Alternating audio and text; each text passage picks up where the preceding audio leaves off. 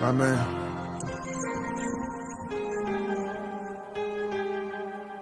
Doing the most. Doing the most. You know I had to remix this bitch. Shout out our boy.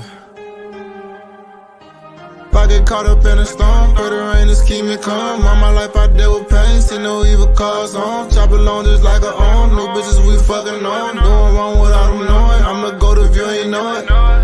And you can't go do what I've been through. Wish I had somebody I could vent to. And you can't go through what I've been through. Wish I had somebody I could vent to. I just need someone to call on. I've been making moves like Michael Corleone. I won't say that shit until it's set in stone. Bitch, don't say my name if you gon' say it wrong. I can't touch these drugs and keep my... Yo, it's your boy CT Crusher here checking in. Just wanting to remind y'all to go subscribe to my homie Hoodie Jube for the Hoodie Jube live podcast. We talking pressing topics here for you every night of the week.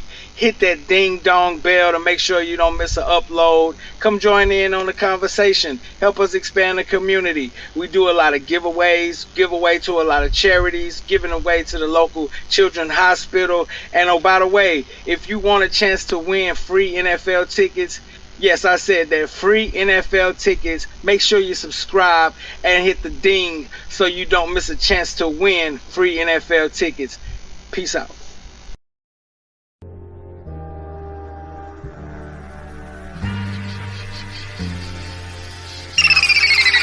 Your time is up, our time is now. Say Hoodie, you can't see us, our time is now. You hear me? Hoodie Jube in the building shining now.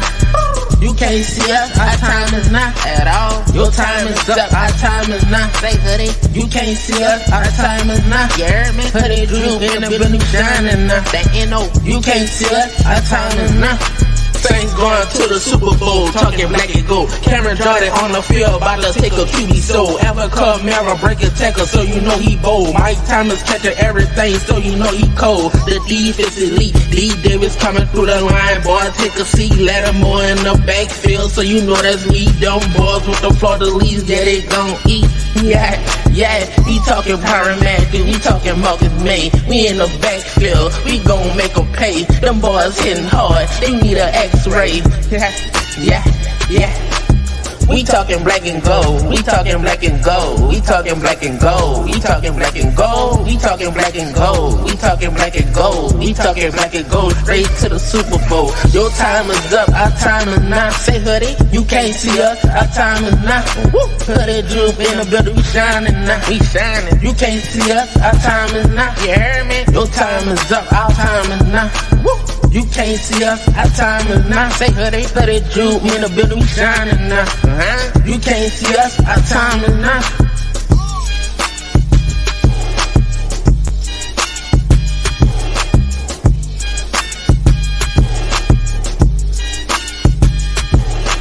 Hoodie Jube! What's good, YouTube? It's your boy Hoodie Jube, and we back with another live podcast. And if y'all don't know, y'all will know. There's no YouTube without your boy Hoodie Jube, y'all. How's everybody doing today, man?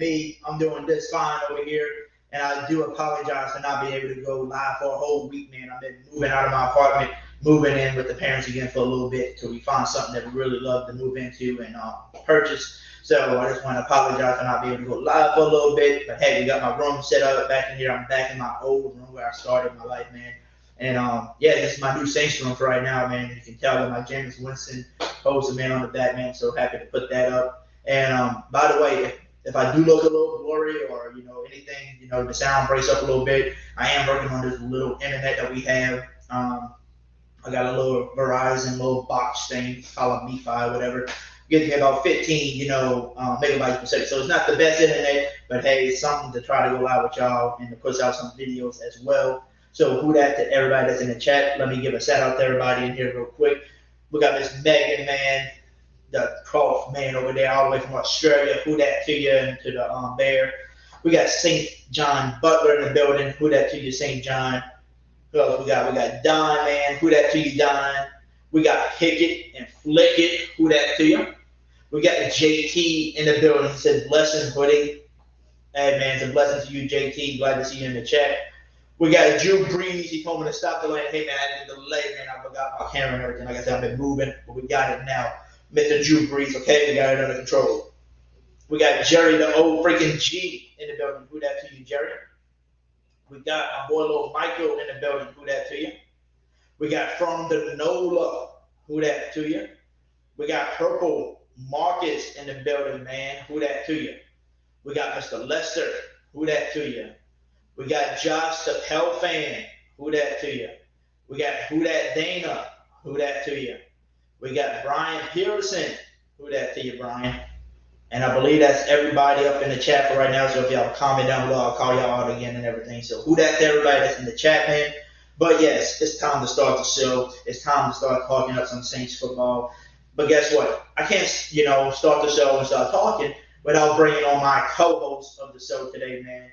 And yes, he's been on the show before. And make sure y'all subscribe to the channel if you haven't already. Saints Talk, live from New York. My man, Brandon P, man. How you doing? You already know, baby. Who that, baby? Let's get it in, man. I got my hat twisted to the side. Hold on, let me adjust it, man. I'm over here looking like a corny rapper. Hold on.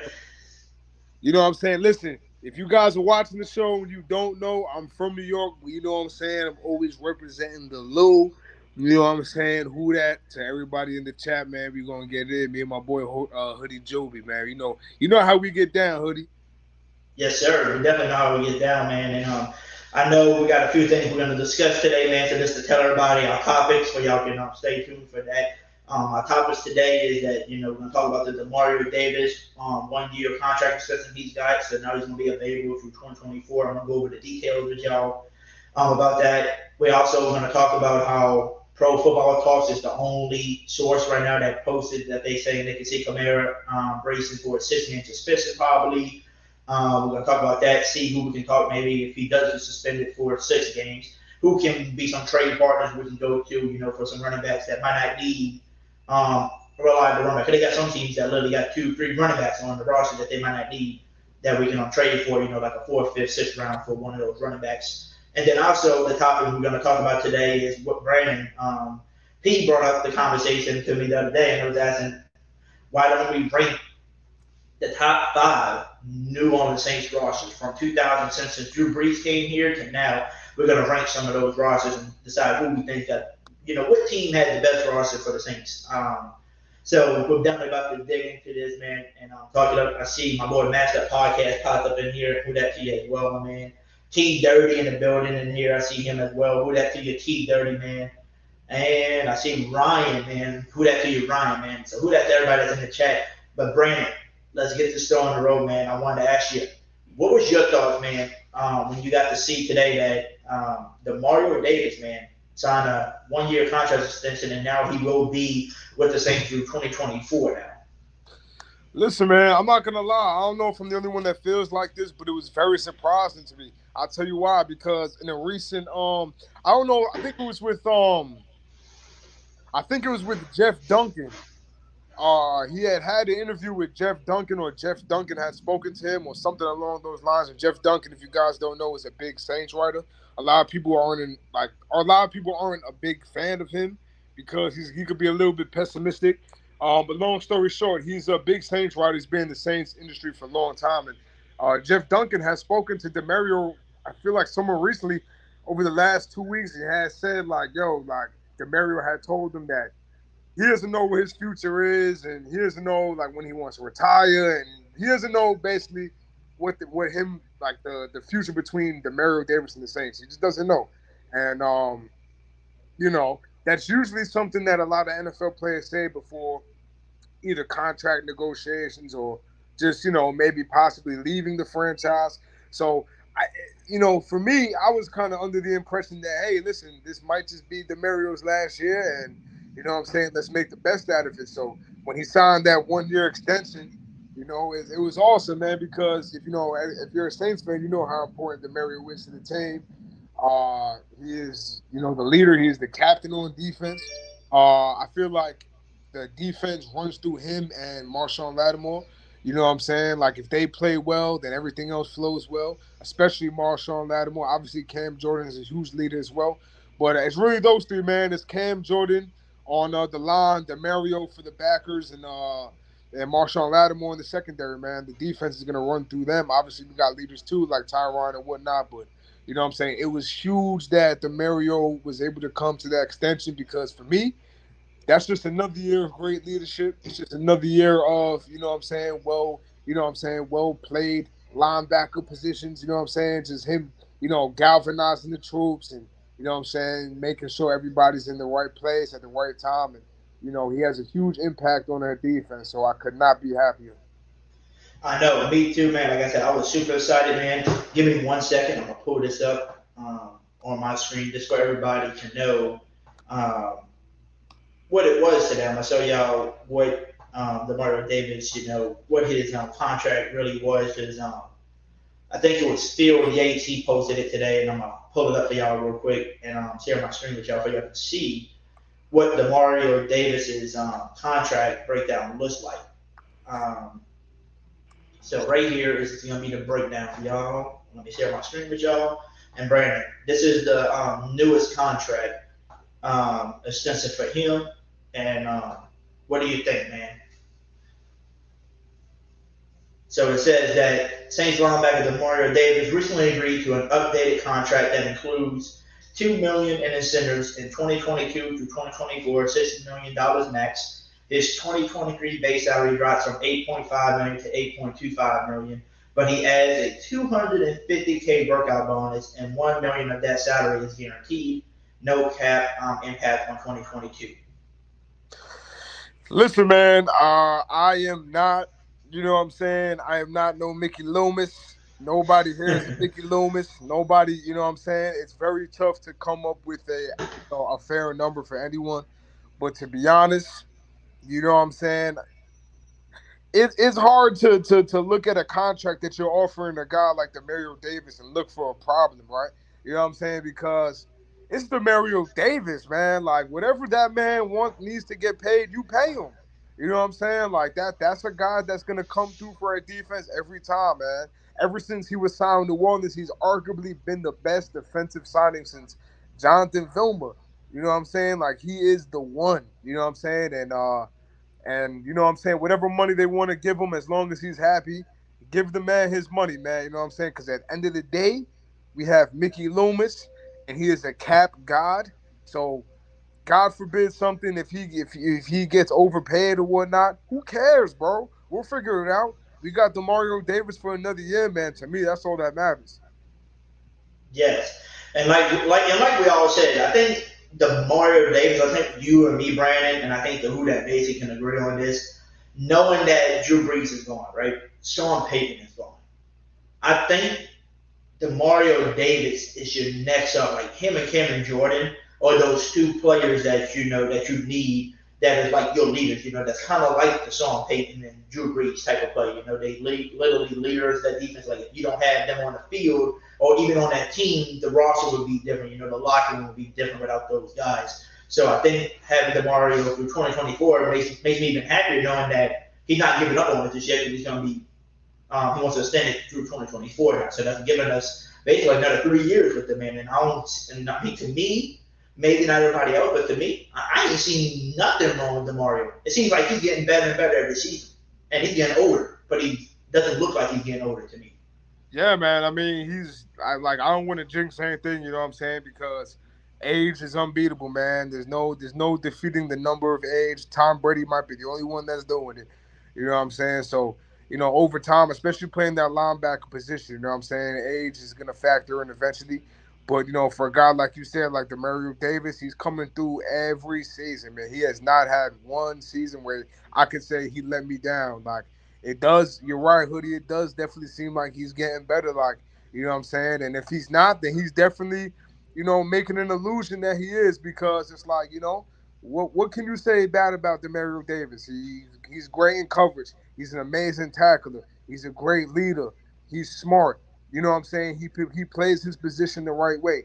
And the middle linebacker position is such an important position in football. When you look at all the great teams over the years, almost every team that went far had a great middle linebacker, man. Think about all the great middle linebackers in the past, man. Ray Lewis, Luke Kuechly, you know what I'm saying? Brian Urlacher, you know what I'm saying? Like real middle linebackers that could lead a team, know how to tackle and just know how to play football, man. It is a blessing. And Hoodie, I know you know more than anyone, man. Like before Demario came into the picture, we've been struggling finding a good linebacker core, just one good linebacker in general. We drafted Stephon Anthony, who I guess was playing more like an edge rusher, but he was like, you know what I'm saying? It's been a struggle since Jonathan Vilma looking for a linebacker. So every Saints fan knows how grateful we are to have Demario Davis, and I can only, you know what I'm saying? I could just only be happy that he's playing at the level that he's playing. Oh yes, definitely. And I like what 514 Code put in the chat, man. Who that to you as well? I see you popped in here. Also, I want to shout out to everybody. We got Apollo in the chat. Who that to you? Linda King's in the chat as well. Who that to everybody that's rolling on here in here. We got us a good crowd tonight. About 35 of y'all watching right now. It can get even bigger from here. Like I said, we just started so not too long ago. I see Tevin Smith in here as well. So who that to everybody that's popping on in here. But 504 Code put it. Demario will get him a Super Bowl before he retires, and it will be with the black and gold. Definitely.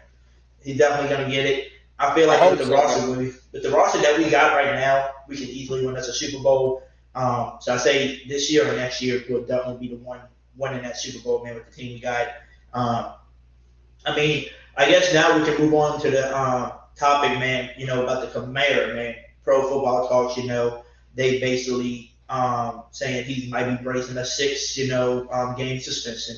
But if you look at it, Adam Schefter, Ian Rappaport, all these other big, analysts and, reporters and stuff have not put nothing out besides Pro Football Talks. And if you look at the Pro Football Talk show, who's normally on that show? Chris Sims. And he's the one that literally made the worst quarterback. Listen, he said the top 40 quarterbacks in the NFL. We got Jameis Winston at 26. So you think I want to believe what they got to say about him, breaking a 6-game suspension? I'm like, you can't even tell us that, you can't even go put out news and saying, oh, Kamara's embracing about at least 6-game suspension, man, when he hasn't even been to court yet. He's got to go to court in August. So until he goes there and appeal it, he might appeal it, he might actually suspend it for nothing. You know what I'm saying? So I wish people, like I told people, don't believe into all of that just yet, because Ian Rappaport and Adam Schefter hasn't even posted that yet. None of them posted it. The only people that did it was Pro Football Talks, and I think they're just trying to find something to talk about on their show and stuff like that. And Kamara even posted that thing, can somebody please tell me when Jesus is going to return back to earth, And I think he was trying to say that because, they just putting out stuff without even knowing what's happening. So that's what he was basically commenting back on. So if Kamara does get suspended, right, for 6 games, they said the Saints do have a backup plan. Is the backup plan already in the building, or do they already been on the phones and have a trade partner with them if that happens? That's the question.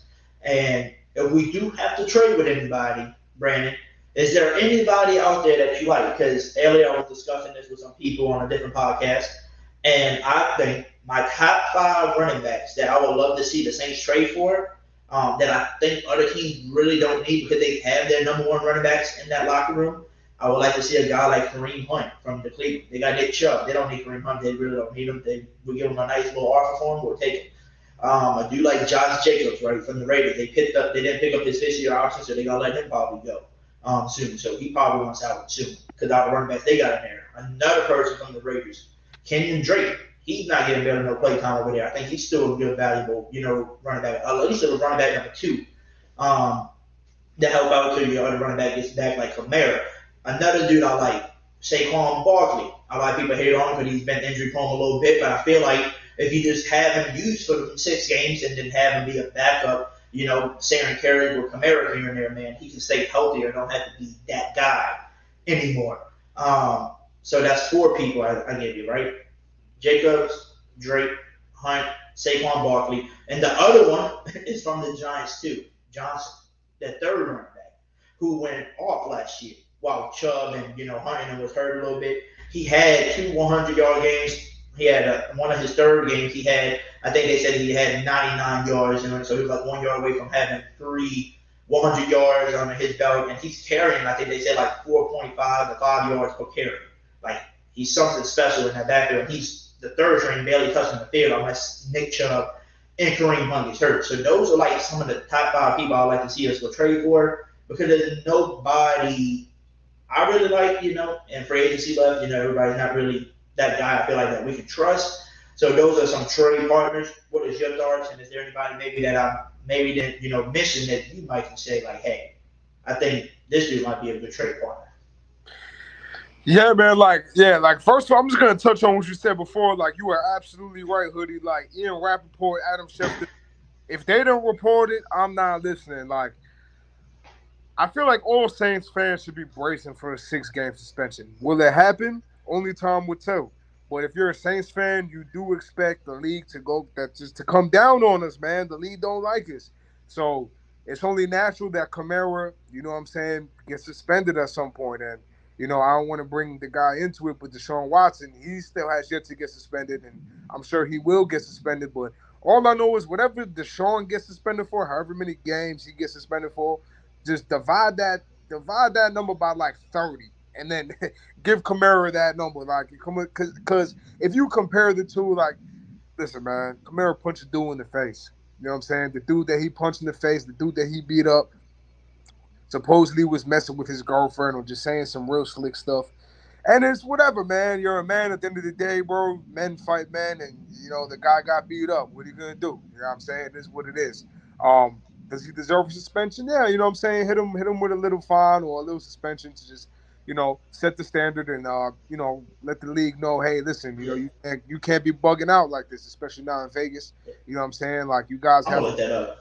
You guys gotta take life seriously a little bit. You know what I'm saying? Try to ignore people and make the league look better. But that's one thing. But I hope Kamara doesn't get suspended for the games he got suspended for. He had a whole rebuttal on Twitter, and he said oh, well, I guess tell me when Jesus is coming back, because you must know, like Kamara said it on Twitter, like, hey, you must know how many games I'm getting suspended for, so you might as well give me a lotto ticket too while you're at it. You know what I'm saying? So it's like, that's basically Kamara saying, hey, listen, don't bother hype. Nobody knows how many games I'm getting suspended for, especially not Mike Florio. You know what I'm saying? So it's like, let's calm down. Like I said, I'm not ruling it out. He might just get suspended for 6 games, but at the end of the day, nobody knows. Nothing is official. Yep. That's that. In terms of players that if he does get suspended, like players I'd like to see him get replaced with, there's a lot, man. Realistically, I think we could get our hands on Saquon, especially if the Giants are kind of cleaning house. There's a lot of running backs out there. I'm a huge fan of Tony Pollard. Do I think the Cowboys would give up Tony Pollard? Probably not, but at the end of the day, he's not a starting running back. He's a backup. There's a lot of backup running backs that I love. I love Tony Pollard. I love Jerick McKinnon from Minnesota. A.J. Dillon in Green Bay. Like, there's a lot of good, solid RB2s that, listen, it's going to be a lot of, it's going to be, the trade capital for them might be pretty hefty, but, these are guys that don't have a lot of wear and tear on them. A guy like Tony Pollard can probably play very similar to Kamara out of the backfield. They're speedy guys, punt returners. A.J. Dillon is great. So any you know what I'm saying? Like, I'm not expecting the Saints to go out and trade for like a top 5, top 10, maybe not even the top 20 running back. But somebody serviceable if they feel like they have to go trade. And then we got Abram Smith, the guy that we picked up. He was the undrafted free agent from Baylor, and I'm all for it, man. I'm all for it. Like, a lot of people have high expectations for him. So we'll see what happens, man. But there's a lot of talent out there in this league, and I'm completely confident that, and he said it himself, Mickey Loomis, that, hey, listen, if the guy's suspended, we'll be all right. We'll have a plan. And I don't think the plan is starting Mark Ingram for 6 games. You know what I'm saying? Like, I feel like they have something. I feel like they have something else. So the only time will tell what that is. But I trust the organization at the end of the day. Definitely. And we'll see what they do. I mean, just thinking as I went and looked it up to see. Remember Kareem Hunt, when he was playing for the Chiefs, he beat up his woman. Remember they had video of him punching his woman and stuff like that in the elevator and stuff like that. And, that's definitely against the law. A man can't just be abusing a woman like that, right? He got suspended without pay for his first 8 games of the regular season when he did that. That's 8. Kamara, yes, he beat up somebody, but it wasn't a woman at that. At least it wasn't a woman, right? It was a male that was messing with his woman and his people and would not leave him alone, I heard, and Listen, kept following him. So man, listen, things happen, man. Listen, like these are things that happen. I'm not justifying it, but everybody knows, and I feel like Roger Goodell should know that hitting a woman is just a little bit worse than hitting a man at the end of the day, especially a man that's provoking you, you know. And that's what everybody said that he was doing. He was getting provoked, and maybe Kamara was just defending himself, man. I mean, I know he had people with him, and a lot of people got involved, but at the end of the day, man, listen, if you're a man, at the end of the day, stuff happens, and what I'm saying, you might find yourself in a situation when you feel like you have to act on something. He didn't have a weapon. He didn't pull a gun out. He put his hands up and he defended what he felt like he had to defend. And you know what I mean? Like I said, like it's not as bad as hitting a woman. Everybody knows that. If you don't know that, yeah, you better know that. that's what I was saying. It's not as bad as hit a guy hitting a woman, right? It's a male versus a male. And like I said, supposedly the story that I heard was that they were chilling. They were at the casino in Vegas. The guy kept aggravating him. Trying to mess with Kamara's woman, and he seen the security people around him. Which is his boys and stuff like that. And they kept aggravating him. Supposedly, so the video done. Supposedly, they go to the elevator, and the guy followed him to the elevator, kept trying to aggravate him, try to get on. And I heard Kamara try to push off, like push him off and like, yo, get out of here. We're not letting you get in the elevator with you. You already aggravated the shit out of why I said to ride the elevator with you. And pushed him, and then that's where the fight started to do want to start fighting. So I mean, I don't know that's how it really went down, but that's the story I've been told before, and that's the one I'm sticking to right now until we find out from court. But if that's the case, then I feel like the dude deserved his ass. Excuse my language, his a whooping. You know what I'm saying? Because you don't keep messing with people, and just to mess with people because they're famous and think you can just get your butt whooped and get paid millions of dollars. That's just wrong. Like Kamara. He always minds his own business, and he's always chilling, cool. You never hear this man in trouble. But he's in trouble now because of this. Like, I think the dude had to do something to piss him off. He had to do something. Absolutely. Like, that's, what I'm saying? You're 100% right, Hoodie. Like Kamara is known. Everybody feels like they know Kamara to be a chill guy. He basically lives in New Orleans. He rides his bike. He owns a smoothie shop. Like, come on, bro. Like, the guy, like, listen, nobody knows who anyone is unless you're with that person or you're that person himself. But at the end of the day, bro, like it's I find it very hard to believe that Kamara was an aggressor in the situation. And you know what I'm saying? I feel like he felt like he had to do what he had to do. And whether it was right or wrong, he felt like he had to do it.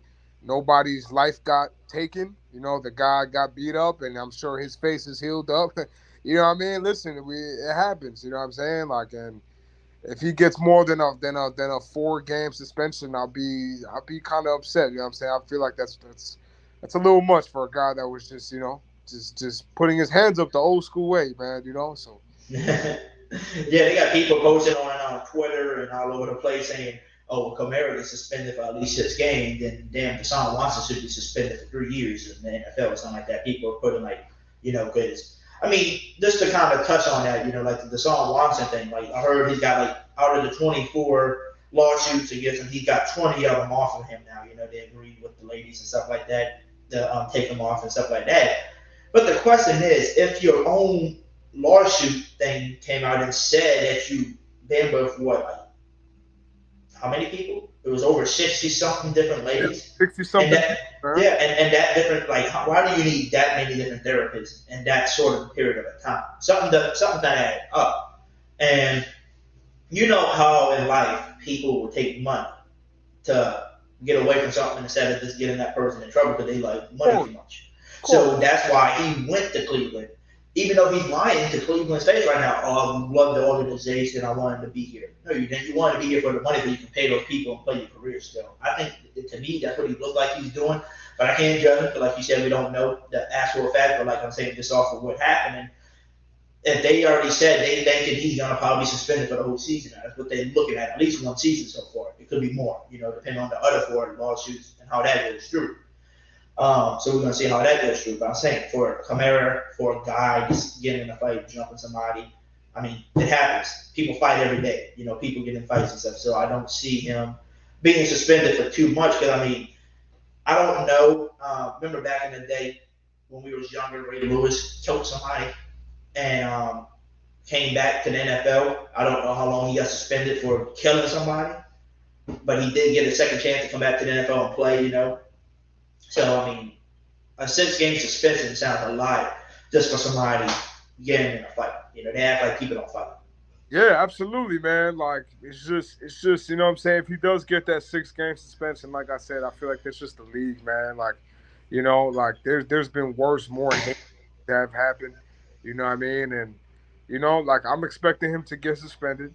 I think the guy that he ended up fighting, because I did some like creeping on this guy, like to just see like what kind of guy he was, and I went to all his like social medias. You could just tell this guy's he's just different, man. He's just a little weird. Like you could tell he's just like he probably knew who Kamara was and just wanted to get a little bag, and that's probably what he's gonna get. He's gonna get he's definitely gonna get paid. And hopefully it's something that they don't have to go to court. I mean, he has a court case in August.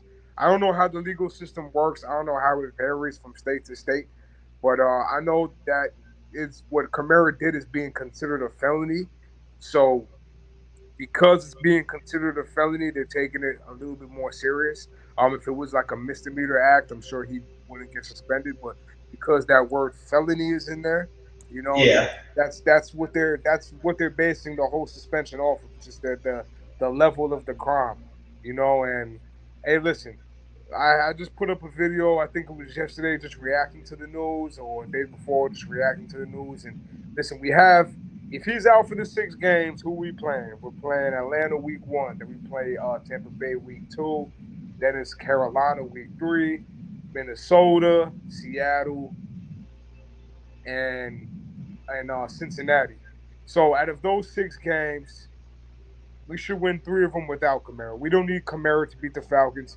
We don't need Kamara to beat Carolina. We don't need Kamara to beat the Seahawks.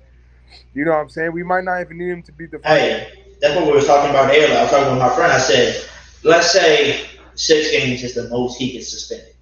If they're gonna do it, and they talk about that's probably what they're gonna suspend it for, and even if his court appeals it and gets everything to appeal it, and they still gonna suspend him 6 games because they want you to learn and NFL not to do stuff like that, especially during the Pro Bowl, while I was doing the Pro Bowl, stuff like that.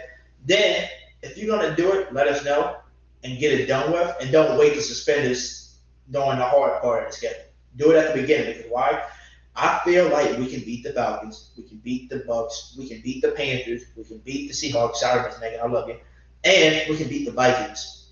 Those 5 first games, I think we can win without Kamara, because we got great receivers, we got a great defense, and we just got to score a little bit. We still got Ingram, we still got Abram Smith to see what he can do. And if the Saints do trade for anybody, we can still do something like that. And then the only game I'll be worried about will be the Bengals, right? Because that's the 6th game. So that's the only other game I'll worry about. So it might be 5-1. Yeah, the Bengals is going to be a tough game because they're going to score. Like, as good as their defense is, the Bengals are going to score the football. You know what I'm saying? So, I feel like the only thing that scares me about the first 6 games is that 3 of those games are division games. We're playing Atlanta, Carolina, and Tampa Bay. And listen, we can definitely we could beat all 3 of those teams without Kamara. It's just the fact that those games are just so important that you want to have your guy Kamara. Because Kamara is the best player on the team. You know what I'm saying? He's the most talented person on the Saints. I feel like most Saints fans will agree to that. Unless Michael Thomas is 100% healthy, then you have yourself a little debate. But Kamara is, by most people's opinion, I feel like he's the best and most talented and probably the most important player on the Saints. So you'd like to have him for games like Tampa Bay and, just division games, because, those division games that we do lose always come back to haunt us at the end of the season. Like, if it's a close race, if it's between us and Tampa at the end of the season, you want to have those division wins racked up in case we end the season on the same record. But, like I said, without Kamara, I feel like we can still win, and we can still win all those games without Kamara. As long as Mark Ingram comes in and is serviceable, and maybe Dwayne Washington, and we'll see what happens with Abram Smith. But we have more talent on this year's Saints team than we had last year, and if Jameis is healthy, Mike Thomas is healthy, we can run through any of those teams, man. Because at the end of the day, we have a way better offense than we did last year, whether Kamara is healthy or not. Definitely. I just can't wait to see what we do. I can't wait to see what the league does, right? I'm just ready to see, are you going to suspend the man or you're not going to suspend the man, or Yeah. if he does, is it going to be long because you hate the Saints, or is he going to be a short one and just say, hey, I'm going to suspend you for 2 games? The situation after we watched the video, yes, you jumped him, you beat the guy, but after hearing, what court happened, yes, the guy admitted that he was aggravated, he was doing his thing, he deserved it, he might have been drunk, and that's how everything went down. Then they might suspend maybe 2 games just to say like, hey man, please don't do that again. This is the NFL. You gotta be more professional than that. Don't do it. Then be cool. But if you're gonna suspend the 6 to 8 games for something like this, it's a fight. Just beating up a dude because he pissing you off for messing with your girl and you trying to defend your girl and stuff, and that happens, then guess what? It sounds like you probably hate us because, like I said, you suspended Kareem Hunt for 8 games only because of he beat up a woman, his own woman on camera. It's different, bro. It's different. Whether you want to admit it or not, it's different. Like, I know we live in an age where, everyone wants to be considered equal, and I get it, but hitting a woman is just way worse, man. Like, It is. it's way worse. No matter how you slice it, it's just worse. So, you know what I'm saying? If you get suspended, hey, listen, we won't find out till August, one way or another. I don't think we're gonna find out till August because that's when his next scheduled court case is. And if he pleads guilty to, that crime, then whether we like it or not, we're gonna have to accept the fact that he's gonna get suspended for a little bit. But we won't know for a while. So this whole report is kind of just. I feel like the whole report was just kind of weird to me. Like it was nothing that was official. The report said that he's bracing himself for a 6-game suspension, and Kamara literally said, like he basically responded in a way where it's like, who told you this? You know what I mean? Like, who told you I was getting suspended for 6 games? Who told you I'm bracing myself to get suspended for 6 games? Like, nothing is official. Should Saints fans be concerned? A little bit, because it's likely that he will get suspended. But should we start flipping out like it's automatically, oh, this is the 6 games that we got to worry about the first 6 games we play? Nah, we don't have to worry yet. Let's see what it is. Anything could happen. And, it could very well be something that gets postponed, and, maybe the guy has an out of court settlement, and, we move on and there's no trouble. But, we won't know for a while. So if you're a Saints fan, you're watching this and you're worried about the whole Kamara thing, just give it some time, man. Everything will unravel. Yes, sir. Let's answer a few questions in here. Everybody start putting some questions in here to ask for me and Brandon. And then after we answer a few questions, I'm going to talk a little bit more about some free agency stuff. And then we're going to get into our topic that you was talking about, the top 5 rosters of the New Orleans Saints, from Drew Brees' era to now. What was our top 5 roster that we ever had? I see my man Keeping It Real, Who That Sports Podcast. Make sure y'all go subscribe to that man. He just started his channel too long ago, doing great things. I popped in earlier to show some love, and they were talking some great stuff on that show, so make sure y'all check him out as well. He said, Hoodie, do you think Abram Smith beats out Washington being he plays special teams at linebacker? That is a position to watch. Dwayne Washington plays special teams great, and he plays running back to help out here and there if we need him, right? But Abram Smith, the talent that he is, he can play special teams. He played linebacker and running back. So he did great at linebacker, and then they swapped him back over to running back and had an outstanding year. So I can see Abram Smith taking Dwayne Washington's spot for real. But like we said, we just got to see how it is. We got to see can Abram Smith get back into the rhythm of being a good linebacker again too, if they needed him, to go to special teams and be able to tackle good still. Does he still have that in him? I think he does. Because it was only 2 years ago when he played linebacker, he switched over back to running back. They're great. So we'll see. What is your thought on that? Oh, yeah, I definitely agree with you. I mean, I didn't even know myself that he played linebacker in college. That's very interesting. Yeah, I mean, just based on that, right? Like, he's a running back / linebacker. Like, that definitely, and, he has speed. So that definitely screams special teams, But at the end of the day, it's the NFL. It's the next man up. If the coach of the team feels like you're the next, you know what I'm saying, the guy that's next up, that whether the depth chart is Ingram, then Dwayne Washington, or Zigbo, Abram Smith, or however way you want to slice it, it's always gonna be the next man up. And training camp is important, mini camp. preseason. It's going to tell you a lot of things. When Kamara got drafted, nobody knew how good he actually was until you saw him in the preseason. And then when you saw Kamara in his first preseason, you were like, wow, like, hold on. This kid might just be more than a special teams guy. He might just be more than, he might be it. And lo and behold, like Kamara came in that same season and was the offensive rookie of the year. So you don't know who somebody is until you see them in in-game situations. And, it's too early to say. But if Abram Smith can be that guy, he will be that guy. It's just a matter of time before we find out. But I like Dwayne Washington. He's been on the team for a while, and I think he definitely deserves a shot to, actually play in the field when he does step in. It's he usually doesn't come in until like the fourth quarter when like the team we're either like winning by a lot or we're losing by a lot, and he'll just come in and like just play like what I'm saying, maybe like one or two drives, but for the most part, he's he's good for what he is. He's a third string running back. He's always been a third string running back, but we'll see what happens. At the end of the day, it's next man up. So Definitely. And I mean, for me, just to end that topic real quick, I really think, to be honest with you, this preseason is probably going to be the most fun preseason we ever had because we get to see what Chris Olave brings to the table. We get to see what some of these other drafted players are really looking into, like, Lucas Crew, the tight end, Rasheed Shaheed, the punt returner, the kick returner, to see what he brings to the table. And also, if I was the Saints, since you know that Kamara might be suspended, let Mark Ingram rest on preseason and put in Tony Jones Jr., Abram Smith, and Dwayne. I forgot about Tony Jones Jr., man.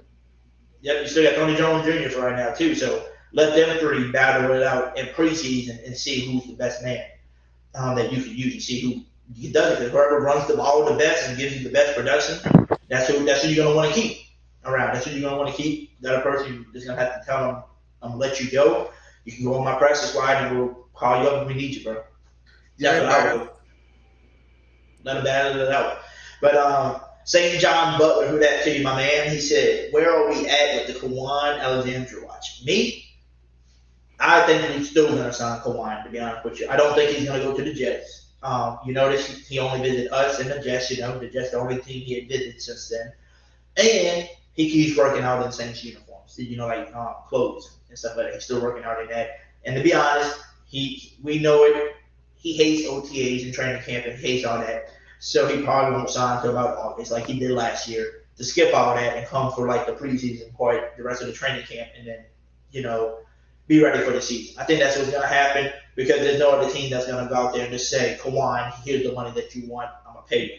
Nobody's going to do that. And if the Jets do decide to pay you the money that you want, you ain't going nowhere in the AFC with that team. Yeah. You can come chase the Super Bowl and play with the team you love, Well, listen, I don't think the Jets are going to the Super Bowl anytime soon, but they might be a good team this year. I do think the Jets are a sleeper. But, as far as Kwon Alexander goes, listen, man, as a Saints fan, at a certain point, you just got to push that to the back of your mind, man, because, if you're going to sit around and, anticipate a signing, it's like nothing is guaranteed in this life. Nothing is guaranteed in this league, so it's like, and we have guys, what I'm saying? Pete Werner is a second-year linebacker who had an outstanding rookie season last year. Like, was he like a top 10 linebacker in the league? Absolutely not. But for a rookie, he came in and he played extremely well. So I'm excited to see what he does this year. We still have, Zach Bond, who, showed flashes of being good. We still have yet to see exactly how good he actually is. We have guys, so it's like if Kwon comes back, great, because we love Kwon. He did well for us last year. But it's like there's just too much going on right now, man. Like for me personally, like I won't speak for every Saints fan, but at a certain point, I do feel like you have to stop worrying about when if or when Kwon comes back, because at the end of the day, he's his own man and he's gonna do what's best for him. And, he's probably just going to go to a team that offers him the most money. And, we might not be that team. So as long as we accept the fact that he might not be back with us, we could just move on from there. But, we'll see what happens. I like Kwon. I think he's very explosive and he has a lot of moments and he definitely helps us out. But, one step at a time, man. Let's focus on what we do have. That's what I will say. Let's focus on the team that we do have, and then we worry about Kwon, another time. Definitely. Brian Pearson, who that to you? He said preseason don't mean nothing. Regular season, that's what I mean. Something for Jameis Winston. That's when we'll see what he can do. Hey, I understand preseason don't mean nothing, but guess what it does mean? It means stuff for those undrafted players. And it shows us what we got in the building. Who do we want to keep? Who do we not want to keep? It shows us what we getting. And it kind of gives you a little, a little hint, and it shows you a little bit of, of what you're going to get probably. Yes, you're not playing the starters most of the time. You're playing, backups and all that. But it's good to see what you got in the building. And one thing I would like to say, how you can only have 53 men on the roster. The other day, I was, making my 53-man roster. We went over that one day, and I was looking at it, going through it with the people on the podcast a while back, and I was looking at it. And what I love about this is that there's so many great players that can be really great depth players that might not even make it because we got so much depth where they might go to the practice squad and we might have to risk taking a chance of them being on that practice squad and getting taken off by somebody. And that's the first thing. Look, I think this is the first time we ever had that much depth. And I don't know, in the Sean Payton era. Like since the Sean Payton, since probably the Super Bowl where we had people coming in and help us and the team was just great. Like this is the first time I think we had that much depth where you got so much good players at wide receivers, You got good QB room again, you got Jameis, Andy Dalton, and then your third string is Ian Book, and he's only going to see the field probably just for preseason this year now. You go to the defensive side, dude. Defensive line, bunch of players. Even though I do want to talk about that in a minute about free agency in a second, but the D line is kind of good, I think. Linebackers, I think we're pretty set right now. Besides just bringing one more guy like Kwon back, I think we'll be set. And DB room is set. Cornerbacks, you got enough corners, you got enough safeties. Now, you don't know if Smoke Monday is even going to make the team now, even though we all cheering for him because of that video that went viral of him telling Atlanta, driving past Atlanta, you're going to have to see me twice a year, I was looking at him in a video from today when he did one of the little camps, with, what's his name? It's his name, Steve Gleason, I think his name is, the guy that blocked the point. Steve Gleason. Yeah, he was at his camp, his little workout clinic, with them and the kids, and Smoke Monday was playing with them, having a good time with them. He was hyping up the kids, trying to get them to go through the obstacles and stuff like that. And he looked like a great dude that would make the locker room, especially with his dog mentality and his attitude. Oh, he'll definitely fit in. But can he make the roster? That's the question. Like I said, there's so many great depth players. So to kind of go back to that free agency part that I was telling you, I think my final moves that I want to see the Saints do before the season starts, before game one. Number one, I would love to see Kwon back. Right? I would love to see Kwon sign back. Number two, I would love to bring in a veteran guy like the Dominant Shoot for a reasonable price. Not an expensive price, but for an affordable price. I would like to bring in the Dominant Shoot, have a big name guy, a big run stuffer that you can add next to David Arenado. And he can get QB sacks. He got six sacks last year for a veteran. He's still putting up some sacks up there for you. And another guy that people wasn't even aware of, he's still out there right now, JPP. Jason Pierre-Paul is still out there. He's as good as this you can add on to the edge. Just for depth player. He can start right away. He's still good coming off the edge. You can watch, the running backs coming out. He did it against Kamara a few times. He's I think he's still got some gas left in the tank for him. So I'd like to see them bring in somebody like that, like a veteran guy to add to the line. And then my last thing was I would like to see us trade for a running back, right? Just in case Kamara does get suspended, we have that security blanket right there to help us out to push through the season. And some people might be like, well, Hoodie, what about the tight end room? I think we're set at tight end, even though some people want a big veteran tight end, like a Kyle Rudolph, like a name that's, said his name before at that tight end. I think we're fine. Having Taysom Hill running through that F tight end role where he's going to be moved all around, line up at tight end. Adam Trautman had his sophomore slump year. I think Adam Trautman's going to have a big jump this year. Jawan Johnson signed back again for a one-year deal. He's your red throwing threat. He can still get open and, spread the field with his speed at tight end. And then don't forget you still got Nick Bennett and Lucas Krug. We got to see what he brings to the table on the preseason. You got to see what kind of tight end he is. So I'm saying I think we set at tight ends and all that. I think I'd rather have, to be honest with you, I would love to have a dude like Adam Troutman, a dude like Jawan Johnson, and a dude like Taysom Hill, who all got pretty nice speed and can spread the field because they receiving type of tight ends, and have one dude like Nick Fournette, be your blocking tight end to help out, and have rotational people to keep the field and keep them healthy and keep them, keep that defense guessing and get that defense tired, than having this one great tight end that's just by himself and everybody else behind him is just completely trash.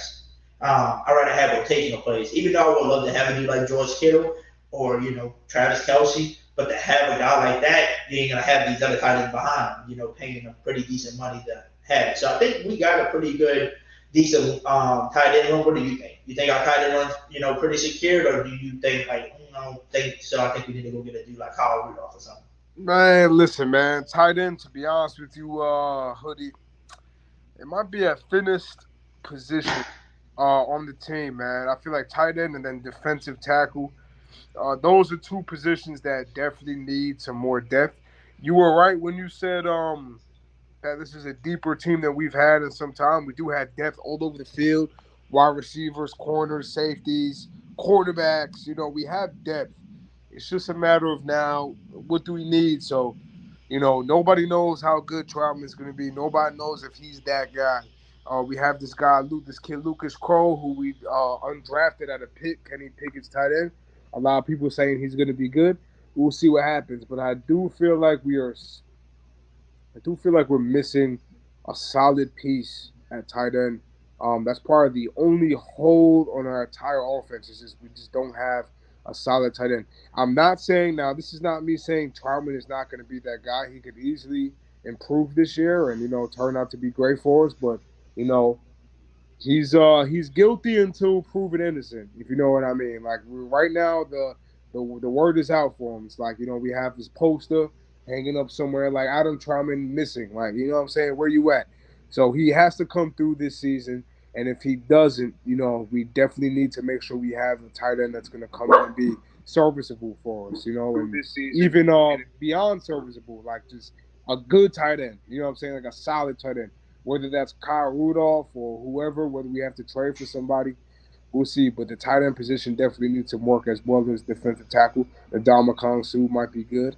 I wouldn't mind him or JPP, even though he's an edge rusher. But we'll see what happens, man. Tight end, I feel like definitely does need some work. Gotcha.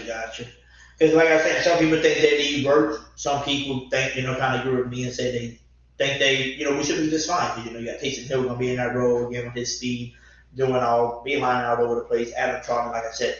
I mean, we can say Adam Troutman made some mistakes last year, trying to do everything. Remember, Jawan Johnson wasn't in for some of those games. He was a healthy scratch because he was hurt all over the field with COVID and injuries that people were literally could not play. So they had to bring people off the practice squads and off the street that they had to, move Jawan Johnson as a healthy scratch, but they can fill in those roles that we really needed players to play. And then, Nick Fournette was hurt. So basically you was down to Adam Troutman and what was his name? Was it Griffin? I think we had last year, Ryan Griffin. And Ryan Griffin at tight end. So that's who your two tight ends were for most of the time. We had healthy scratch players not playing. We had to fill in those roles.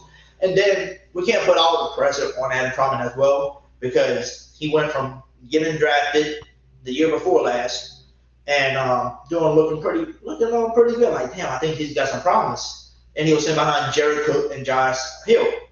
Well, then they both leave, and they bring in Nick Fournette as your veteran player. What happened to him? He got hurt. So basically, Troutman being that guy, having to be that guy who was putting so much on him for his second season. And I think that's what happened. And don't forget, we didn't have a good QB because Jameis got hurt in week 7.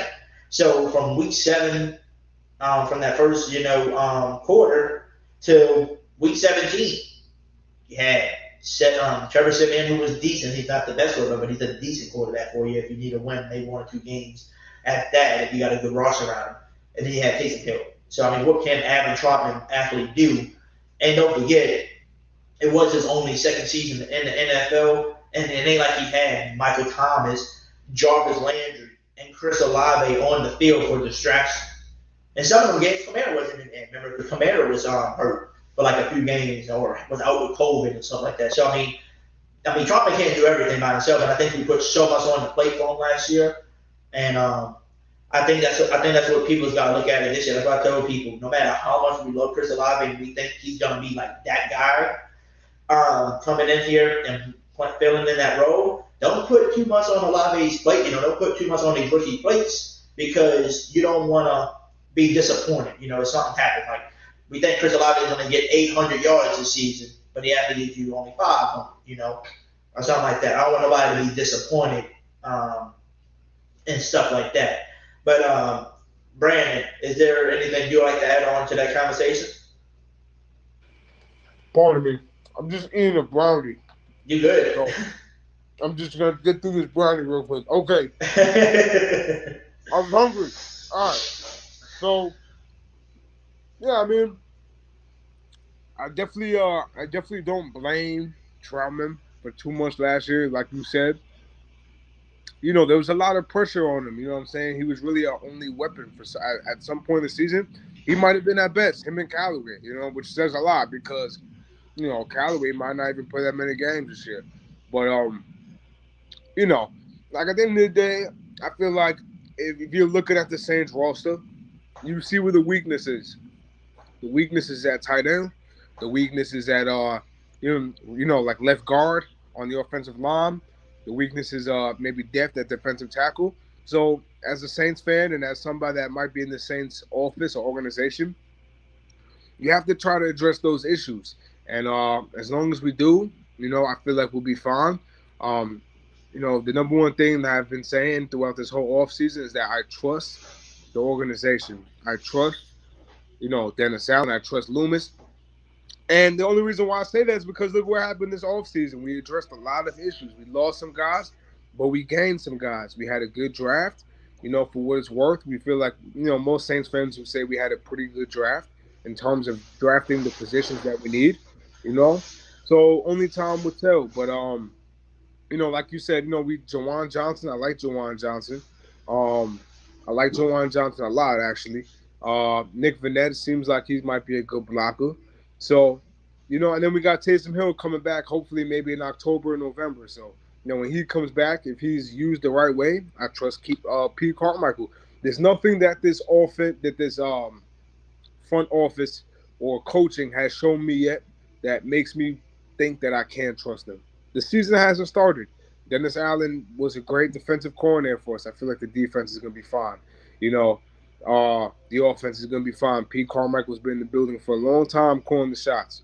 So, and then you have guys like Mickey Loomis and Kyle Hartley who are just like really good behind the scenes. So I trust the organization that they're making the right decisions, and I feel like all Saints fans should. And we have to go into this season with that mentality. Yeah. Just trust the guys that are behind the scenes for us and the coaches. I like what you said though, like how you said you gotta, they not that they that can make us say, I can't trust these people, right? But people will be getting something. So I said this before, and then somebody, made an argument, but I can make an argument with this thing. So what I said was, don't forget during the boundary game when Sean Payton was suspended, Pete Carmichael was calling the plays. Right. Guess what he did? He had us in a top 5 offense. Now some people argue top 2, right? And people said what? This was the argument. Oh, but Drew Brees was there. And I said, but yes, Drew Brees was there. But guess what? The team was not that great. The defense, horrible. Offense, it was good. Drew Brees was there, but the receivers wasn't big name receivers like we have right now. And people are not realizing it. Drew Brees made people look better, right? Right. The receivers better. Jameis Winston made his receivers better and get paid. So you got a similar quarterback that can make people look better. But the funny thing is, Jameis Winston don't have to make these players look better because these people have proven themselves in the league and in college that they can be that guy. So to have those players around him, Jameis just got to be an average quarterback. And he's not just an average quarterback. He can be better than an average quarterback because he can be a great quarterback with some of these no-name people that he made big-name people who got paid, and when they left somewhere, they're not the same person because they're not with Jameis Winston. So to have a dude like that, to have Pete Carmichael, who's been here for 15-plus years, and Sean Payton joined was basically his clone, and that bring in. And I think people are overlooking at it and overthinking that. I don't think people are looking at it like this, man. Maybe you, Brandon, maybe you can agree with me on this one, but this is how I look at it. Yes, Sean Payton's gone. Yes, Drew Brees is gone. But guess what? The coaching staffs are still here besides Sean Payton. You know, you still got Pete Carmichael. You still got Dennis Allen. You still got Ryan Wilson. You still got the DB coach. What's his name? That's stuck in my head right now. Chris Lazard. He's there. Oh. You brought in Doug Marrone again. You know, to come back and help the O line. So you basically got the same people here. But now that you don't have Sean Payton here to basically, to say, oh, my receiving core is great. My receiving core is good. We're good with what we got. Now, since he's gone, you're replacing him with leaders that prove that they can do it without a good head coach or without a good quarterback, and they can be that guy. And they can be that leader and help the locker room out. So we got that in the building now. And you know Jameis is already a great leader, and Pete Carmichael is still a great play caller because he's been learning behind the dude for 15 plus years, and he had us at a top 2 offense during the boundary gate. So to me, I think we're not even going to miss a beat, and we definitely going to look a whole lot better than what we did last year. We're definitely not going to end up at number 32 offense again this year unless we get hurt. Unless everybody goes hurt again and COVID comes back and everybody's got to be out again. That's the only way I see us being 32nd in the league again. Nah, we're not being no 32nd, man. Even if COVID hits, all right, I mean, listen, we are so stacked on offense, it would be a disappointment if we're not a top 10 offense this year. I feel like we should be a top 10 offense this year. There's no reason why we shouldn't. You know, we might get off to a slow start because Kamara might not be with us. But, even if he's not, man, we have more than serviceable weapons that will come through for us, man. We have just a great receiving core. The defense should get us back on the field really fast, so we'll have more opportunities to score. You know what I'm saying? So we'll see what happens, man. But we have, like you said, the coaches that are in the building are guys that we could trust, and at least until proven otherwise, they're innocent until proven otherwise. Like these guys, have been in the building, so all you could do is watch and see. But like I said before, like they've given us no reason to think that we can't trust them. Yep. And Mr. Brandon, so I wanted I'm gonna let you talk about it. The topic that you wanted to go over with the top 5 rosters of all time, with Drew Brees, from the 2006 to now, and basically, let's discuss with everybody, go over it, and tell everybody, well, hello, how you doing? What's your dog's name? What's the dog's name? Oh, that's Cuba. Cuba. Cuba like Cuba Gooding Jr. Cuba. She's chilling, man. She's on demon time right now. But I was gonna let you start that conversation. Kind of go over your top 5 rosters. What do you think? I mean, to be honest with you, I was telling my friend earlier about this before we went live, and tell him, I said, I think the roster we got right now will probably be the best roster we ever had, but we can't say it's the best roster. I mean, on paper, yeah, but we can't say it's the best roster right now until we see this team perform like we did with the 2009 Super Bowl team, right? When they won the Super Bowl and the team was literally good all around. They played together well. So we got to see that happen. But if you say go by paper and write it down and see who's better, this team probably the best roster we ever had. But like I said, we got to prove it to us. Yeah, man. I was just, it was just something that I think I had discovered some sort of post on Instagram that was comparing the 2006 roster to the roster that we have now. I don't know why they compared those two, but that's just something that I saw, and just got me thinking. Like, what do you guys think with the top 5 Saints rosters since 2005? And I didn't really. I think I'm still gonna do a video on this, just like after I get some more information. But off the top of my head, man, if I had to go top 5, man, since 2005. Obviously, 2009 has to be there. 2011, even though our defense wasn't that great, our offense was just probably the best offense that the Saints ever had. Even though on paper the talent and the players didn't scream at you, just the way that this offense was coached, the way that the offense performed in 2011, everybody knows that's probably the best offense we've ever seen on the Saints. So you have 2009, 2011. I'm not going to forget about 2006 either. 2005, we had some good seasons. And you kind of have to fast forward from like 2011 through like 2017 because the defense, even though offense was so good during those years, the defense was just so bad. I feel like 2013 was a pretty solid team, the year that we lost to the Seahawks, because we still had Colston, we still had Jimmy Graham, but just like I feel like you just probably have to fast forward like any time from like 2011. 17, probably Yeah, 2017, 2011 to huh? 2017. The 2017 team was great, man. That was a very underrated team. We had Kamara and Marshawn Lattimore and Ryan Ramczyk in their rookie years, and they all performed so well. We had a healthy Michael Thomas. Drew Brees was, I feel like 2017 was the last year that Drew Brees had before you seen like some sort of like actual decline. Um, you know what I'm saying? That was Drew Brees' last like great season with us, I feel like, even though 2018 he had a good season as well. The 2018 team was amazing, obviously. Obviously everyone knows what should have happened with that. That's probably a team that should have won the Super Bowl. So it's hard to leave that team out. 2019, 2020, great teams as well. I feel like off the top of my head, my top 5 Saints teams, man, it's.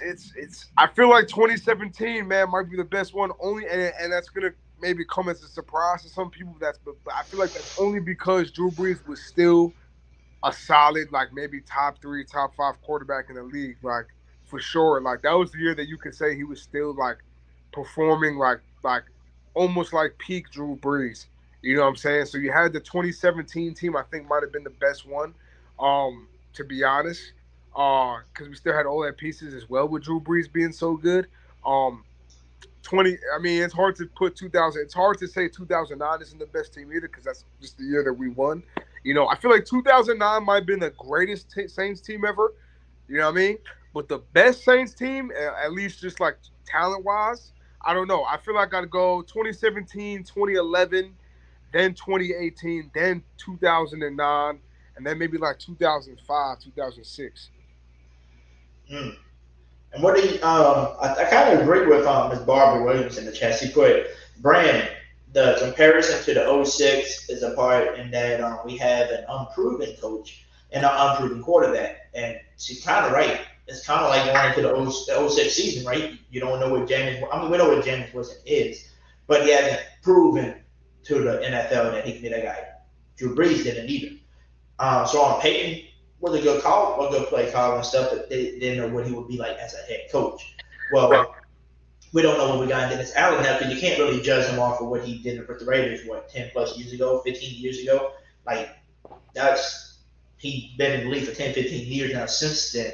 Since he had that head coaching job, and he definitely improved, learned more, being alongside Sean Payton and other people. And you can't even blame him for the Raiders because some of the Raiders people said that roster was horrible that they had back then. Like that team was just bad, and it was a bad team. You just can't coach that team well.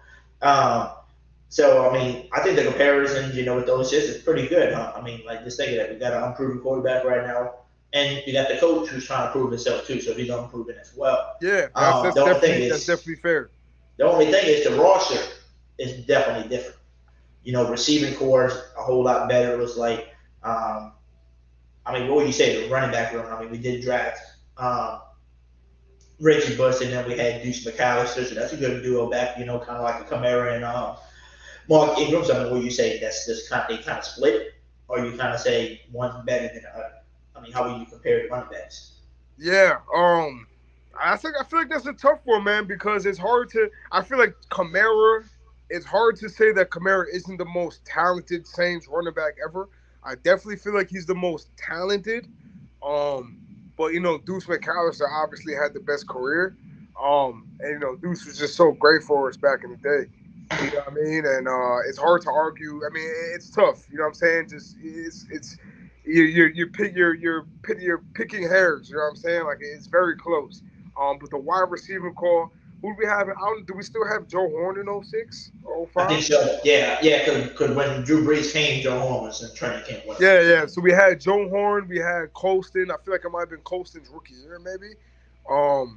We had Joe Horn, we had Colston, I'm pretty sure. Lance Moore might have been there. I think they said Lance that he was Moore like a might practice have been squad. there. But he was like a practice I squad. know some Saints receivers from back in the day. I just don't want to, like, I don't want to just assume that they were there because I really don't know when every Saints receiver first got Devery there. Henderson might have been there still, I think. Devery might have been there. You know, that's why it's like Meacham. You know, that's why it's like that 09 team was so great because you had really like some really like Yeah, and they're not even star players. You know, it ain't like Meacham, Colston, Devery Henderson, Lance Moore. All these people were not number one star players. Like where people say, "Oh, I would pick him first overall." These were like number twos, great number threes. At the position, and you had so many of them. And that's what I think this team is right now. I mean, but the thing is, definitely with this team is that Jarvis Landry used to be the number one on all his teams, so he knows how to be that guy. Michael Thomas is the number one guy on the team. Chris Olave has always been a great number two in college and could be that number one if you probably really needed him to.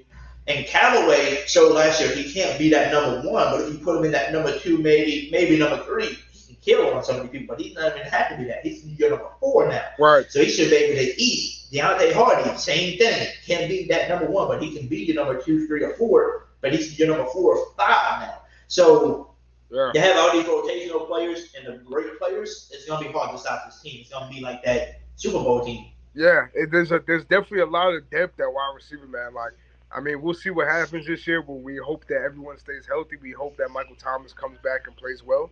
But just talent-wise, man, I feel like talent-wise, just looking at the team on paper, this definitely has a chance to be the best Saints team ever, just from talent, even though we're missing Drew Brees. Like, if Drew Brees in his prime was on this team, we might go undefeated.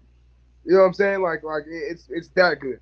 Like we might go undefeated if Drew Brees was here in his prime. You might go 18-0 and win the Super Bowl. Like that's how good this team is. That's why Jameis Winston, it's going to be so important to see what he does for us this year. So crucial, right?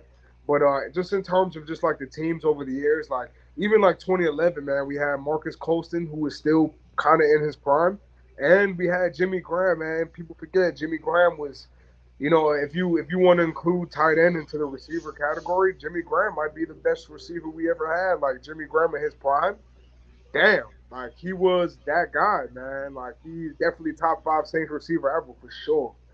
So we had Jimmy Graham, we had Marcus Colston. It's just that our defense wasn't that good. But, Pierre Thomas was still there. A lot of people forget about Pierre Thomas, how great he was. You had Pierre Thomas. I think Reggie Bush was still on that team as well. Yeah, Pierre, Reggie, and who was the third one? There was a third, remember? Because we was a 3-headed monster that season. It wasn't Deuce because he retired already. Who was it? Should I Google it? Everybody in the chat, comment it if y'all know. Let's see if anybody in the chat can remember before we say it. Well, before we look it up, just look it up and see, but don't say it. Just look it up and see. Because what we're going to do is we're going to see if anybody in the chat can remember who it is before we search it. I'm trying to think in my head. Third string running back, 2011 team. Anyone know? 2009, right? It'd be the 2009 season when we won the Super Bowl. I thought I was talking about 2011, but yeah, it's probably 2009 too. Yeah, when we won the Super Bowl, it was Reggie Bush, Pierre Thomas, and who was the third one, y'all?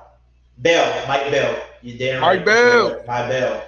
I'm glad they said it in the chat. Saints trivia. We have to have a Saints trivia one day, man.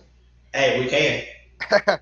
Third string Saints running back in 2009, man. That's a pretty good Saints trivia question right there. Hey, that's what we'll do. That's what we're gonna do. We're gonna get set. Let your boy get set over here and get everything in about a few months. When your boy got some money stacked up and get some money coming in. Of course, man. Boy, we're gonna do a trivia, and if you get the question right, you win $5. And the harder the questions get, the more money you get. The harder the question, Question 1 might be worth $2, and then you get on, and then when you get to question 10, it's like the hardest, you might win like $20 if you get it right. We should definitely do that. So Hoodie, what's your top 5 Saints roster since 2005? I want to put this team that we got this year on top, but like I said, it's hard to do that when you got a quarterback and Drew at your QB, and the head coach and Sean Payton that proving themselves now, and and they performed together. They did their thing. So like number one, if I had to say, like this would be my Raw sheet. Ready? Number one would be the Super Bowl year, 2019 would be my number one. That's fair. I had to put it because they won the Super Bowl. They played together. They did everything they needed to do to win. Number two would have to be, I guess you would say number two would have to be between, what's up, Big Daddy Jube? You want to say hello? Want to say hello to the crowd? You said. You can walk in here, come show yourself on the camera. Big Daddy Jube's coming to say hi real quick. What's up? What's up, Jerry? You out there? Yeah, Jerry's in there somewhere. Jerry, where you at? OG. Where's Jerry the OG real quick? Hold on now. We gotta get Jerry OG in here. Jerry, where you at? Oh, Mama Jude. Hey, big sexy. Oh, Mama's trying to mess with you, Big Daddy.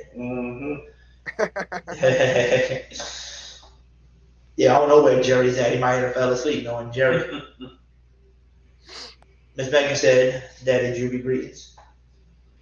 Miss Megan's right over here. We're going to bring them on in a little bit. I got the lines of what we discussed in our last little discussing. Then we're going to bring everybody on one by one and discuss it. I usually would do the round table, but, you know, sometimes the round table people talk over everybody, and it's hard to hear what other people got to say.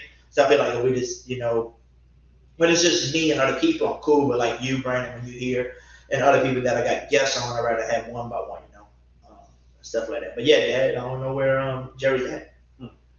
I never heard him, but you know. Yeah, I don't see him. Oh, I'll just come up check. All right. But yeah, so number one, 2009 season would be mine. Second would have to be this team or the 2017 or 18 team, I think it was. Yeah, it's tough. It's tough, man. Like a lot of people would say the 2018 team just because, you know, that was a team that a lot of people believed that, you know, was going to go all the way, and you know, yeah. Kamara was coming into his own, and Mike Thomas had a great season, and Lattimore was coming. Like there was a lot.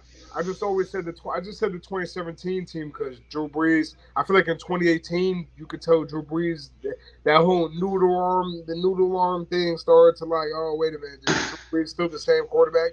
2017, I feel like he was 100% healthy, and he was still performing extremely well. And I know we had Max Unger too, who was still doing really well that season.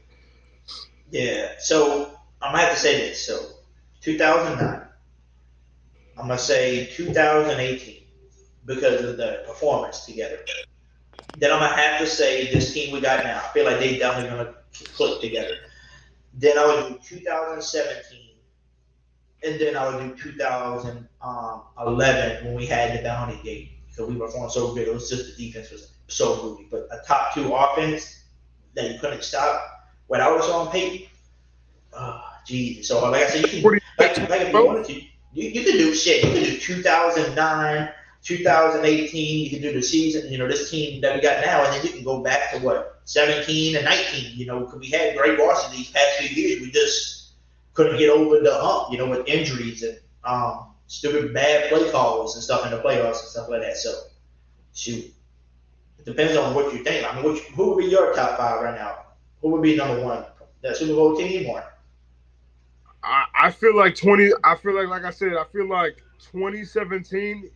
Listen, 2017. We should have beat Minnesota, and you know you can say shoulda, woulda, coulda all you want, but that game was us. And then I feel like we would have beat Philly too, man. Like it's hard to say. You know that was the year that Philly won the Super Bowl. They had a great team, but I feel like we would have beat Philly too, man. And we just. That like Drew Brees was still Drew Brees that season, and we still had Von Bell. Ted Ginn was still, you know, performing well. You know, we had Brandon Coleman still, who was a great blocker. You know, a lot of players that people forget that we had on that 2017 team, and they were performing pretty well. And you know, like you could say 2018 as well, which is fine. I just feel like that's just the year that. You know, Brees was kind of coming down. But I said my top five was 2017, 2009. Was it? Yeah, 2017. No, 2017, 2009, 2018, then 2011, and then even though 2011 was a great team as well. And then 2000 and 2006. But like I said, this team right now can easily be a top 5 Saints team. It completely depends on my opinion. It depends on Jameis. If Jameis is going to be that guy this season, if he's going to, double his touchdown to interception ratio, if he's going to throw 4,500 yards, definitely could be the best Saints team ever. I feel like we could definitely win like 12 or 13 games. Definitely. I mean, in the chat, y'all comment in the chat and tell me what would be y'all teams. What would be the top 5 Saints roster of all time from 2006, y'all, to now? Who'll be your top 5? Put them in order for me. By the way, thank you for the $1.09. I'm getting these little burps real quick. Sorry. From $1.99 from Easy Money, he said, "Who remembers Jeremy Shockey?" I think everybody remembers Jeremy Shockey so much because he was in the Super Bowl era with us, and he's not a Jared Cook. So yeah, I think he scored everybody. A touchdown. I think he score a touchdown in that Super Bowl. I think he did. Yeah. I think it was right before halftime or something like that. Or yeah, Shockey got in there. It was Shockey, Pierre Thomas, and Lance Moore. Lance Moore did the 2-point conversion, or was that a touchdown? I don't know if that was a touchdown or the 2-point conversion. I could not remember. I'm pretty sure it was a 2-point conversion, but it might have been a touchdown too, to be honest. I know for sure Pierre Thomas and Shockey scored. Gotcha. Let's see. Easy Money put 2009 first, 2017, the 2019, and 2022. With the 2018, Easy Money, you want to put 2018 in there? Remember, that's the year where we got screwed by the Rams, but we should have won and went to the Super Bowl that year. I think that was the year we had Eli Apple. Or was that the year after? Yeah, Eli Apple. Or was it 2019? Or was that 2019? 2019, I feel like, was the year that we had. 2018, we had Eli Apple. I feel like we had him in 2018, and then 2019, and then that was it. And then we got Janoris Jenkins in 2020. Gotcha. Easy Money said he meant to put 2018, not 2019. Okay. Gotcha. And Barbara Williams says the top 5 right now, by what I know, 2011, 2009, 2018, 2017, and 2006, 2022 got the potential to be the best. Yeah, that's a solid lineup. Hey, Barbara, man, she's been in this chat for a little bit, man. She knows her stuff, man. I gotta respect it. Definitely. 2011, that was the year we did the Bounty Gate, I think, right?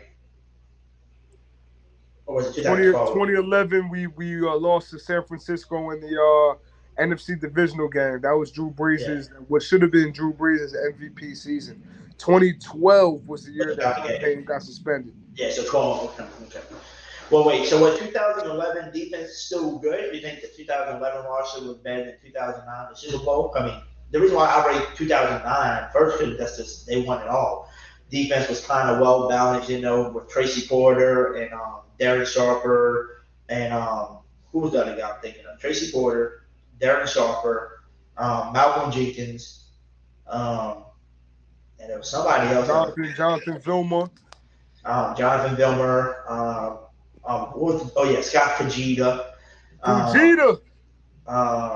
Who was the defensive lineman there? It was hard to remember. Cameron Jordan came in literally like a year after the Super Bowl. Yeah, Cameron Jordan came a couple years after. Oh, who is on the defensive line? If I look up the names on the defensive line, I'm gonna get like nostalgia. I'll be like, oh, I remember that guy. Hold on, let me see. Oh wait, wasn't one of them Stalwart or something like that? His name was Will Smith, dude. Will Smith, yeah, Will Smith. R.P. Will Smith, man. Cedric Ellis. Wasn't one of them Stalwart or something like that? Like he had the big long dreads and he was like a bully up the middle for D tackle. Wasn't that his name? Something Stalwart or something close to Stalwart or something like that. I'm looking right now. I don't see. Unless I'm thinking of a different season, like a different year. Nah, I don't see anything with Stalwart. The only defensive tackles that we had, Remy Ayodele, and then we had Cedric Ellis, who we drafted. I remember I think we had just drafted Cedric Ellis that year. It might have been Ellis. Was Ellis the one with the dress I'm thinking of with the 2 L's in his name? Yeah, Cedric Ellis. He be at My draft. bad, I remember when we drafted him. When the King said Lance was a 2-point conversion. Yeah, Lance Moore was a 2-point conversion. What was the score again? Because 31-17, right? We won by 14. By 2. 31-17, and then we had obviously Tracy Porter scored a touchdown. Yeah. Shockey Scored for one. sure scored a So touchdown. that's 14. Not Tracy Porter. Pierre Thomas with the other one. So that's 21. And then a field goal. Pierre Thomas scored a touchdown. So that's 21. Wait, hold on. Well, we did get a 2-point conversion on one of the plays. So we got to add that automatically. That's 8. You scored a 7. That's 15. Another touchdown. We were down 22. 10-6 at halftime. Oh, we scored 3 field goals, right? Wasn't it 3 field goals we made? Yeah, we were down 10-6 at halftime. So that's probably where the other 6 comes from. So we was down 10-6. We scored 2 field goals. Down 10-6. Came back, got the onside kick, and then I feel like that was the same drive that Pierre Thomas scored. So at that point, it was 13-10, and then Colts scored 17-10. We might have got another field goal. Then Shockey, then a 2-point conversion. That's why we needed that 2-point conversion, because we kept scoring field goals. Yeah. Gotcha. Yeah, it's hard to remember everything. It's hard to remember all of that. But, man, like I said, anybody else in the chat want to comment and tell us what y'all think, what the top 5 are, man, let us know. We'll discuss that. But for right now, Brandon will bring, one-on-one, bring people, discuss the topics of the Demario Davis contract, ask them what they think about that, what they think about the Kamara maybe getting 6, games. If so, is there anybody they think they'd like us to trade for, pick up in free agency? And then we'll ask them what's their top 5 roster as they come on and see what they think. So first we got my boy Apollo over here. So let's bring on Apollo. How you doing, Apollo? I am doing fantastic, Hoodie. Well, that's good to hear. Like the white helmet. Apollo! Like that's my boy right there, son. What's up, Brandon? What's good, baby?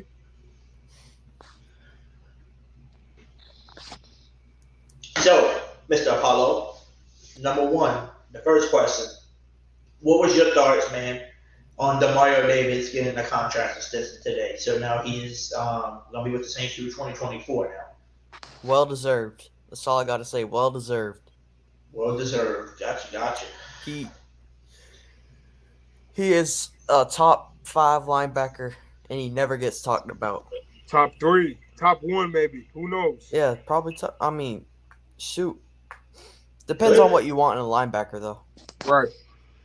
But if you want a tackling machine, that's Demario Davis right there. That's what you need.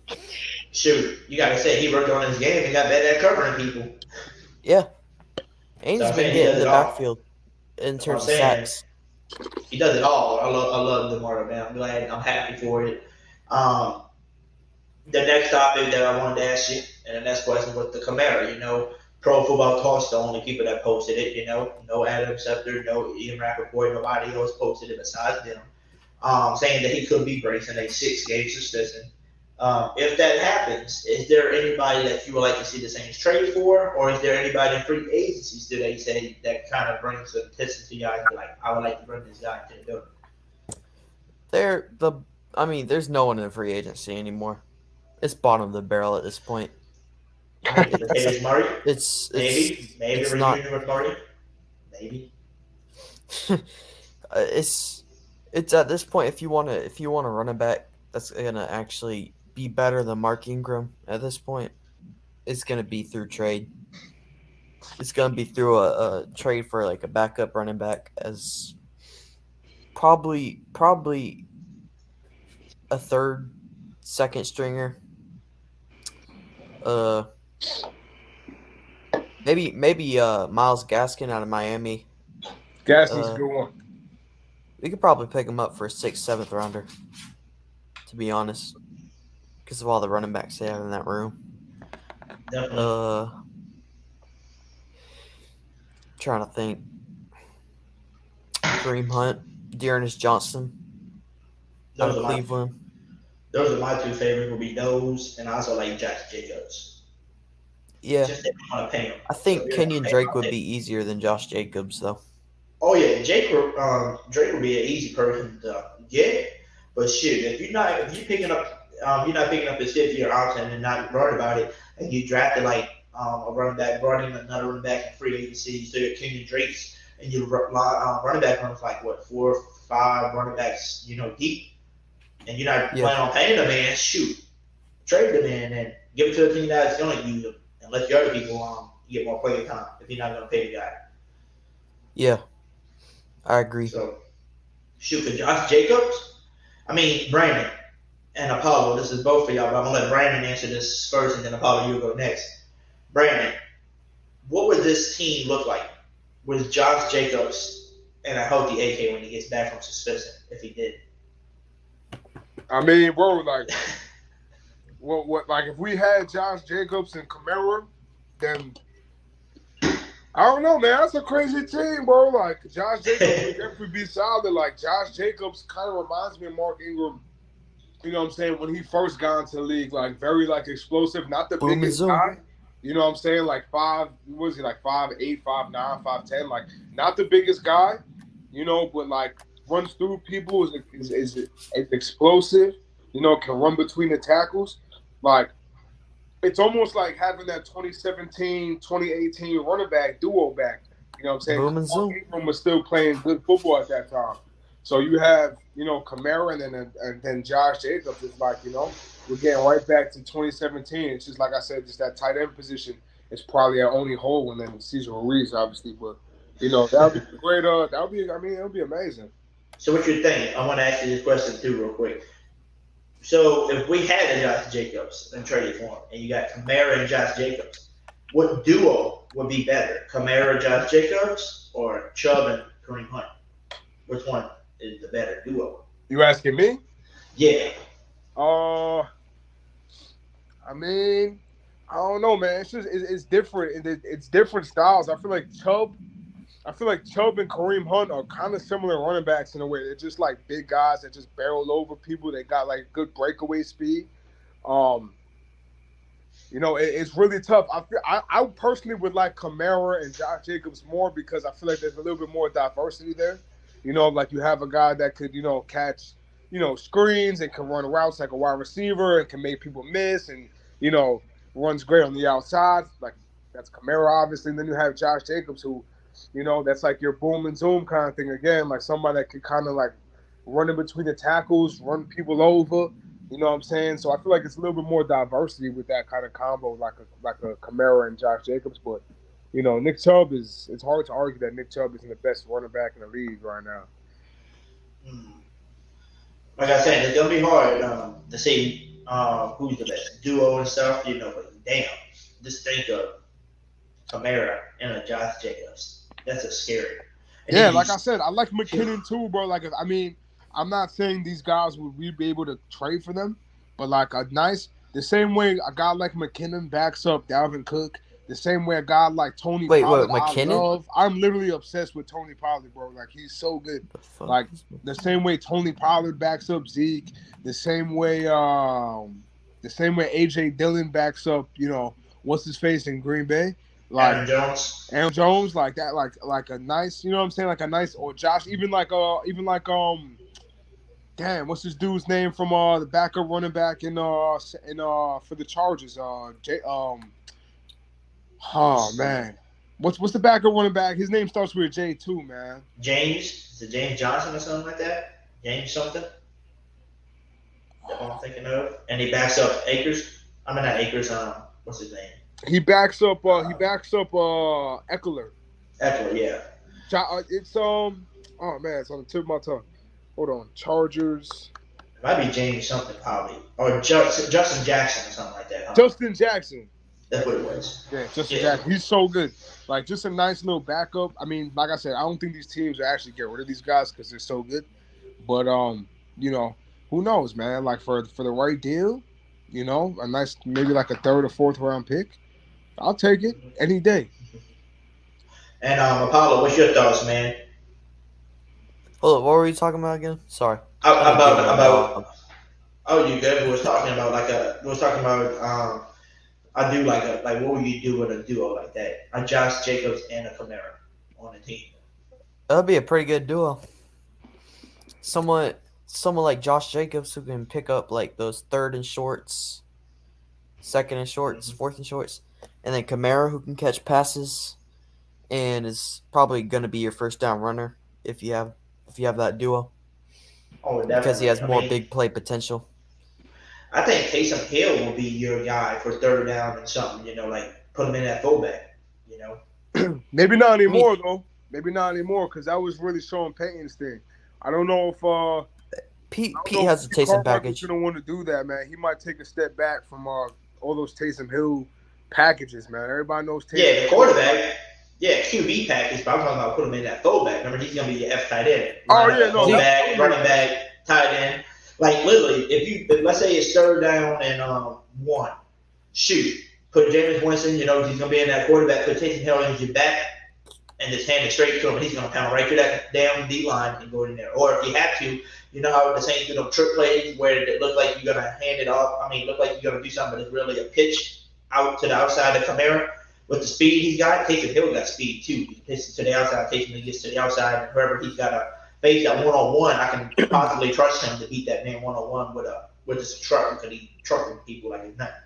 So I would love to see something like that. I think Taysom Hill would be a great fullback. The only problem is he probably doesn't block that well for a fullback compared to other fullbacks in the league. Like he's still a pretty good blocker, just not like your ideal blocker for a fullback, But just playing that role, just him running, just like a fullback handoff, man, like a fullback dive right up the middle. Like he'll probably demolish that, honestly. Easy Money said that's like Thomas and Bush, like Pierre Thomas and a Bush comparison. Had a nice little duo for the Super Bowl. Was really Mike Bell too, so that's why we called it the three-headed monster for the Super Bowl, man. You just didn't know who was going to run the ball. They always had a duo. They always had a duo at running back. It's never been just one guy. It's always been like it was Deuce and Pierre and Bush and Kamara, Ingram. Like it's always been like they always had like a 1-2 combo. So it would be hard to believe that they won't try to do the same thing this year. Even when we didn't have Ingram, we had Latavius Murray, and Latavius Murray was a solid backup. I wouldn't mind bringing him back either. Mm-hmm. Like I said, Latavius Murray might be a good pickup. He might not be too much. He knows your system, and it wouldn't be a problem to hold on to him for a little bit while Kamara is suspended if he is. But Apollo, last question, and then we're gonna bring in somebody else. And bring them on. Who is your top 5 rosters from the 2006 to now? Who would be your top 5 rosters? I can't really comment on that. I'm too young for that. Oh, you're too young for that. What damn. Okay, Apollo. When did you become a Saints fan? When did you become a Saints fan? What year? 2015. Damn, that was a tough year to be a Saints fan, man. I gotta respect it. That team was so bad, bro. That was probably the worst. That was probably the worst time you could be a Saints fan, bro. Like that was like the worst time, bro. That team was freaking atrocious, man. Like, oh god, bro. That was the same year that Drew Brees and Eli went back and forth, right? 7 touchdowns. Was that 2015? It might have been because Odell came into the league in 2015. That was his rookie year against the Saints. I think so. What a horrible year to be a Saints fan. I got to give you props for that one. Hey, but it's not worse than back in the day, right? Where people went paper bag over their head before the Drew Brees and saw paying. Oh, yeah. Well, thankfully, I wasn't around for that. You know what I'm saying? You know what I mean? I became a Saints fan like right when Sean Payton and Drew Brees got there, like right when they got there. You know when I became a Saints fan? I became a Saints fan right when I came out my mom. Yeah. Yep. You know how your parents are supposed to say, you better say mom as your first word, you better say dad as your first word, and they're going back and forth to see if you're going to call them mom or dad first. No, I said who that out my mouth first. Who that? 15, man, what a damn. Like, that was like my paper bag days. Like, just like seeing how bad that defense was. I just remember how like bad I felt for Drew Brees. Like, it really made me feel horrible for him. Like, he was really going out there dropping the 30s. 40s, like he was 40 40-point games and they were still losing. Like, he really had to have a QB battle with Eli Manning in the Superdome. Like, he really had to throw 7 touchdowns to beat Eli Manning in the Superdome. That's how bad our defense was. Like, oh my goodness, it's crazy. It's crazy. But Apollo, man, any last question you'd like to ask me or my man Brandon P before we bring on the next person? Nah, I'll let other people get their time. Gotcha. All right, man. Who that to you, Apollo? Who that? Alrighty, man. Before we bring somebody else on, man, we got Miss Megan next, and the Seahawks fan, the fun one to talk to over here. We're gonna be talking it up in a minute. I like what Miss Barber said, and everybody was agreeing with her in the chat. And you already said from Brandon, she's been talking, her stuff, and she knows her stuff, man. She put Davis, Demario Davis, been the quarterback of our defense, which is so true. Like I said, he's literally the Drew Brees of the defense.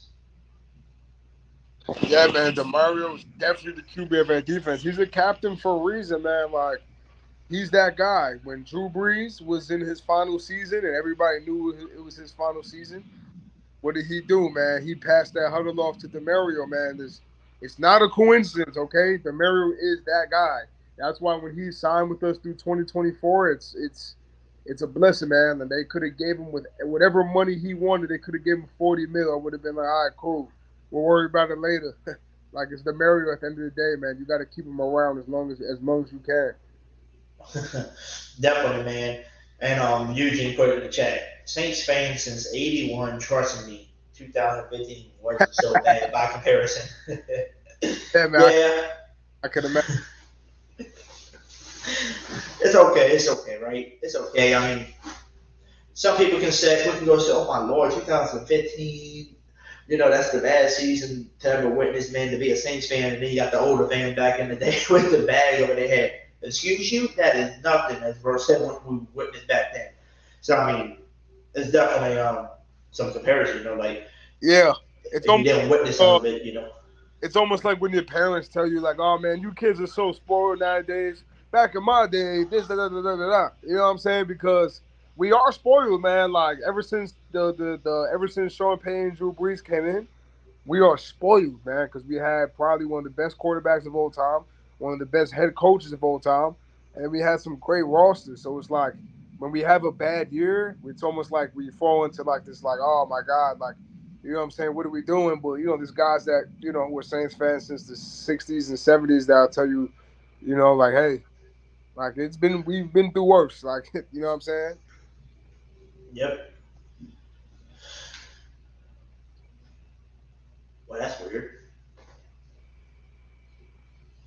I turn on my lights over here to make them to make it red. It's just randomly put in like a green screen background on me. You see that? It was just changing my picture. Yeah, I don't know why I brought that up. But yeah, I'm gonna just put my lights back to yellow, man, so they can you can see me again. But yeah, let's bring it on. Miss Megan over here, man, all the way from where? All the way from Australia with her neighbor. So let's bring on PJ 18 Bear. Miss Megan. How you doing, Miss Megan? Hey guys, not bad. Hoodie, great to have you back, son. I actually cleaned the office. You can't see it behind me, but I got rid of a lot of crap out of my office because you haven't been streaming recently. So, Brandon, great to see you again, as always. I'm going to say your 2013 team was a birthday gift for me. That game where the Seahawks beat you in 2013 was the 2nd of December, and that's the day after my birthday. So, great birthday gift. Yeah. That 2013 Seahawks team was so good, man. Like, I remember that game. I went into that game. I feel like most Saints fans went into that game like, we'll see what happens. It doesn't look too good, though, because the Legion of Boom was booming. The Legion, yeah. I've only really sort of been watching the last few years because we get NFL down here 24/7 with our cable TV and streaming. I remember half watching that, as I said, because it was the day after my birthday, and not really paying attention. You have it on in the background, and every so often you kind of turn your head and go, oh, that's interesting. But yeah, the 2013 Seahawks team, obviously that was our Super Bowl run and won. I'd love to have a team like that again. Legion of Boom Part 2, all of that. Not going to happen this year, but yeah. Not this year. Hey, it's okay. It's okay. I mean, was that the year that I'm thinking of, or this is a different year? The year that we were doing okay, we was fighting with the Seahawks, and then next thing you know, we just could not bring down Marshall. It was 34-7. I had to, when you started talking about it, I'm like, what was that score again? It was 30 plus to us. It was 34-7. And I remember. What game was it? Was that the game Marshall That Lynch? was the divisional game. That was 2010. No, which one? I think it was Marshawn Lynch that Marshawn Lynch ran through the whole game. Marshawn Lynch, the Beast Quake. Yeah, that was 2010. That's when I started rewatching them. Yeah. Yeah, we're going to get them down. I'm talking about the division game in 2013 on our run to the Super Bowl. That was the one I was referring. Yeah, the Beast Quake. God, I wish we had someone like. I love Marshawn. His chicken and mentals line about, keep your chickens and mentals in check. And the other great quote, I'm only here so, fronting the press, I'm only here so I don't get fined. I love the beast. I wish we had a player like him again, but yeah. Yeah. Oh, somebody in the chat told me that you could replace Alvin Kamara with Chris Carson from the Seahawks. You could, but it wouldn't end well, because he has been told by his doctors that if he plays any more football and gets hit the wrong way, he will be in a wheelchair. So if you want to take that chance, as I keep saying, my cousin's got her same neck injury and she has to be careful how she sneezes, lest she ends up in a wheelchair. So if you want to take your chances with a backup running back being Chris Carson from the Seahawks, because he will be cut. As much as Pete Carroll wants to keep him in Seattle, go your hardest, but have a wheelchair standing by. I'm just ignoring T Dirty because I'm just so happy to be here. The Bear might have a word with you, T, so be careful. He's not had coffee today, so he's in a mood. Yeah. I guess we'll just see when we go to New Orleans, whatever happens. I just hope they put T Dirty in their place, even if we lose. But yeah. He said they're now the Legion of the Baby Spoons. Well, they must have learned at the feet of the Saints, if that's the case. Yeah, so aren't you glad to come back for the smack talking 12, Hoodie? Aren't you? Brandon's thinking, yep, this is what I missed. I'm glad I'm back. Yeah. Man, I was so happy though, Miss Megan. I know you're not really the Saints fan like we are, but I do watch them. I don't pay as much attention to them as you do, nor do you for the Hawks. But yeah, I keep an eye on them for sure.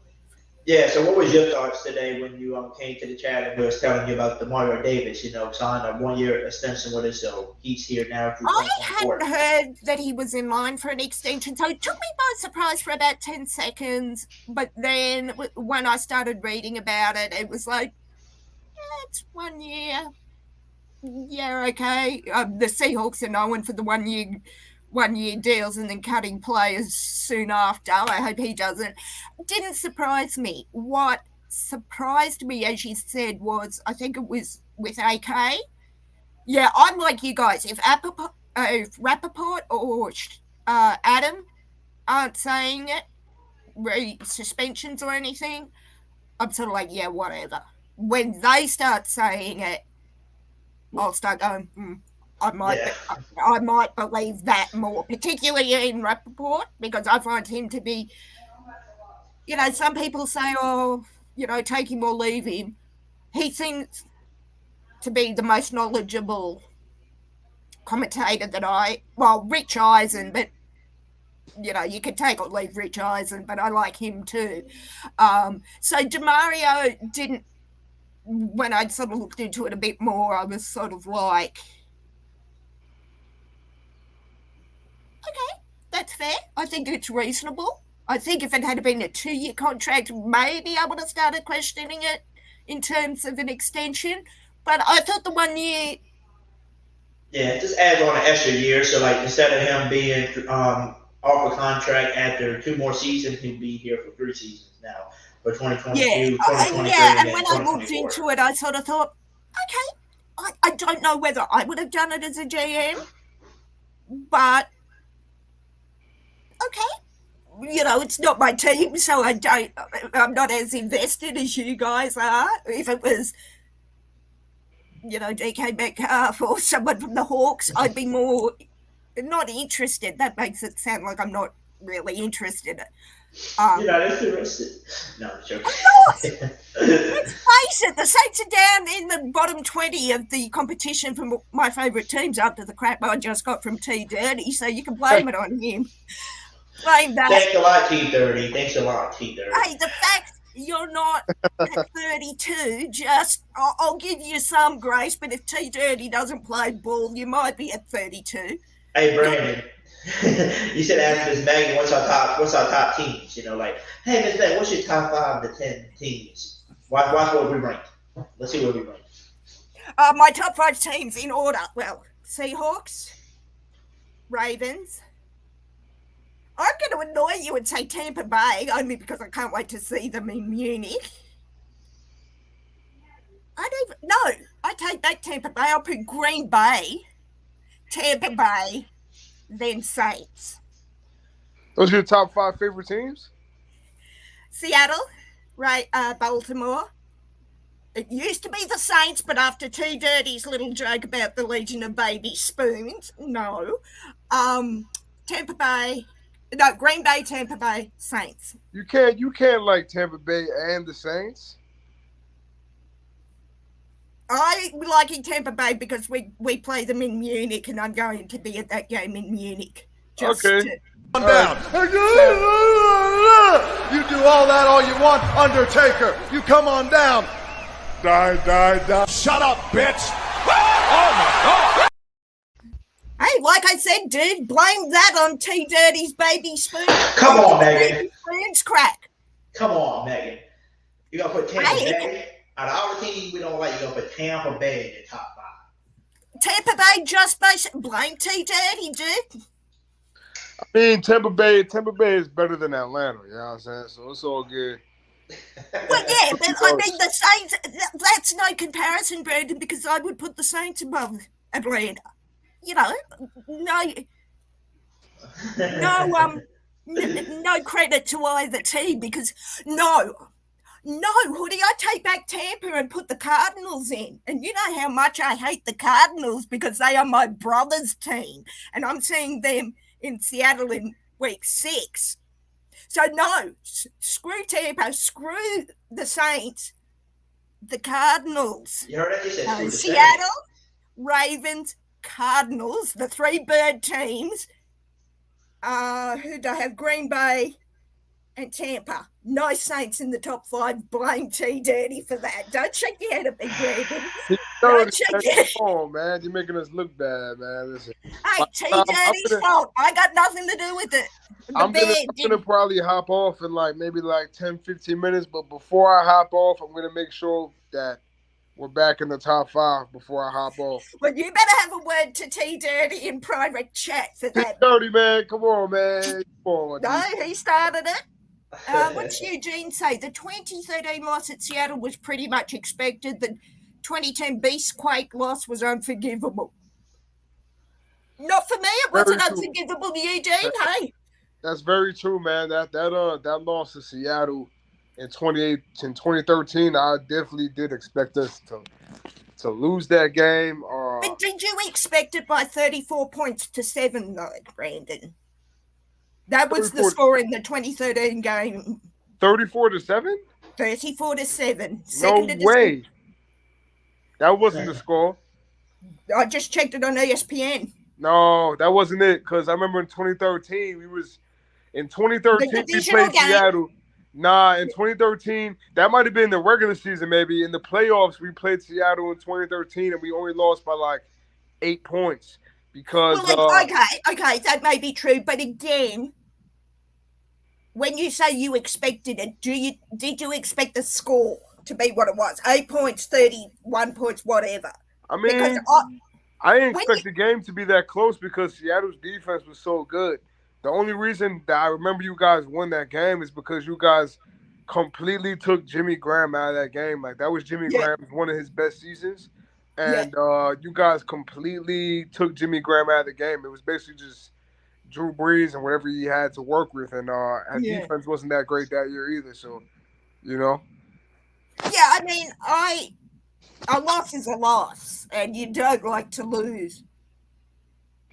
Yeah, that was a tough at any time. The Beast Quake was worse because I remember when we lost to Marshawn Lynch and the Beast Quake. The Beast Quake, that never gets old for Seahawk fans to watch. That and the Super Bowl never gets old. I remember going to school the next day and all my friends were just. Yeah, we lost 23-15. Oh, 23-15. Sorry, I might have been looking at the year before. Sorry. No. The 34-7 was during the regular season where y'all played the playoffs. Right. And then, okay. You know what I remember from that game? It was the last drive of the game. It was a one possession game, and we were like far away from the end zone, like we were like on like the 20-yard line, and we had the ball and we had like 5 seconds left, and then we had thrown the ball to Marquis Colston. And Colston was actually getting down the field. We were doing like flea flickers. It was just a bunch of flea flickers. A bunch of laterals, I should say. And Colston had the ball, and he got the ball lateral to him. And I think he had thrown the ball, but it was forward. Throwing it like behind, like it was a bad throw. It was like weird. Like somebody in the chat probably knows exactly what happened, but I know it's Marcus Colston's fault at the very end of that game. He made like a silly play. Yeah. And we lost. All I remember about that game was, as I said, it was the day after my birthday. My birthday's 1st of December, and that was the 2nd of December. And I just sat there going, great birthday gift. I'm happy with this. Yeah. I don't know any Saints fans until now that I can make fun of. Yeah, this is good. Yeah, my son Eugene's been on it. Eugene said, Colston threw an illegal lateral. That's what it was. I was trying to remember. I haven't watched it for a while. I need to go back and find it. Yeah, that's what it was, Eugene. Good call. Yeah. Yeah, we were actually making progress last play too. Oh, hang on. Eugene's making excuses. Hang on. That 2010 Seahawks team had a losing record. True. Saints went in with a bunch of injuries. Who cares? You came to play that day. Yes, injuries are not helpful. He did say we should have won, though. We should have won. Yeah, maybe. I would have, having said that, really weird like that year. To Eugene's point, though, it would have been interesting to have the Seahawks and a full-strength Saints team that day. I will give you that. Yeah, that was an interesting game. Yeah, it was a very interesting game, and yes, the illegal lateral. I was thinking it was lateral, but there was something not right with it. Eugene called it. Yep. But Miss Megan, I know Brandon said he's about to get off in about 10-15 minutes. No so I got one more person that I'm gonna bring on, and then I'll give it to Brandon out of here. Yes, I am, Ryan. I cannot wait. That is after my 2-month trip to America. Yes. Gotcha, Miss Megan. Well, all right, I'll jump back off. On later, right? All right, I'll jump go off. Hawks, and who that to you? Take care. All righty, man. Brandon, last person of the day is my boy, God of Creation, man. How you doing? God of Creation, my boy, sir. What's up, man? Man, not much, man. We're just chatting it up in here, man. But let me ask you this, man. We've been asking everybody the questions and wanted to know what's on your mind. What was on your mind today when you see that Demario Davis, man, got a 1-year contract extension? So now he's here with us through 2024 now. That's good, considering he think he can play for another year. And, as much as we, can milk out, his talent, hey, I love it, man, because that man is, I think it would be an understatement to say he's a monster on the field. Definitely.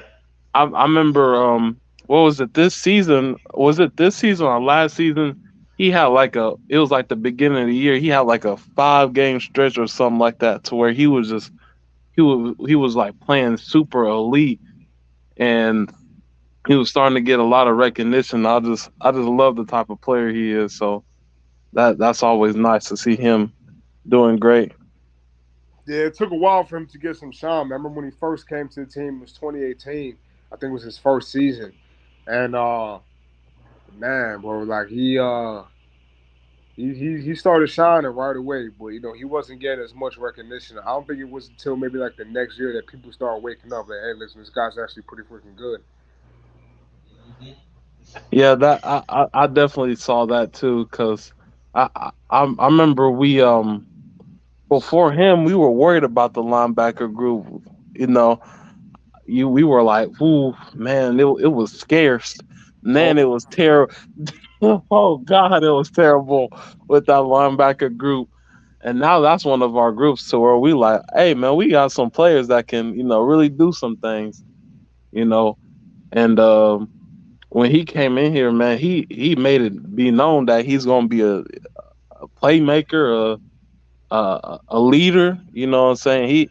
He just became, it's unfortunate. I really wish we would have got him when he was younger, and he just wasted a lot of years with just terrible teams, just terrible, shout out to terrible. Jets though, man. The Jets always give us some great players. Shout Hey, out to yeah, the Jets Demario on me. Davis. We got Marcus Yeah, May from that. Marcus May now. So Shout out to yeah, Zuma. that's what I'm saying. We got some good players from them, man. yeah. We Got a Grayson. The other question I wanted to ask you real quick too was, this pro football talk, right? Was the only people that actually talked about the 6 game, maybe suspension for Kamara. That's what they think the least amount of games will be 6 for him. That's what they're yeah, saying. But they're the only one that said that. So if that was to yeah. happen, is there any running backs that you like? You would like to trade for, or is there anybody in free agency still that you like? Who trade for? I've been saying this for day one, man. If we could trade for Saquon, that would be amazing. Wait, say the name again. Saquon Barkley, man. Here we go. I got a feeling that you don't like Saquon Barkley. No, You that's not the don't case. like Saquon Barkley. You don't like Saquon Barkley, yeah. I have gone on record.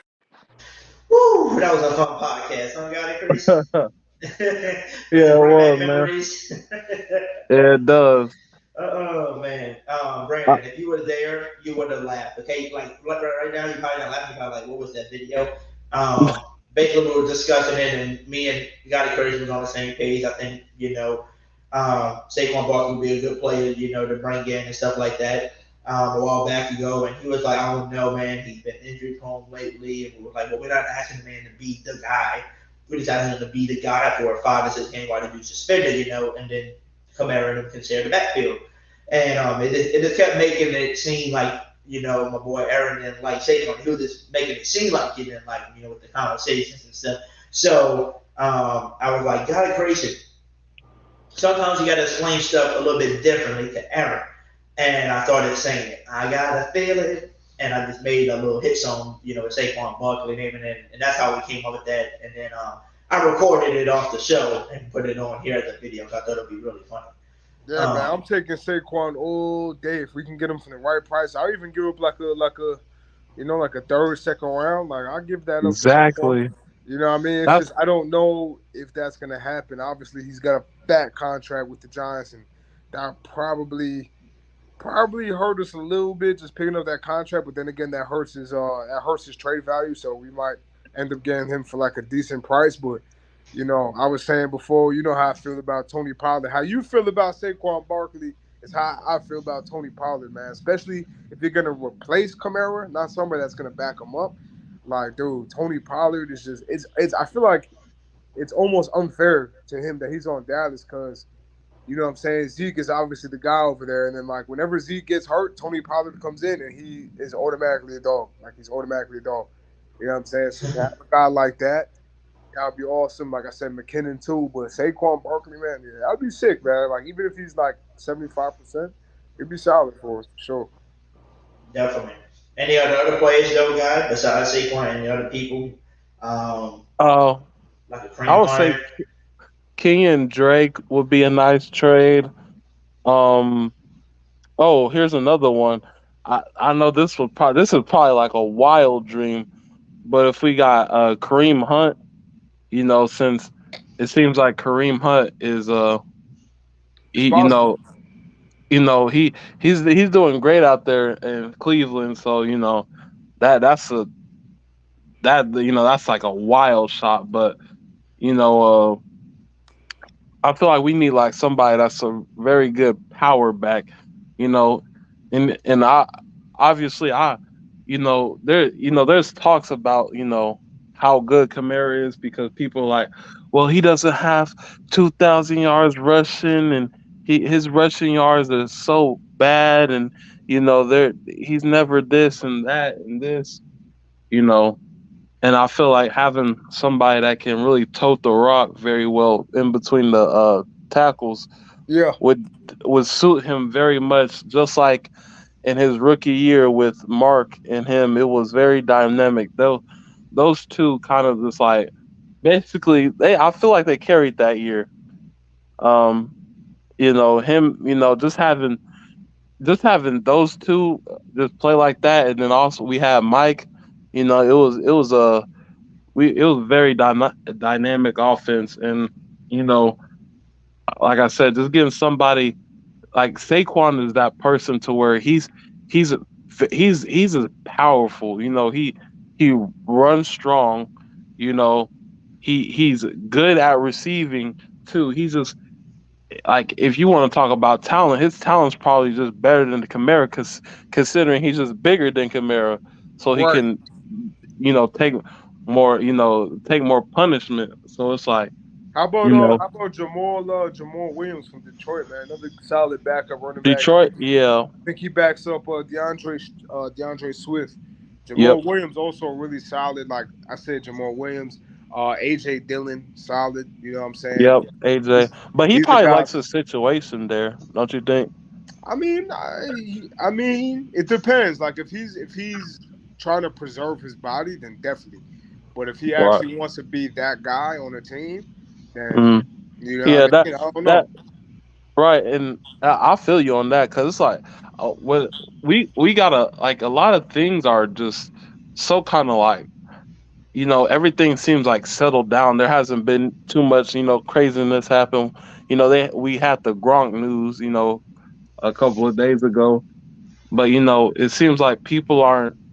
It seems like teams are just. I think they're just trying to uh just get the players they drafted in, Yeah. get them worked in the system instead of trying to get more players. But yeah, that's interesting because there's like you know with a whole bunch of and I feel like some of this QB contract things, like Lamar and his contract, who was it, Kyler and his contract. I think they're good now, but you know, I feel like a lot of these, QBs holding out on contracts and all that shenanigans. Maybe things happen to where somebody might have to release a running back or something. You know what I'm saying, and we Yeah. can That's a good scoop point. something scoop something up because these QBs now these days are the average QB like a I don't know, like a Ryan Tannehill. Look at how much he's making. Yeah, You know, it's Kirk Cousins. Kirk Cousins, You know right? who Like, else is a good who else is a good running back? And I'm gonna just say this running back's name. I'll probably hop off after this because I gotta go wake up in the morning. What was his name? He played for the Broncos. He had like this curly brown hair. oh yeah, I know who you talking about. You talking about oh dang, I can't think of You his know who I'm name. talking about, bro? He was like, What's his shit? He was like the white boy, right? Oh, Philip Lindsay. Was it that?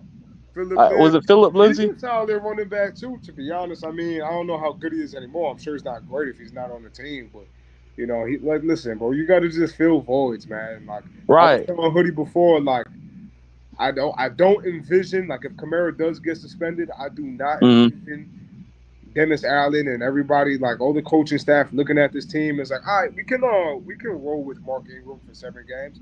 Like I just don't feel like that's realistic. I feel like they know that Ingram is just not that guy anymore. And hopefully this kid Abram Smith turns up to be good. And you still have Dwayne Washington. He always has a shot to be good.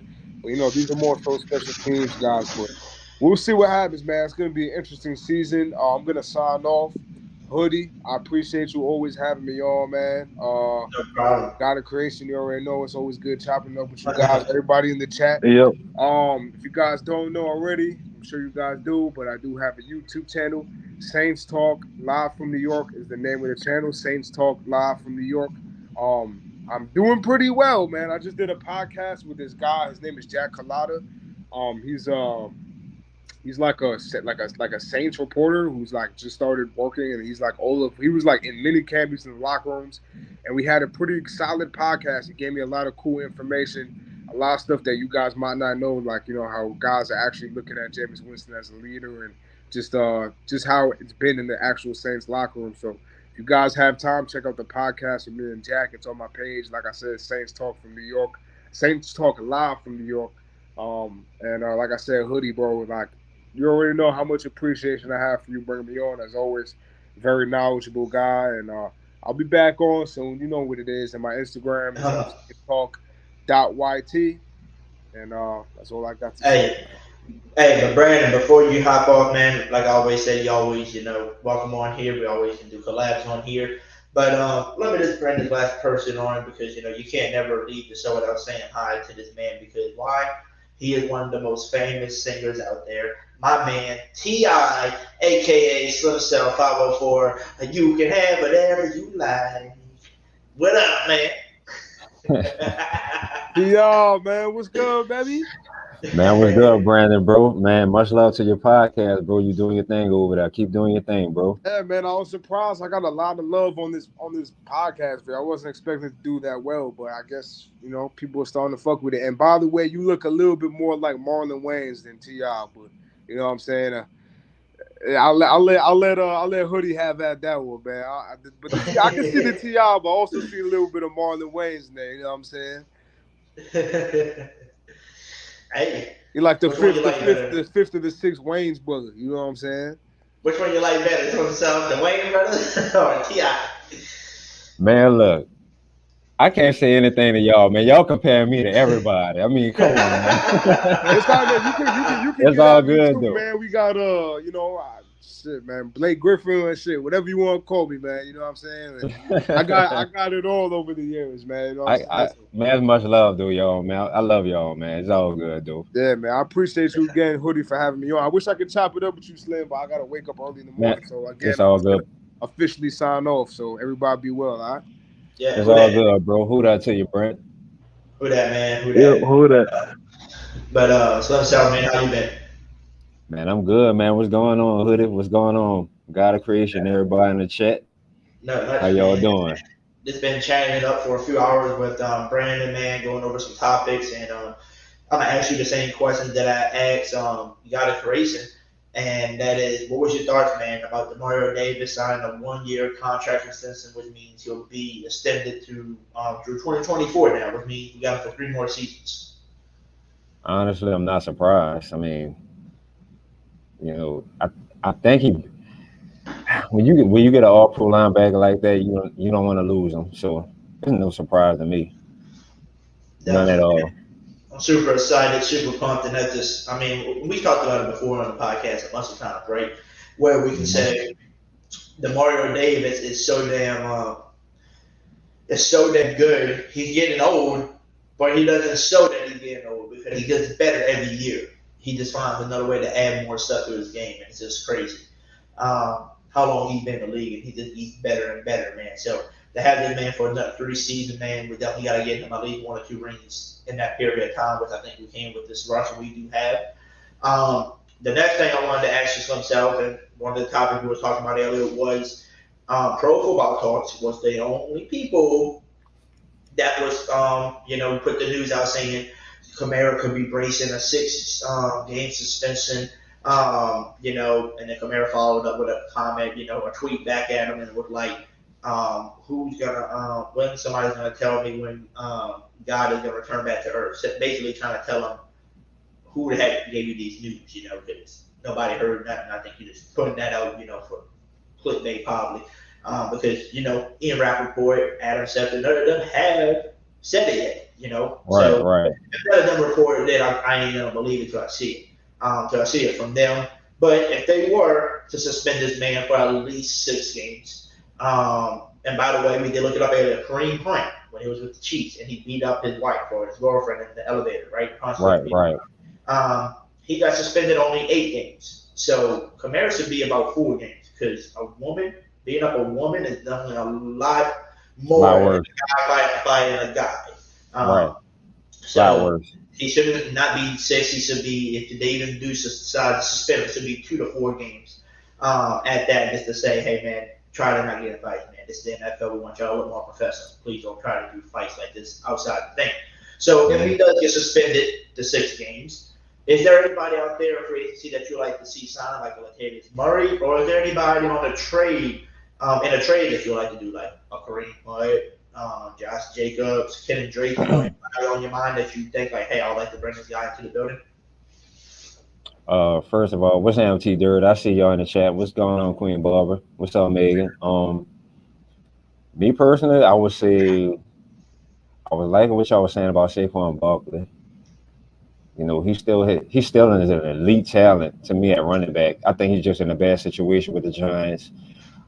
I would say Kareem Hunt, despite this situation going on with him. And I'm gonna throw a name out there. Y'all might disagree with me, but I like Latavius Murray coming back. Sean Payton really underused that guy. He was getting 5-6 yards a carry every time they used him, but Sean Payton really underused him. So I'm gonna say Latavius Murray as well. But I like Saquon Barkley. I really like that. Gotcha. And then the last thing I want to ask you, and you got to crazy to get to answer the question because Brandon had to go. So I didn't get to ask y'all the questions yet. But the question was, I'm going to let Yada Creation, go first since you will answer it, and then we're going to let himself answer it. Who was the topic after all that? Brandon asked me on Instagram, he's like, let's go over these topics and also have a chat about from 2006 when Sean Payton and Drew came to now, what was our top 5 roster ever? And earlier, if you kind of scroll through back, some people said the 2009 was first. Some people said 2011. Some people said 2017, So some people said the 2018 where we got screwed in that season. So, they got different ones, but like me, I told everybody I had to put 2009 first because that's the year we won the Super Bowl. We just played and we was all connected. Our receiving core might have had number ones, but we had a lot of number 2 receivers, number 3s that could kill on the field. Great depth. So I put 2009. Then I went with the 17 or 18 next because of the way we were with the team and the roster we had. And then I said third, I would just have to put the 2022 team right now because I feel like they could easily be the number 1 depending on how they perform, but they haven't performed yet, so I'm going to have to put them at number 3. And then I said probably 17 will be 4th, to 2018 I'll have 2nd.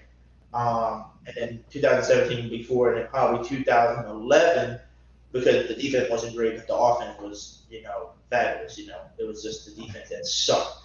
So those would be my top 5. What would be y'all top 5s? Roster for the Saints.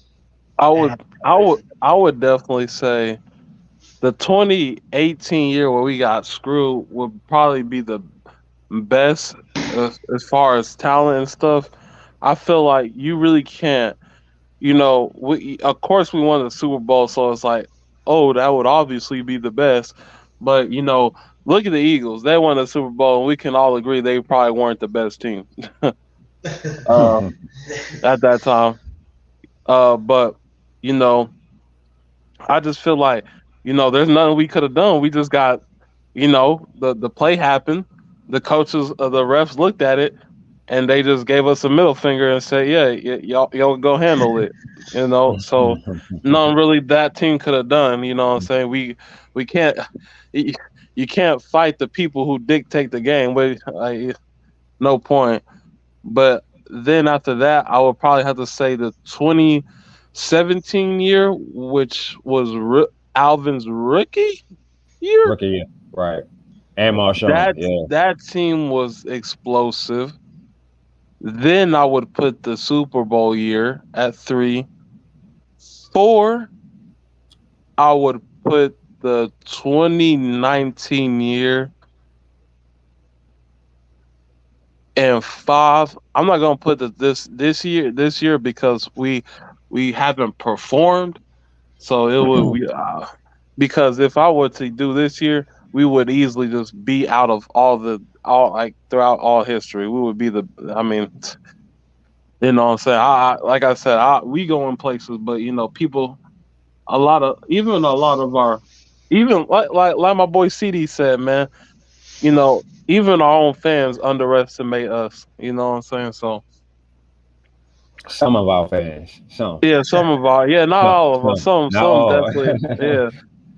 You know, some of us got us barely going 10 and 7 now. Like what the 10 and 7? 10 and 7 is what? A wild card. 10 and 7 is what a 9 and 6 back in the day. What was that? Like or 9 and 7. I mean, it would be like a 9 and 7 back in the day. It's not. Yeah, so I for the 5th one, I would probably put the 2011. Yeah, 2011 right there, just like that. So 2018, 2017, 2008, or was that 9? Yeah, I think it was. I'm right. Yeah, 2008. Well, it was 9. You they win the Super Bowl? Yeah. I know because was it? Is it 28? Is it 2008 season or 29? I know it was 2009 season. Yeah, we won the Super Bowl in 2010. Though, you know. Okay. But it was the 29. All right, so 20. Season. So 2009. Then 4th would be the what did I say? The 4th would be the, what did I say? 20. I know you said 18. I think you said was what your number 1. 2019. 2019. All right. Okay. Yeah, and then 2011 would be 5th. Gotcha. And the reason why I got 2019 over 11 is because our defense. Yeah, defense is stacked the last few years. Yeah. So what about defense you? Been manhandling people. For me, I'm gonna go 2018, 2017. Wait, 2018, 2017. 2009, 2011, and 2019. In that order. Okay, so basically we got both years switched up. What makes you put the 11 over 19? Just curious, because I really didn't watch our season. That did you see that offense that year with Darren Sproles and them and Jimmy Graham? Yep. That offense. So you just feel like our offense was just so much above. So much above it puts us. Okay, that makes sense. That year. Okay, that makes sense. That offense was so. How was the defense that year? It was okay. It was decent. I ain't like to say it like trash. Basically trash. They were decent. They wasn't the worst, but they were not the best or decent. Okay. But it was okay. Now, the 2012 season where the Bounty Gate happened and you had, what's his name, Pete Carmichael take over the call, that defense was the worst, man. That's the season where we went like 7-9 or whatever it was, or something like that. I think it was. 7-9. We had the number 2 offense in the league. It was just the defense was 32nd in the league, probably. It was the worst we possibly had. Very unfortunate. You know, I feel bad for Drew Brees, man. He you know, and people don't like to admit it, but you know, he if you look at this what he had to go through, man. All the Yo, adversity he had. He's definitely a top. He's definitely the GOAT, man. I know yeah, Tom Brady's won all these Super Bowls, but you know he's had better position. Than Drew Brees. Nobody. I don't think anybody can argue that. Oh, if you put Drew Brees in those Super Bowls, he wouldn't come out with the same type of victory, if not more. But it's neither here nor there. hey, yo, Ryan, my boy Ryan, I'm drinking wine, bro. Not Yeah. nice on it. Much love to you, Ryan. Hey, got a crazy son self. I'm gonna bring on little Purple Marcus, ask him the same questions, and then All right. after that, we're gonna probably end the podcast. First of all, Hoodie. Nice picture, bro. Sitting behind you. Oh yeah, that's my. Oh yeah, that's tight. That's dope. Remember, I showed it to y'all thing on my podcast a while back when I first bought it, and like I said, I was in the apartment. I couldn't hang it up. Why? Like I told everybody, sorry y'all, that I could not go live for about a week. It took me a whole week to go live again because I was moving out my apartment, cleaning it up, making sure everything was All good. good, Hoodie. And then You were here. moving? That's what it was? Yeah, I was moving. Okay. I'm back with the parents for right now till we, pay off some debt and all of that, and finally find me a place that we want to do. So like, me and my girl decided that we want to buy a house that's used, that's nice and affordable. But we don't want to get something that's affordable for me, and I can design it and build it how I want it to be. Make my man cave / room, my studio soundproof. To where I can yell as much as I want in my room. Stuff like that, I kind of want to create my own house, my own design. So I might just do that and just live here for a few years with the parents again and stack up and do stuff like that. Congrats on your move, Hoodie. Congrats on your move. Congrats. Yeah, man. Right, you thought about getting those those foam sound canceling that you put on your walls. It prevents it prevents like echoes and it cancels out like sounds, so you get like a nice smooth sound, and it just basically like makes it to where your voice is clear and precise, and you won't get a whole bunch of like soundproof. That's what, soundproof. I never heard of it. I'm gonna have to look into it. Yeah, it's like a black foam, and basically you put them on your wall, and it cancels out sounds. It's pretty good because you won't hear a lot of echoes and stuff. Yeah, definitely. But yep, we moved in now. We had to move everything around in here. And move my old room out and move some stuff to where I can set it up. Because y'all can't see it on camera. You just see me and my Jameis Winston. But this way, when my hand is pointing, you got the full size, life size Kamara fat head with some stickers around him. Straight ahead, you got my big screen TV where I watch the games. To the left of me right here, where the Kamara thing is, they got my little TV stand that's holding up a mini TV, so it's like probably maybe double, triple size of the laptop that I got connected. So every time you see me look to the side with the TV pointing at me, y'all want the TV to where I can read everything a little bit bigger if I want to. And then over here on this side to the right, I got my lounge, my movie theater chairs. I got one I'm sitting in right now, and two other ones, because this used to be kind of like my room to sleep in / movie room. Game room, for the Saints games. And LED lights on the ceilings, and I got Jube and Michael Thomas life-size fat heads as well over here, with the chairs and stuff. So eventually, once the channel starts growing a little bit more and stuff, I have my little theater chairs to the right, and you're gonna see Drew Brees and Michael Thomas in the background when I'm having interviews, with certain people, and just do a little interview thing right here. Till the channel grows, more. And then over here to the left again, there's a bathroom entrance over here, and literally in there is all Saints fat heads in the bathroom, so it's a Saints bathroom too. So basically, you can tell how big of a Saints fan I was, and basically this is the Saints room now. My studio for right now too. I get my house, so definitely fun. Feel good to be back. I got a quick question for y'all.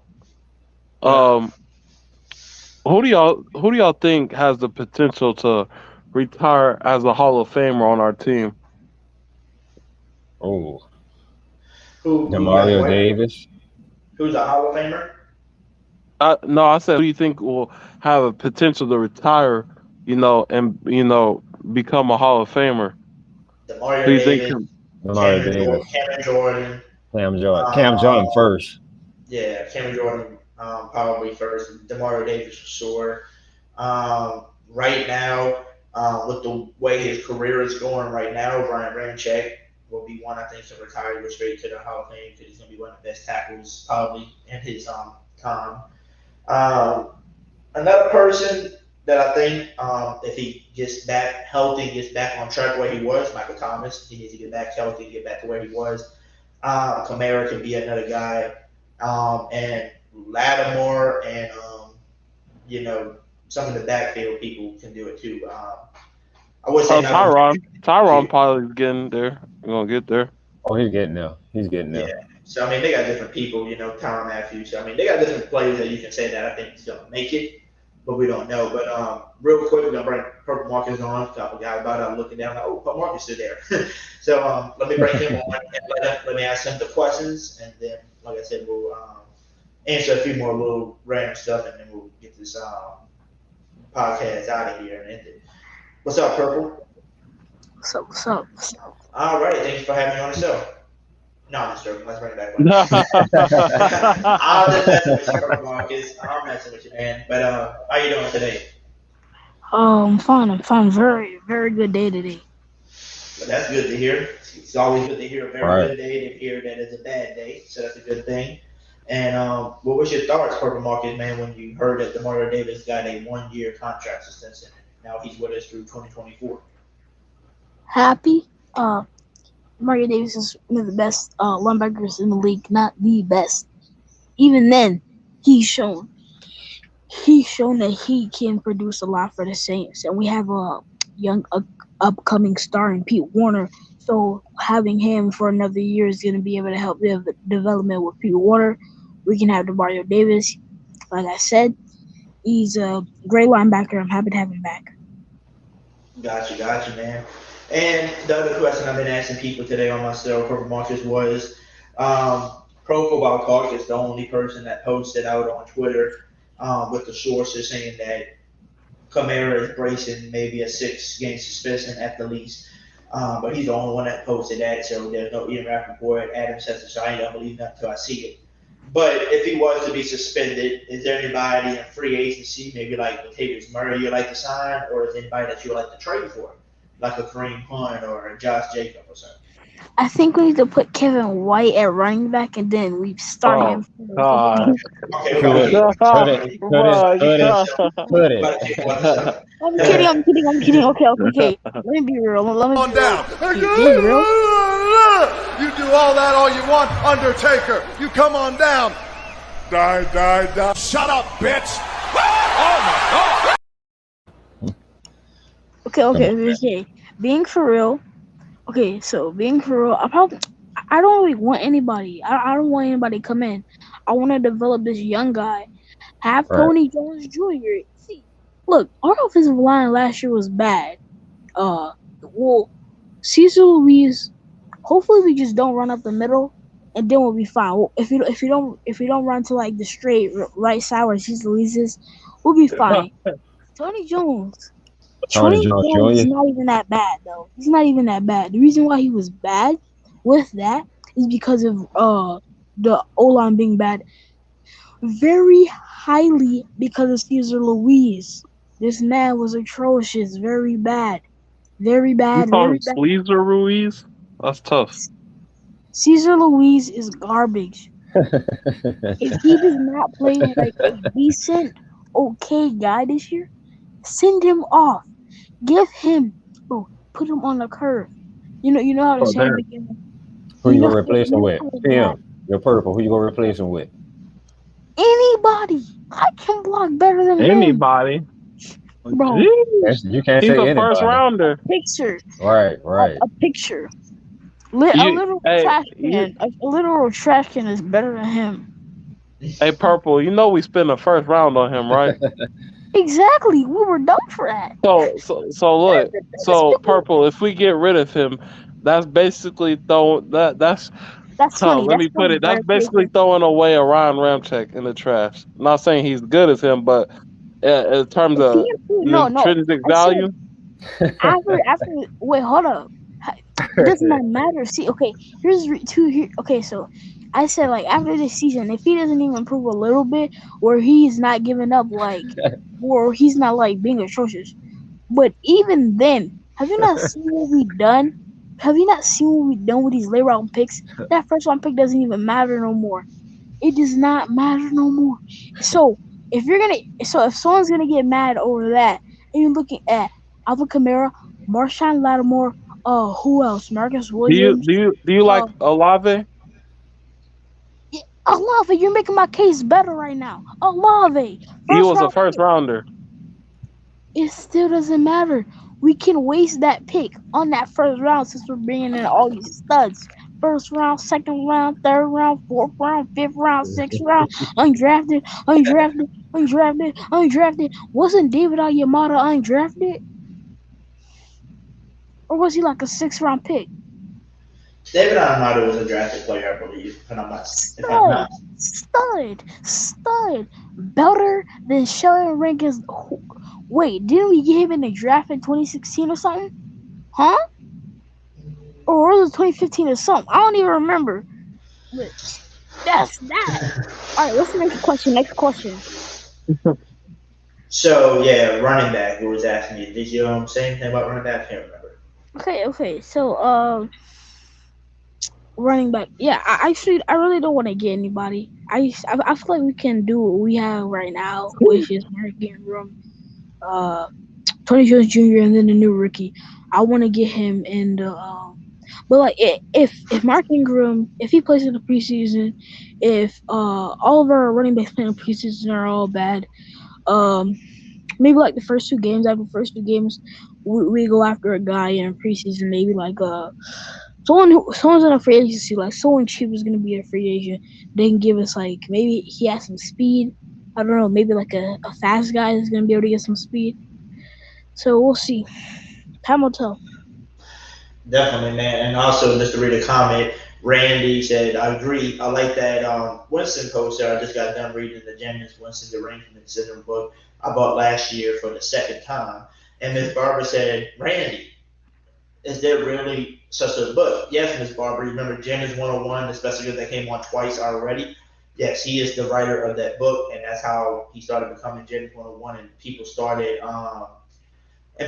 getting to him. It was like, why are you writing this book? You're trying to trash James or United. But no, he got on the good side, so now he knows all of the agents. He knows James Winston really well, the whole family, and that's because of his book that he wrote that makes people, change their minds about James. So yes, that book is real, Miss Barber. That book is real. You should get one too. I'm about to get me one and support James 101 for that, man.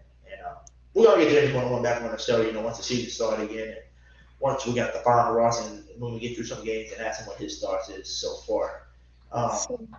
Put that to you, real fan sports as well, man. He said, "What's up, Hoodie? What's up, real fan?" What up, real fans? You got a few minutes, more than welcome to hop in and talk for a Come little on, bit. come on, real fans. Let's go. Corey Robinson, Hoodie, get some sleep. Nah, I can't get no sleep, man. I don't get sleep around here. All we do is eat and we grow on this channel. And I can't just go to sleep and end it because I don't have nothing to do early in the morning, so I'm good and I don't have to worry about rushing. And it's my first time going live in a week, man. So I gotta make up for my time. So we're gonna be live for about 48 hours, okay? We'll be on for 48 hours. No, I'm joking. That's too long. But, yeah. All right, so Hoodie. So Yeah. weren't you talking about like the top 5 teams in the last was it like 15 however long since Sean Payton's been here? Yeah, we had that was the other topic was the top 5 rosters that we had since that era, like from 2006 to now. What number one's pretty easy. Number one's gonna be 2018. Great roster.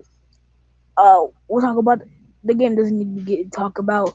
We all know what happened. Just unfortunate, but still a great team. Number 2, Super Bowl team. The reason why I put 2018 in front of that because that was a Super Bowl winning team. That was a Super Bowl winning team. That the Rams refs just didn't happen. We would have beat that New England Patriots team. Cameron Jordan would have he would have took this so right out of Tom Brady. He would if Cameron Jordan went into that Super Bowl, you would not see Tom Brady coming to the Buccaneers because you would have known that he would have been afraid of Cameron Jordan. Number 3,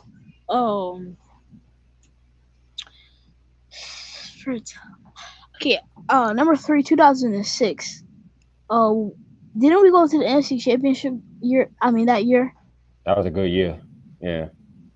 Yeah, so we went there that year. So number 4, 2019 or 5.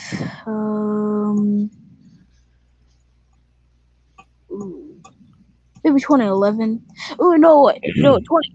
That over 2006. 2006 at 4, and then I have 2019 at number 5.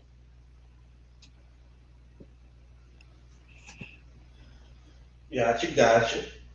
So, mine, I think when we were saying that, I would have to put 2009 first, just for me. Then I would put 2018. Then I said I would put the 2022 roster, depending on how they perform. Then 2017, and then probably 2011. That would be my order of my top 5. But we'll see. We'll definitely That 2011 year, we should have definitely won a Super Bowl that year. Yeah. The defense was just, like we said, the defense was just. Right. If we would have had the defense we have right now, man, just give the defense. I think, listen to this. To be honest with you, if Drew Brees and the New Orleans Saints would have had the defense that Tom Brady had, it's a top 10 defense every year, Drew Brees would have won a lot of rings as well. Right. We would have created a dynasty. So, I mean, you got to realize Drew Brees made everybody look better than what they were on the team. He never. He did. I think, to be honest with y'all, to be honest with everybody, I think Michael Thomas, depending on how he is when he gets healthy, if he comes back and beat that guy, that might have been Drew Brees' first ever star receiver that you can call a number 1 NFL, where people would pick that man as their number 1 because of what he accomplished as a receiver. And all that. And like I said, he continues on what he did with Drew Brees, but with Jameis Winston. And you saw what he did, when Teddy Bridgewater was in, and Taysom Hill, he was still getting 100-yard games. He still proves he can play with other quarterbacks, but I think Michael Thomas is your first actual number 1 type of receiver that Drew ever had. He always had other people like Robert Meacham. Like I said, those are like number 2, number 3s who can eat, at that spot. But he never had a true number 1. And he made those people look good. And then once they left, they wasn't really the same person. So, like I was saying, it's just a little awkward. But like I said, if he would have had that defense, though, just a solid top 10 defense, even top 15, we would have been straight. Right. But the defense always been what? What was the defense? Like 25 through 32, probably, all of them years? Yeah. So, Hoodie. Yeah, sad. So I wanted to talk about 2 things, two topics. So the first one is Gronk retiring and what that means for the Tampa Bay Buccaneers going in the future. So I've seen him coming out of retirement again during the mid-season. When Tom Brady if that happens, imagine that happens, bro. That's straight up media attention. That's like, if he does that, then that's straight up media attention. Then there's no way that you're just doing that to just because you want to come back and play. I knew Tom Brady was gonna come back. To be honest, he was gonna stay. I can care less. Cause I can care less about Gronkowski. We smashed them when they had him. And now they don't have him. They don't have OJ. They don't have OJ Howard anymore. He's gone. That's right. We were able to contain their 3 tight end. That was a very good tight end room that they had. And now that you lost 2 of your guys. We added Tyrann Matthews, who wants his revenge from the Super Bowl. Super Bowl, that's right. No, it was finished. Right. It's over, and we're done winning you every year with Tampa Bay. It's over. Say goodbye. Like I said, I can care less about the Succaneers. And then the second topic was Arch Manning committed to Texas, right? He committed to Texas. So, I'm very happy for him. Texas football is probably gonna be taken seriously again. So, any thoughts What about Grant? about About Madden going to Texas? yeah, and Nothing. about Gronk? Oh, Arch Manning. Nothing. I think he chose the wrong school, to be honest. Sorry, Longhorns. LSU, huh? I mean, I thought he would choose a school in the SEC, to be honest with you. I mean, Texas is in the SEC right now, right? Did they? I think Texas and Oklahoma is in the SEC right now. I think so. But I think he just chose the wrong school. Man, if he should have went to the Raging Cajuns. Louisiana Lafayette. Yes, man, we will be unstoppable. Why you say that? I love that's probably because I love watching them though. Honestly, I thought he would choose like Ole Miss or somebody where his family went. Yeah, That's why I thought he would or choose. Tennessee or something like that where Peyton Manning went. But but it's whatever, man. It's whatever. Whatever. He's gonna miss out.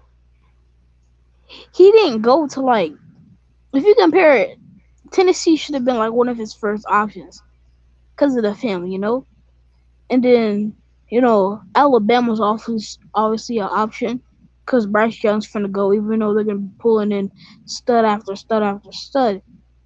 They have great facilities. They have a great winning culture.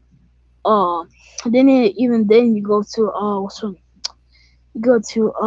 Ole Miss, close to home. Tennessee, close to home, has a lot of Manning heritage. So, it didn't happen. But also, right, real force. Texas is a tough move for him. I agree with that. Yeah, real fans. It's definitely hard, like I said. That's a tough move. Because if I was him and I wanted to put my name out there even more than what it already is and win a championship or before I gotta go get drafted, I would definitely want to be on a team that's that I can win with. Texas hasn't proved to be a winning team in a while. Right. When do you hear them coming out with the big? What y'all talking about, Texas? So the Longhorns. We're talking about how everything in Texas is small. Crazy. What? Bro. See, I live in Houston, so a lot of people gonna be happy since people gonna be happy that they got a star quarterback. Texas football is probably gonna be good. At least, I feel like Texas football is gonna get better. A&M too. Just they're gonna be a better product, but going to now winning cultures, it's not a dumb idea. But comparing that to Alabama, it's a dynasty. Alabama's a dynasty. You go to if you go to SEC team besides Vanderbilt, it's a W though. What up, Clutch? I see you, homie. Chiefs in the Clutch. I see ya. Everybody's coming in. Hey, everybody, by the way, if y'all haven't already, make sure y'all smash that like button if y'all haven't already. Go ahead, hit it. Make sure y'all hit the like button so y'all don't forget. Make sure y'all turn on your notifications so y'all don't be late to the streams and y'all can be having a good time with us. And also, make sure you subscribe if y'all haven't already. If you are new to the channel, make sure y'all subscribe as well. Mr. Lester in the chat, who that, Lester? What up, Lester? Who that to you?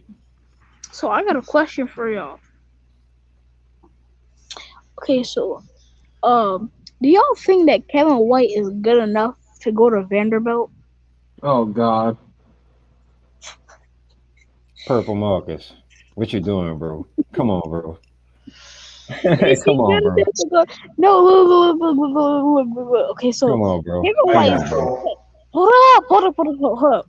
Okay, so you both, all of you guys know that Kevin White is bad. But he can't catch. Damn. Purple Marcus, you asked us a ridiculous question. We went from having 28 viewers to 0 viewers right now. Everybody turned off their TV. God damn. Wait. Damn, Vanderbilt, Purple. Kevin White, man, come on, man. Vanderbilt is a very atrocious. Like their school is bad. I'm gonna So say this much though. I wish the Saints would have gave little John Humphrey one more shot. what? Little John Humphrey. For what? You talking about something what? You can't asked do about what? Kevin White. We can't do that.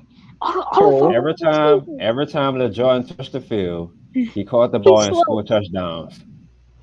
I think it was just more. Lil Jordan just knew that with all the firepower, he couldn't get no actual real shot, so he decided to move on somewhere else. I mean, what do the Patriots have? The Patriots don't really have a star receiver. You know, they don't have no studs. I mean, to be honest they don't got no studs. To be honest with you, those people that were playing for him last year that was okay, I think, are on the same level, probably just as Lil Jordan Hurts. So I think he's going to see the field a little bit more with them. Exactly. He got a real shot to be started. Who that to you, Porter, man?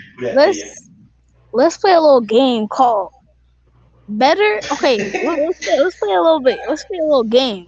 So the game's called whatever. It doesn't matter. It doesn't matter what you want to call it. So Start it up, bro. pick a person, right? Okay, let's do Jameis Winston. Now let's list some quarterbacks and see who's better than him, or who's. Yeah, you get the game, right? Who? Who? Say that again, Marcus. Okay, so let's play a little game. Or it's gonna be Jameis Winston or another quarterback, and we'll compare them to see who's the better QB. Okay, so you're saying who you gonna take over that person? Yes. So let's do Jameis Winston. Jameis Winston, Tom Brady. Okay, so going into 2022. Going into 2022 right now. This year, right? Yeah, he's going into 2022. Well, if you're going into 2022, I would definitely take Jameis Winston because he's got a lot more upside, especially his own talent. Now, if you're talking about Tom Brady in his prime, then Tom Brady.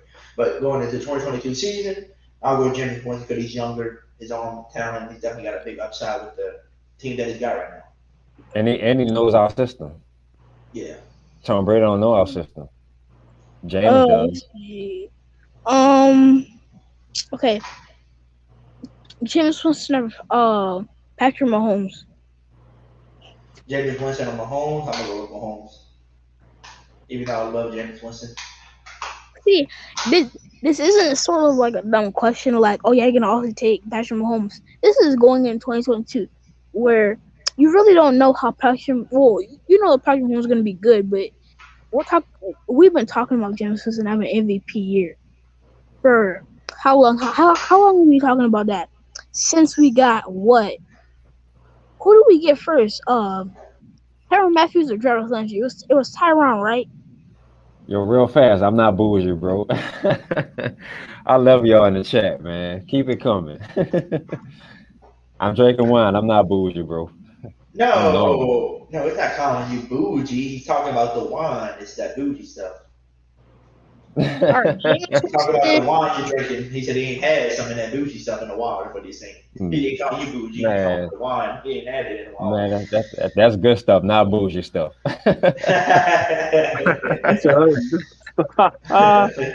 Good stuff. But what you said, Purple Marcus, you said, because my Wi-Fi was tripping for a second, you said Patrick Mahomes or Jameis? Yeah. I would choose Jameis. I'm going, man, look. I'm going Jameis. He's been on our system for what, like 3 years?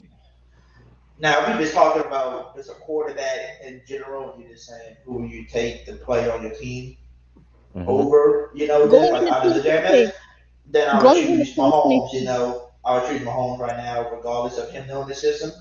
Tom Mm-hmm. Brady, I just wanted to, but he's getting older, and I just don't know the arm talent compared to Mahomes or Jameis Winston. I'm This going is off the on thing. arm talent and the upside these people still can do compared to what we know what Tom Brady is capable of. That's Well, all he is capable of. I'll say this with Patrick Mahomes. We know Jameis can make receivers who don't really look, who aren't really great, look pretty good. But Marcus Kelly. we don't know about that with Patrick Mahomes.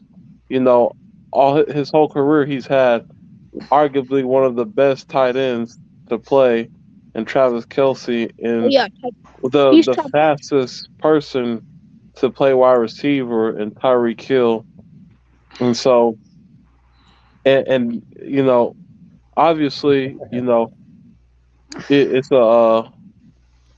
it's it should, people by obviously Patrick, but I mean we just haven't seen Patrick without any adversity. So we'll see. After this year, it'll we'll know if he's truly, if it's him just being just amazingly great, or if it's just, he's a good quarterback, but it's just those pieces just also boost him to look amazing. So we'll see.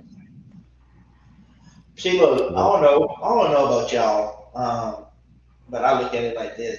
So you know how people are like, "Oh, Patrick Mahomes, man, he's the number one quarterback right now," or Josh Allen, number one quarterback, And And Josh, but like I would look at it like this. I like look at what Josh Allen was brought into, and look where he's at now. Look what he accomplished.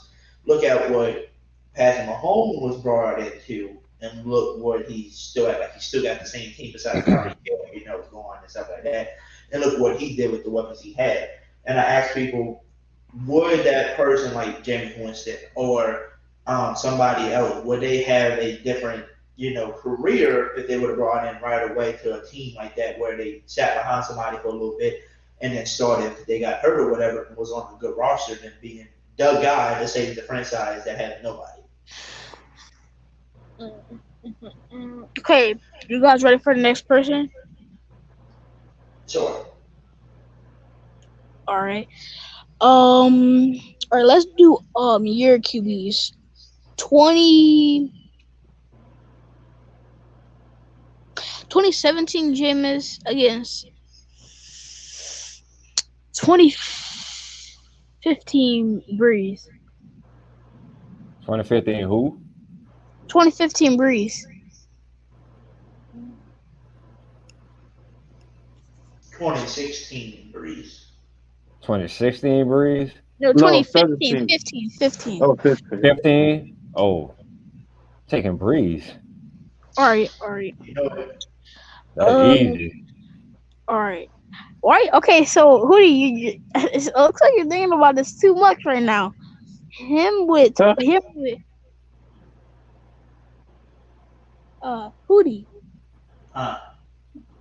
Looks like you're thinking about his long and hard right now. What? I said Breeze too. We all said Breeze. All right. Yo, Jeffrey. 2021. Hold up, PM. Yo, Jeffrey, I'm not capping, but I would take Winston in our system because he's been in our system for like 3 years over Mahomes, but he'd have to learn a new system. That's just my personal opinion. Wait, what did he say? Wait, what did he say? What was his comment? Who said that? Hold up. That's not. What did he say? What did he say? Jeffrey said, I'm a Winston fan. You see it? Yeah, Saints fan, but y'all got to stop being homers and stop the cap. Bro, I'm not capping. Bro, Mahomes easy over Winston. Like, stop being biased. I'm not being biased. That's just my personal opinion. I like those people that be like that. Be like, I'm a fan of this and that, and I'm a fan of this, but don't actually give credit and actually downplay. If you're really a fan of Winston, then you wouldn't downplay Winston like he's a chump. Trying to act like Patrick Mahomes is better. Well, let's get one thing straight. Winston was the first overall pick. Patrick Mahomes wasn't. That ain't how There's a difference.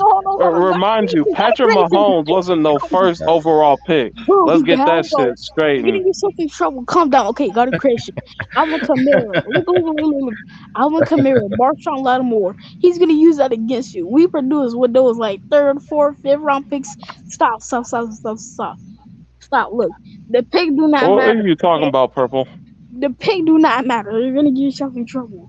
Look, the pick does not matter. It do Look, matter. Okay. Look at this. Okay, when was Marcus Colston drafted? He was a seventh rounder. Seven round. Oh, when was Alvin Kamara drafted? Third. Ryan Ramczyk. Oh no. Bad example. Okay, Marshall Lattimore. Don't use that. Okay, we're at the 3-hour mark. Don't use that. Hey, I'm not gonna lie to you. I like what Jeffrey said. Though he said it don't matter who's been in the system longer. Mahomes is a better QB. Period. But the real thing is, this would be my question to everybody: is that is Mahomes really that much better of a quarterback? Though that's the real question, because he was put in a great situation right away, and that's why he's had more success in his short career so far, because he was with a great team, great weapons and stuff. So when you put into a great situation compared to a number one draft overall pick having to be the guy for that team with nobody, you're not going to have as much success as somebody who's got a team set up for you and ready to go. Right. Bro, I'm not even gonna pay attention to this Jeffrey dude, bro. Man, he gonna make me go off on him. That I don't. That's ridiculous. He's spitting ridiculousness out. You know what I'm saying? He is, just ridiculousness. But because if you look at it, who was a better team, Chiefs or the Bucks in 2017? Like, come on, bro. Like, dude, Chiefs had a run game. They had their coach wasn't an incompetent loser. Their defense could actually, get a stop. Like, come on, man.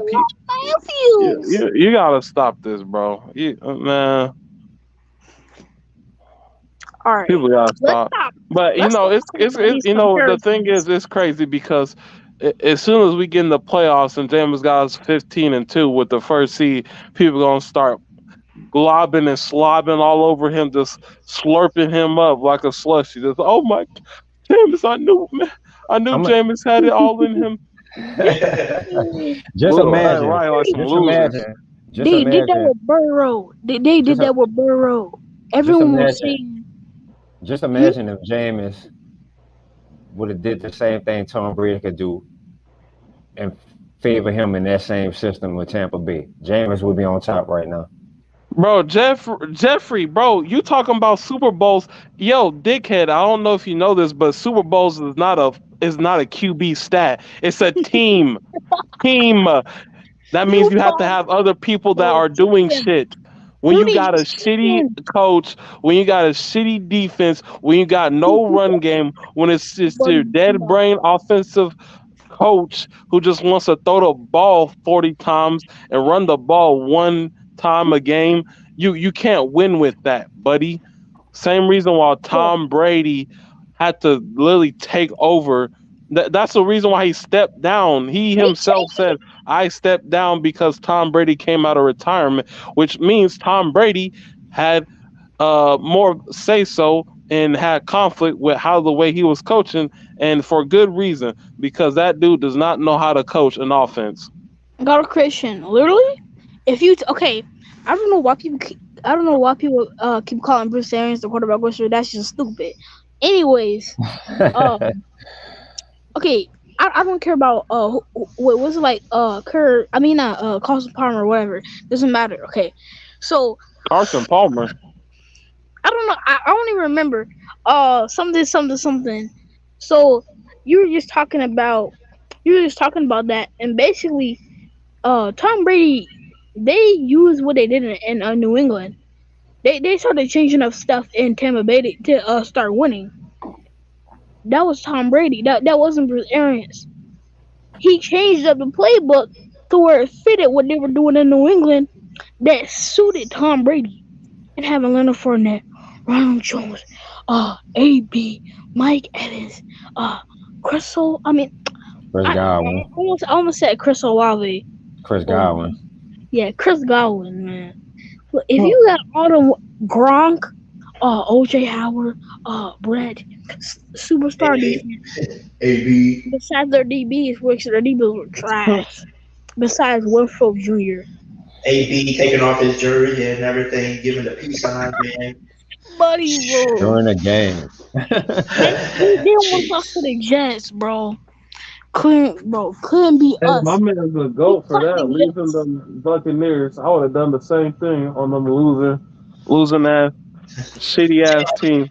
To be honest with everybody, it's kind of like it's just everybody's like opinion. You know, like Jeffrey might think Mahomes is better than Winston, even though he said he likes Winston. You know, as our QB. Right. And us. I would say, yeah, Mahomes is a better quarterback, you can say right now because of Super Bowls, but then we always go back to the argument with the Drew Brees and Tom Brady. That doesn't mean Tom Brady's better because he won more rings. It's a team effort. You need a team. You don't even have to use that. Use Eli and Brady. And like real fan sports put it. He said, okay, so we had this argument last time I was on the chat. How do y'all look at Matthew Stafford and where do you put him as best of all time? There were several years he was one of the most talented quarterbacks in the league. When the hell did he look like the most? But he gets no recognition because of the organization he was. So I remember he was a tough guy, really great talent, just no team around him, bad organization. And you see Detroit, they're still bad right now, but they're trying to get good. Looks like they finally know what they're doing right now. You know what's crazy? He said that, but even with the so he's with a good organization now. Matthew Stafford still in some games look like average. Exactly, or below average. He had on and off points. So with that being said, I can now assume, I've seen him look average or above average and have highs and lows with this team, with the shitty team, and I'm seeing him doing it with the great team. So I can assume that he's just above average QB, and he can play really great sometimes, or he can play really bad and lose you games. So. People can't argue that because guess what? I seen what he did. Yeah, he won the Super. Yeah, he won the Super Bowl. Oh yeah, cool. Super Bowl is a team thing, team collective. Everybody gets a Super Bowl ring, not the QB. So it's a I seen if we talking about his individual work, then. Yeah, he's an above average QB, and and you can definitely win games and win seasons with him. But he's when it comes to crunch time, he didn't.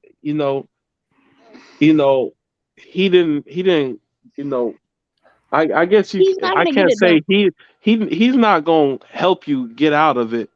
It's the people that he had helped him get out of those crunch times. There was a lot of times that it was crunch time, and it was Cooper Kupp that did the work, not him.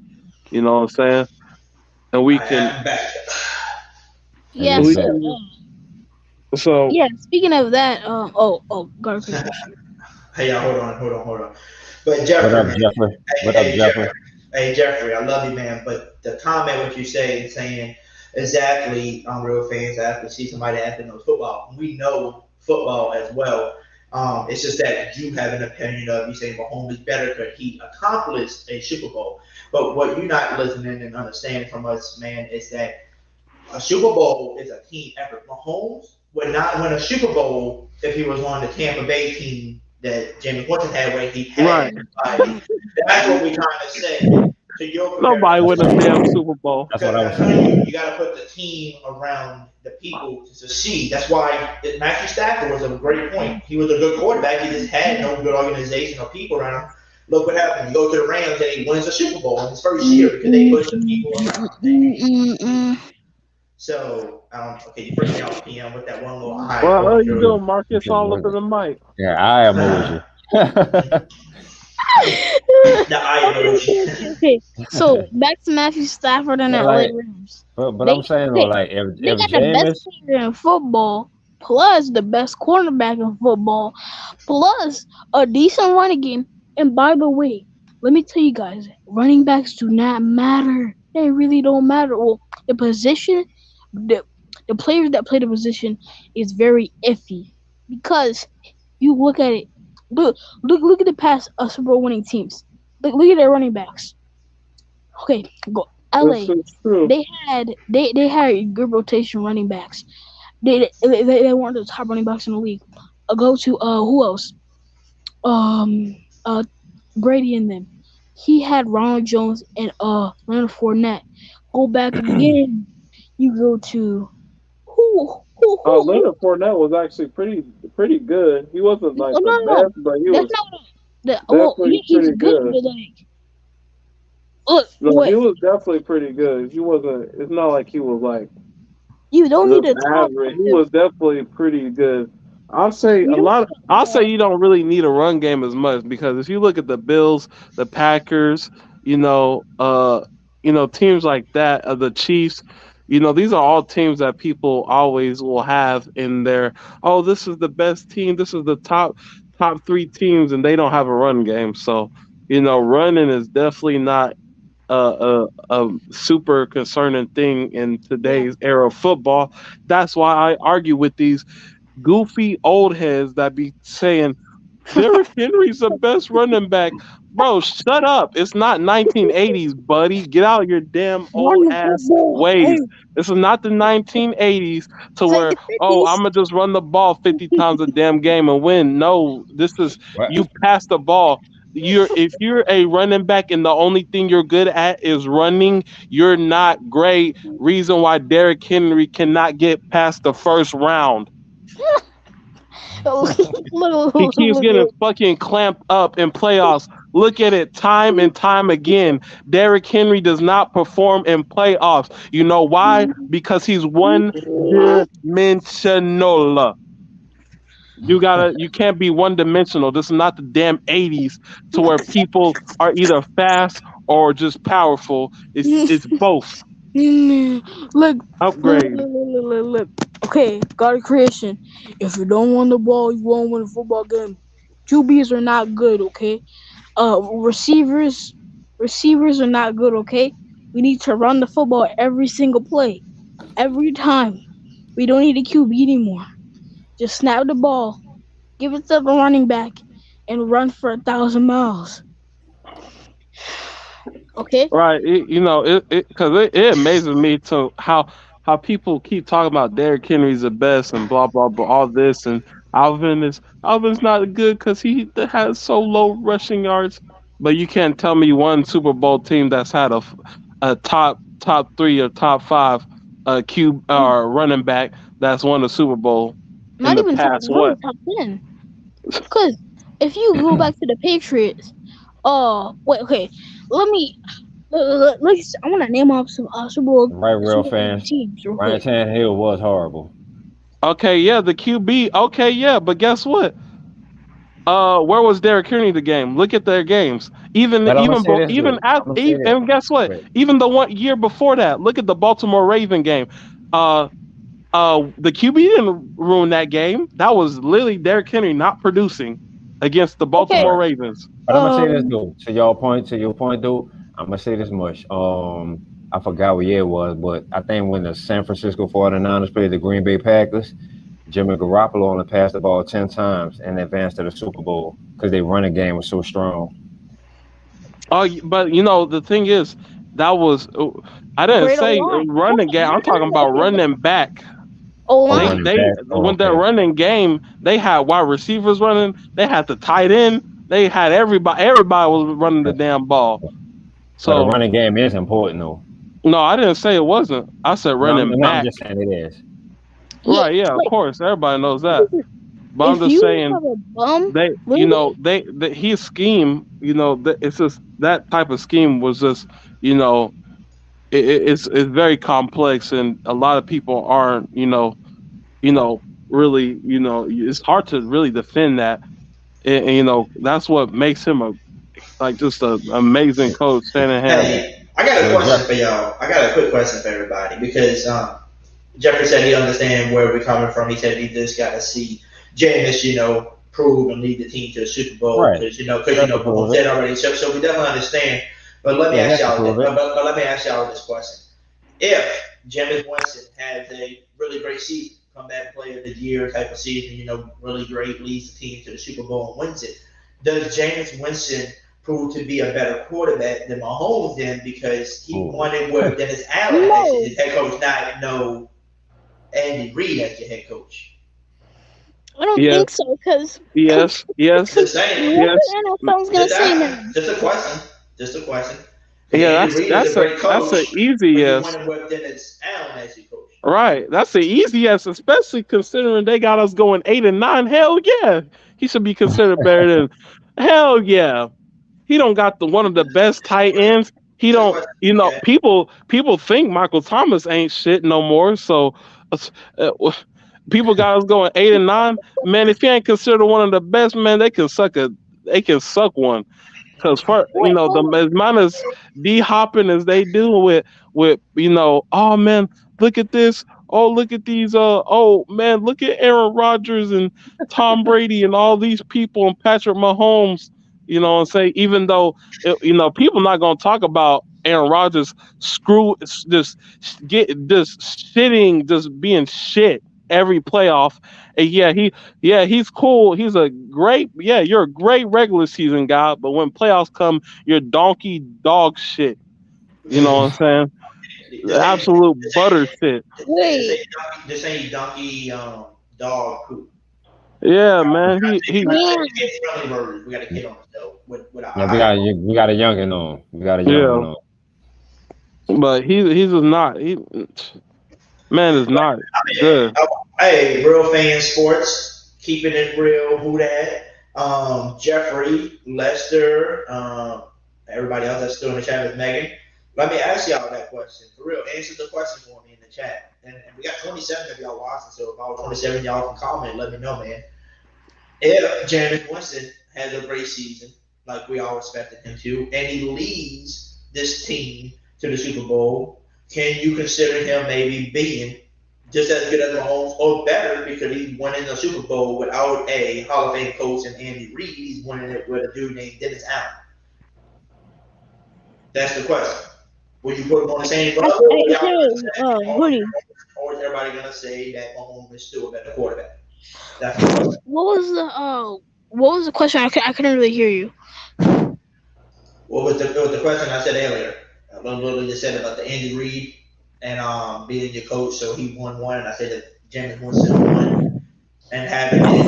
But I wonder why you can't hear me screaming into the damn Whoa, what are you boy. doing, Purple? I'm going crazy. I don't know what that boy doing. I wonder why he can't hear. Man, blowing in the mic. Man, I was blowing off some stuff on my phone. What are y'all talking about? So we can hear. I don't know. You're a little sus right now, man. I'm about to take you off the show a little bit because it's super late. I don't know how you on still.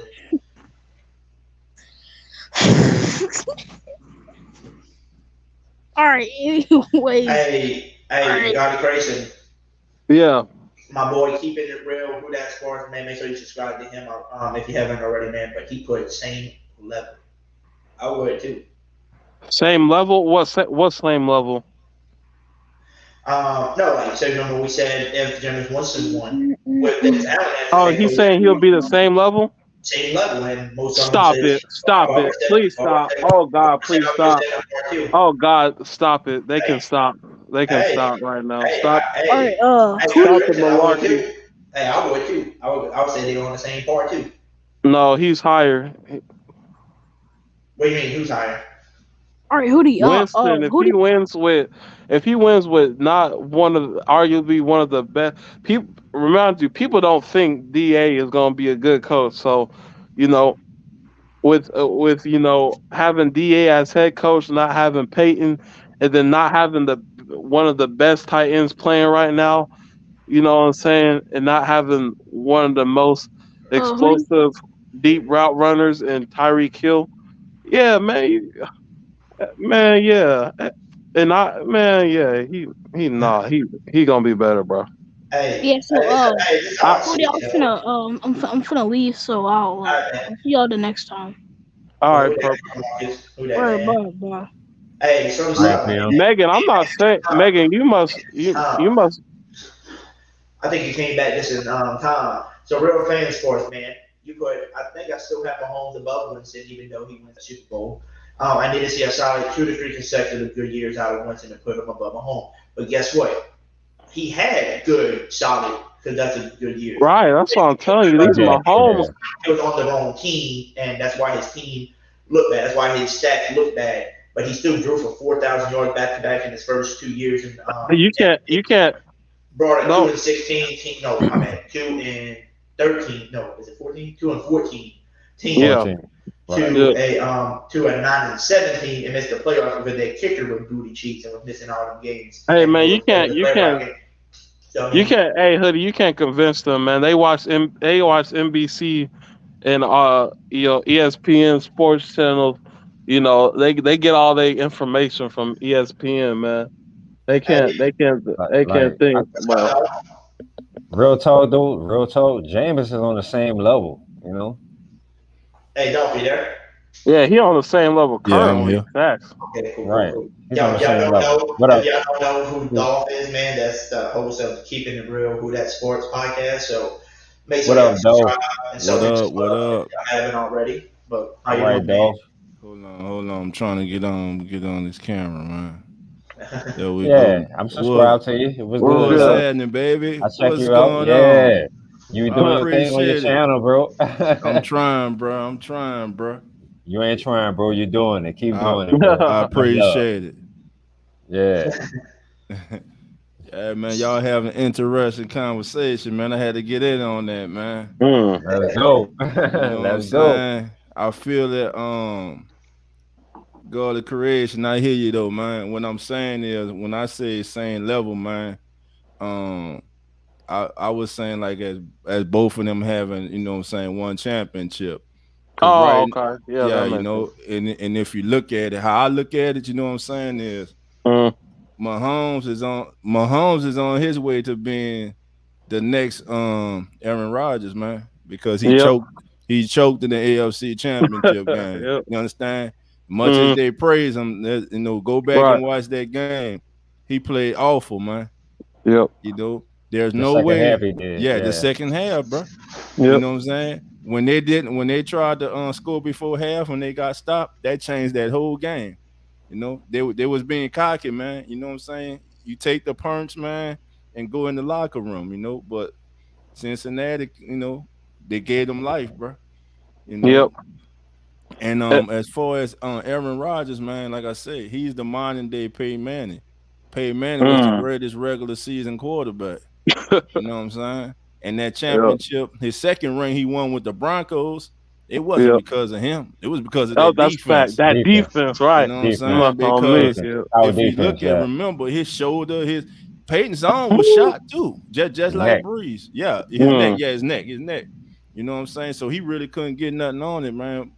Not taking nothing away from him. You know, he great, one of the greatest, but he was a regular season quarterback. And I really don't count his first one. He beats the Chicago Bears with Rex Grossman as the quarterback, man. You know. So, you know. That's a fact. That's a fact. Everybody's got, like, you know, different opinions and different arguments. And real fan sports, my man, he said, I would say he had one great year with Tampa Bay and one decent years. And then last year was going to be a great one, but then it sucked that he got cut short. I think he had more than one great year with Tampa Bay, but you can't count the winning and losing record against this January because that team is just horrible.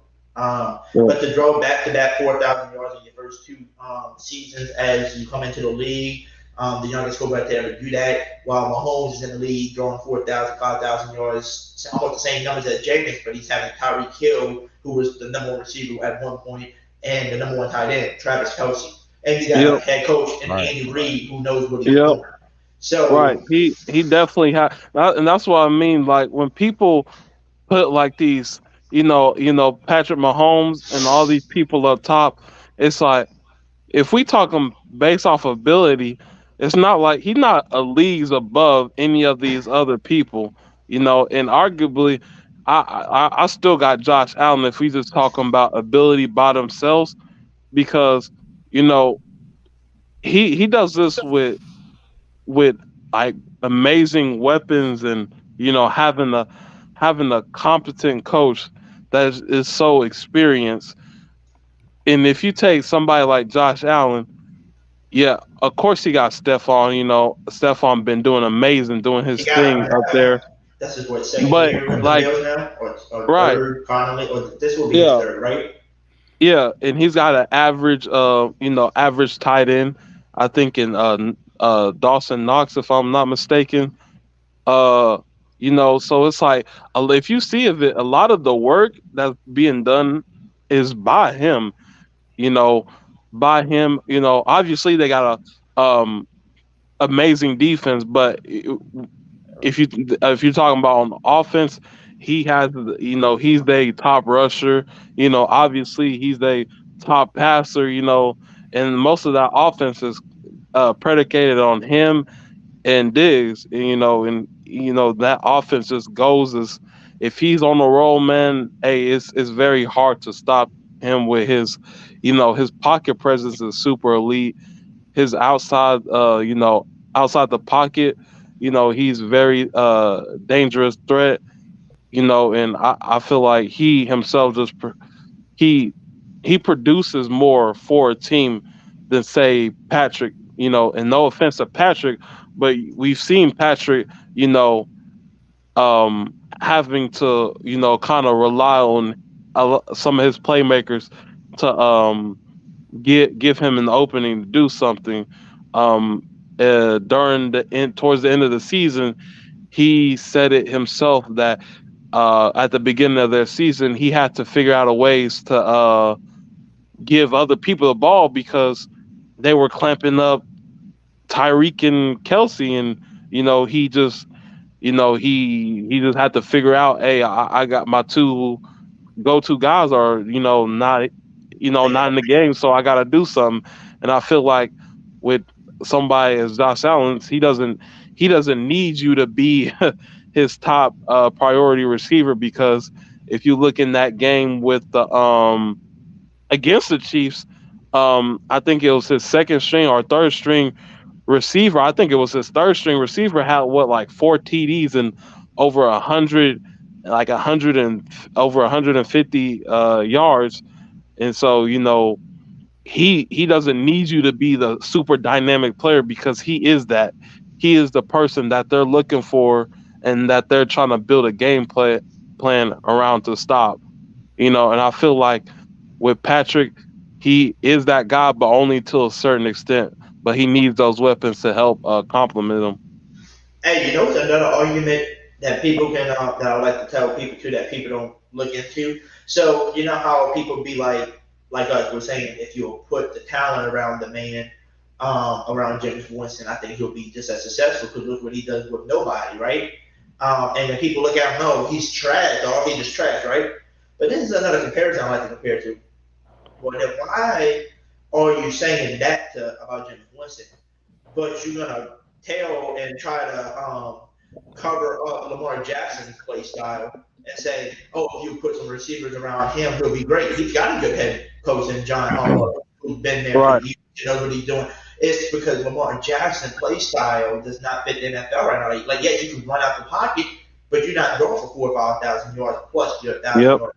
You rush for 2,000 almost, or 1,500 yards, but you're going for 2,500 yards. So like that's why y'all not winning, and they want to cover that up, but they don't want to look at the point where Jameis Winston actually had no good head coaches at all. Like none of them coaches that he had are going to be Hall of Famers. Nobody is set like that, and he doesn't have the weapons yet. Mike Evans is good, and Chris Godwin was good, but he had one season with that team, but still no run game. Didn't have no AB. Didn't have none of these people. And like I said, he was the #1 overall pick for a reason that went to the worst organization. Unlike Mahomes and some of these other quarterbacks that look good now. Right, the team was already winning before Mahomes. The team was there for you. Josh Allen is a different story, because Josh Allen the team was started with the Bills with butts, and now look at them now because they built it. And the Bengals, same thing, first overall pick. But they didn't wait 2, 3, 4, 5 years to finally figure out. No, they went straight ahead, gave this man an O-line after his second season. Yeah, they Right. didn't switch coaches And they every get year the either. whistle. That's what I'm saying. Yeah, That's what for I'm, facts, that's what I'm facts. saying. That's what I'm saying. But Right. people, I totally understand, man, where people come into the chat and they like, okay, Mahomes is just better, and just look at the numbers and look at this, and he Right. got a Super Bowl. Yeah. I totally understand where everybody comes from. Where you got to see Jameis win the Super Bowl. But the Right. point is that we ain't making excuses. We're just telling you the Right. facts. Stating What he got, they facts. have. Just look at what he has on his team to what Mahomes had, and tell me he wouldn't have been able to win one Super Bowl with the squad that he had compared. Put Mahomes at that number one. If it was that good, he should have been drafted number one overall, but he didn't. That's fact. And put him on the Bucks team when he got drafted in 2015 and see if he would have be out of there. And then also, Mahomes does make mistakes, right? They said like sometimes he wants to go big deep like Jameis. Right. Yeah. They both kind of got the same mind. Put him with a Bruce Arians and see how he would have performed. With Bruce Arians Right. and the team that Jameis had, he might have had a 30 for 30 type of season. Yep. And that's why I said, and that's why I always said that, you know, like I said, Josh Allen, man, like I truly believe he's the best, you know, quarterback. Just looking at it, you know, he's had, you know, adversity. He's a QB that has really been at the bottom his first year, and like he turned the switch instantly. He worked on his throwing and became just amazingly better. And you know, and he also doesn't have. You can't say, oh well, he's got this weapon, that weapon, and this weapon, and this weapon.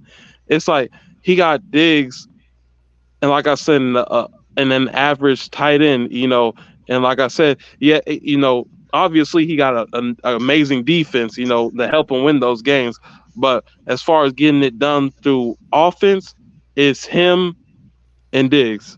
You know what I'm saying? And like I said, and he don't even need Diggs to be there, you know, because we seen, you know, the Chiefs take Diggs out in that championship game. Even though the Bills lost that, it wasn't really because of Josh Allen. You know, Josh Allen, I think he had 4 to 5 TDs. I can't remember that game. And it was really the defense that let him down that time. So, you know, if you're just looking at a complete quarterback, you know, he's made a terrible team go from being bad to being a championship, you know, contending team. He's a double threat, man. You know, he can kill you with the arm, you know, really dangerous with the arm. And his running ability is something you also gotta look out for. I compare him to like a prime Cam Newton with just better accuracy and a better arm. You know what I'm saying? And we all know what Cam was like when he was at his apex. And just to have that, but turn it up a notch or two, is this is dangerous. And hopefully, he can stay that type of a player, man. And like I said, it's going to be very hard to be better than a player like Josh Allen, because this what he does for his team is just very Hey, I love Josh Allen. I like his play style, because it ain't like you can say, oh, he can only stay in the pocket and throw, or he can only run the ball, or he can only do this. No, he can do it all. He can truck you, he can run on you, he can throw the ball deep, he can throw it short, he can do it all, and that's why I think he's one of the best quarterbacks in the league, because he can do it all at a high level. And then also, just to tell people, like, I just want to ask y'all what y'all thoughts on this. Maybe I'm overthinking. So you know how a lot of us think Jared Goff is bad, right?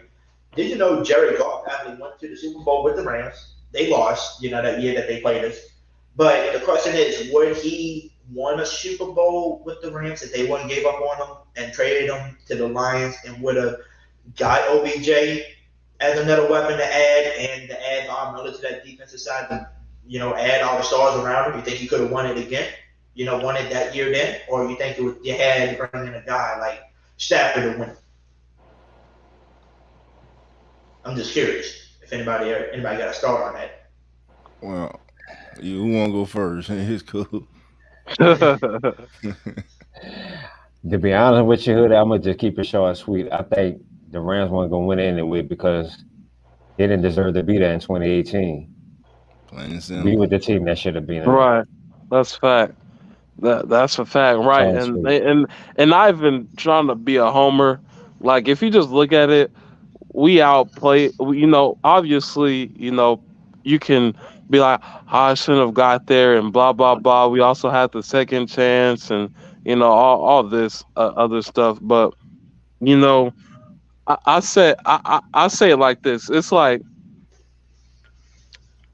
with the whole second chance thing. It's like we did our part, man. We moving down the field, but then when you just, it's like it's almost like when you, it's like holding a full course meal to a starving child, man, and just like teasing them with it, and then yanking it away at the last minute.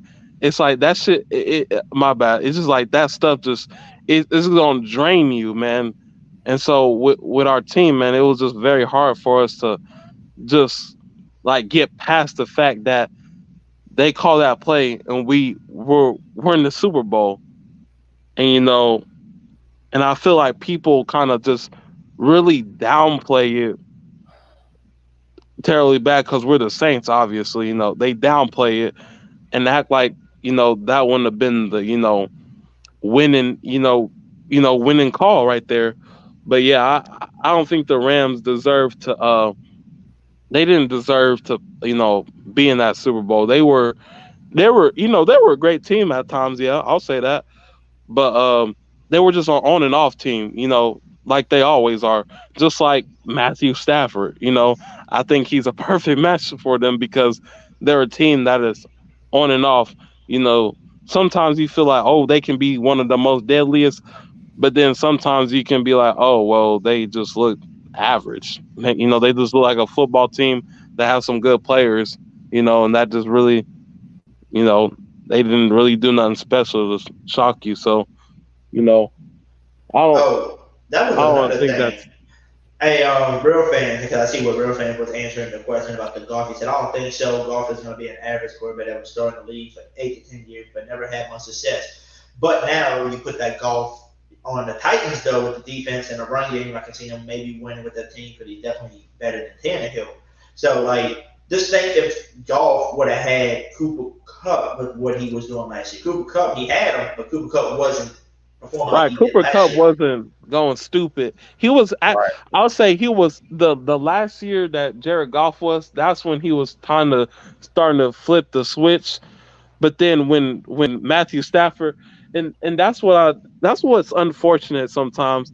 I feel like a lot of these times when you don't notice when like somebody leaves, like it seems like with a whole excuse me, with like Jameis Winston, people always want to say, oh well, obviously, Jameis was bad because look, as soon as Tom Brady got there, they were a Super Bowl team. You know what I'm saying? And it was like, it's like not really, because it's like even if you, even the people that were there, they still weren't playing to what they played like when Tom Brady came over there. And I feel like Tom Brady getting that he's getting that all the credit for Jameis's build up with the team and their their just chemistry with each other, and they were building that through Jameis, and then unfortunately Jameis, got his time cut short towards the end when they were starting to actually become an amazing team. Yeah, facts, Jeffrey. Exactly. That's facts. See, like that's why I tell people I think there's no way ever in the history of football where you can just say this guy is the best quarterback, this guy is that, because everybody's all gonna have their own opinion. Just say like the older people back in the day that watched Jerry Rice is gonna say Jerry Rice is the greatest of all time.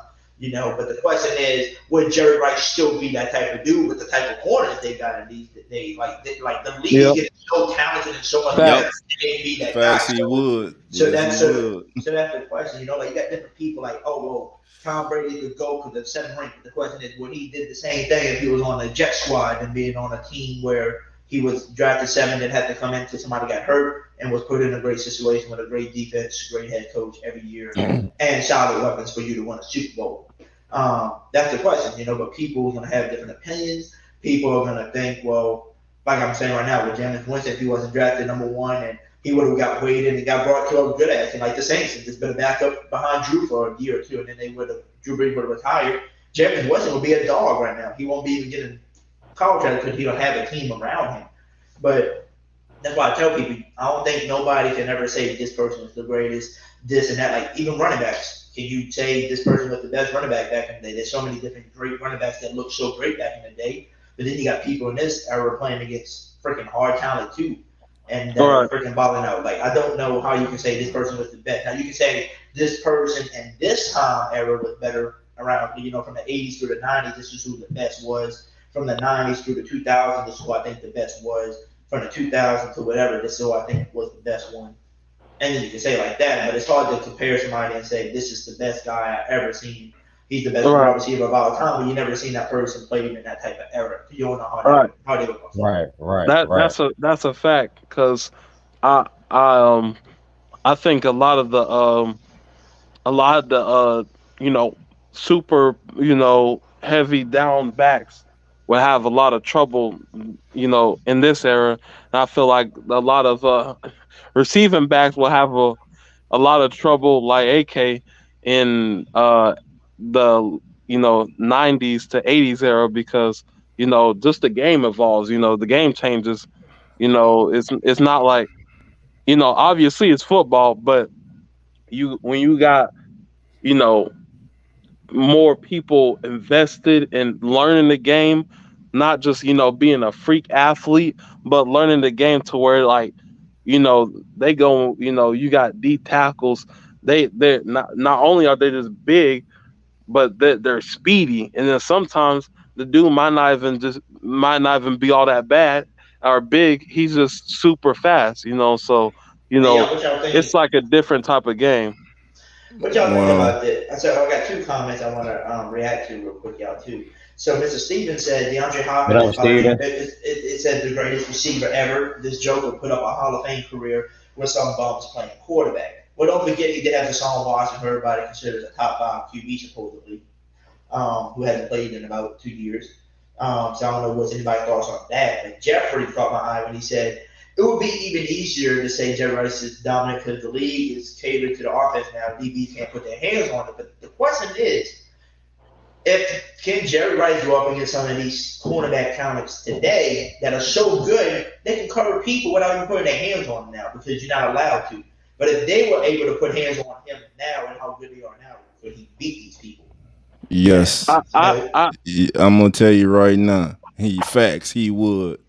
He would? I mean, yes, because you got to look at it. He went up against arguably the best cornerback ever to play, and Deion Sanders. Prime, yeah. Prime wasn't a corner that'll jam you at the line. He relied on his athletic ability and his speed. I mean, you have some like from that era, because I didn't sell it all the way up to this era. So I'm gonna put it like this: there are a lot of players from back then who could play now. Good night, Barber. Yeah, Alvin Kamara could play back then. There are a lot of players today that could have played back then. You had receiving backs back in the day. You had Roger Craig for the 49ers. Like when people talk about some of the best running backs ever, Roger Craig was like one of the first running backs, man, like to have 1,000 rushing and 1,000 receiving. You know what I'm saying? He was an all-purpose back. You know what I'm saying? So when I see Alvin Kamara today, I think of players like that. You know what I'm saying? As far as the defensive line, man, if you ever saw Reggie White play, Lord, Facts. I mean, Facts. just go it. Facts. And if you ever saw the man who changed football and got left tackles paid, is Lawrence Taylor. From what he did Facts. to Joe Right. Theismann, he changed the whole game of Right. football. He was just a beast, man. You know what I'm saying? So you have players who they were just that good, man. They can play in any era. But like it's just like the argument with basketball, you know, Oh, Jordan that's a era, question. LeBron era. You know what I'm saying? That's another question for y'all then. So, I mean, this is just a question, you know, it's not me saying anything like that. It's just a Right, question.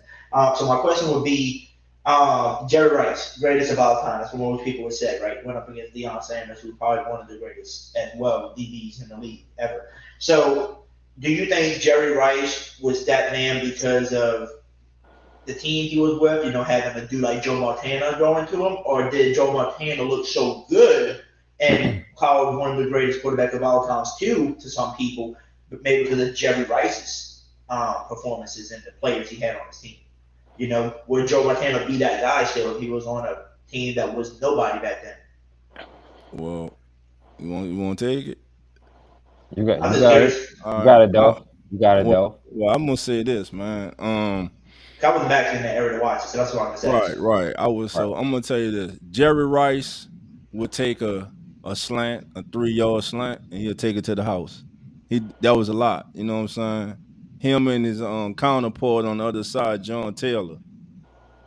Joe Montana they called him 2-Minute Joe for a reason, man. You know what I'm saying? They went hand in hand. Like Joe under pressure, he was cool, you know, but if you put him, like say when he went to Kansas City, because he did leave Frisco, they moved on from him, and then Steve Young took over. Steve Young.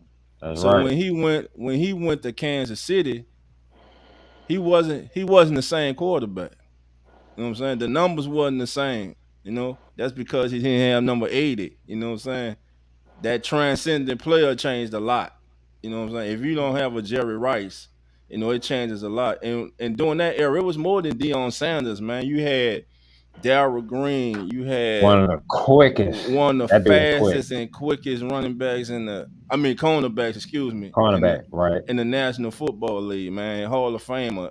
He was just that good, man. Man, you had so many, and with the rules back then, man, they literally, like Ronnie Lott used to, this man, he'll knock himself out trying to, you know what I'm saying? Man, break his finger. Like, man, it was just different with the rules today at the skill positions. I saw somebody in the chat, and you're right. Barry Sanders would be a beast if he played today. A lot of the running backs, right? Most running backs back in the day would be a beast because of somebody they played with in the less chat pads. They played with less pads. They played with less rules. You could hit people different ways. You know, helmet to helmet wasn't a thing, right? You know, right? So people hit harder back then. So I'm guessing running backs back in the day can probably perform in this day era because of the rules and all kind of stuff that happens right now. Right. You know, and guys today could have played back then because guys today, they're big, like like God of Creation said, they're bigger, they're stronger, they're faster, man. I mean, it used to be what 275, 280, you know, defensive tackle, you know what I'm saying? That's small now. You know what I'm saying? You want 310, 320, you know, 309, 308, you know what I'm saying? And these cats running a 4.6, 4.7 at that side, that's crazy, man. You know? Yep. To be honest, and you know, obviously, you know, I didn't watch football back then. I feel like you gotta in order to figure like, you know, that type of stuff out, you just gotta figure out like what were they good at, you know what I'm saying? Because someone like Jerry Rice, you can obviously be like, oh yeah, he would succeed because he was a route guy, you know what I'm saying? And if you're a route person, man, being a great route runner is gonna get you through any area of football. You know what I'm saying? Even I argue that even in 100+ years, route running is still gonna be a fundamental that will carry you at being one of the best if you are just, you know, extraordinarily great at it, you know. And so, you know, obviously, you obviously you can't get a pinpoint of where they would be, you know. It would be like, would they still be the greatest, you know what I'm saying, and all that kind of stuff. But you can get the gist of, what you need, you know, now, and compare, hey, well, did they have, this type of skill set? Oh, they did. Well, then, you know what I'm saying? And like he said, like Barry, like, shoot, if he played nowadays, man, with just people worrying about more the passing game, he might just be even more elite, because just the fact that people aren't so keen on the defense, on the running game, my bad, as they were back then. Because back then it was the run game. So if he was dominating with them in mind, like, hey, we are trying to stop the run, and they couldn't stop him, then it's like, how are they gonna stop him if they put him to run second? You know what I'm saying? So somebody like Barry, it would be very hard to be better than that. Him, like him, and what's his name that played for the Cowboys? Emmitt Smith. Emmitt Smith. Emmitt Smith. Emmitt Smith. Those type of, he was the person with balance. I know how we talk about AK's balance, but Emmett has some of that balance too, and like he said, I feel like a lot of those skill positions can, work great in, today's era. Maybe less for the QBs, because like you had mentioned, those wide receivers will do some numbers for you as a QB. So you might have QBs falling on and off because defenses are as far as passing is just they're more proficient, I would say. Right. Well, I'm gonna tell you this: there's two quarterbacks that could have played in this era. I think Dan Marino is one of the best quarterbacks ever. All Miami did is throw the ball. And to go back something you said earlier, you said about if you're a route guard, if you can run routes. And the perfect example of that is Chris Carter. Chris Carter's not fast, but he was a route guard and he caught everything in sight. So if you can, Michael Thomas is not fast. Right. But he's a route guard. You know what I'm saying? He's a route guard. He can still get behind you, but he knows how to set up routes. He knows how to set up a DB. He's a route guard. You know what I'm saying? So if you can run routes, if you can just get your opponent out of position. You understand where to attack your opponent at. You could be unstoppable, man. You know what I'm saying? How Michael Thomas catch 149 balls in the season? Everybody know. They joke about he came fast. Right, he's slant. Well, he caught 149 passes. You call him the slant king, but you couldn't stop it. 149 slants. That's how he killed you. Nah, man. Right, exactly. It's all about that footwork, man. You know what I'm saying? It's all about that footwork. Right, and I'll definitely say, what a lot of the people you see dominated in the that era, the 80s and 90s. A lot of those people were just way ahead of their time, I would say, as far as football knowledge. Because like Dion, shoot, the close person, like closest person to him today is like Jalen. You know what I'm saying? And Jalen is not probably not even as far as not as like good. I'm not talking about as good. I'm talking about is their what makes them good. Their abilities. Not saying he's as good as him, but if you just look at the things that we're good at, you don't see Jalen pressing nobody, all that much. Was He's a Dion like person. that? Was He's a Dion part. aggressive since you could put your hands on him back in there, or he was more of a like stay back like 5 feet? He's. Oh, I Dion think he said Sanders. Dion. Oh yeah. I mean, Dion would jam you now. Don't get me wrong. Right. He would come up on you, but he was so quick and so fast. You know what I'm saying? He know he can recover. Right. Like He yeah, I couldn't tell y'all tackle what him. y'all do, man. When y'all get a chance, go look at when the 49ers and I think the Falcons played, and Jerry Rice and Dion went at it, bro.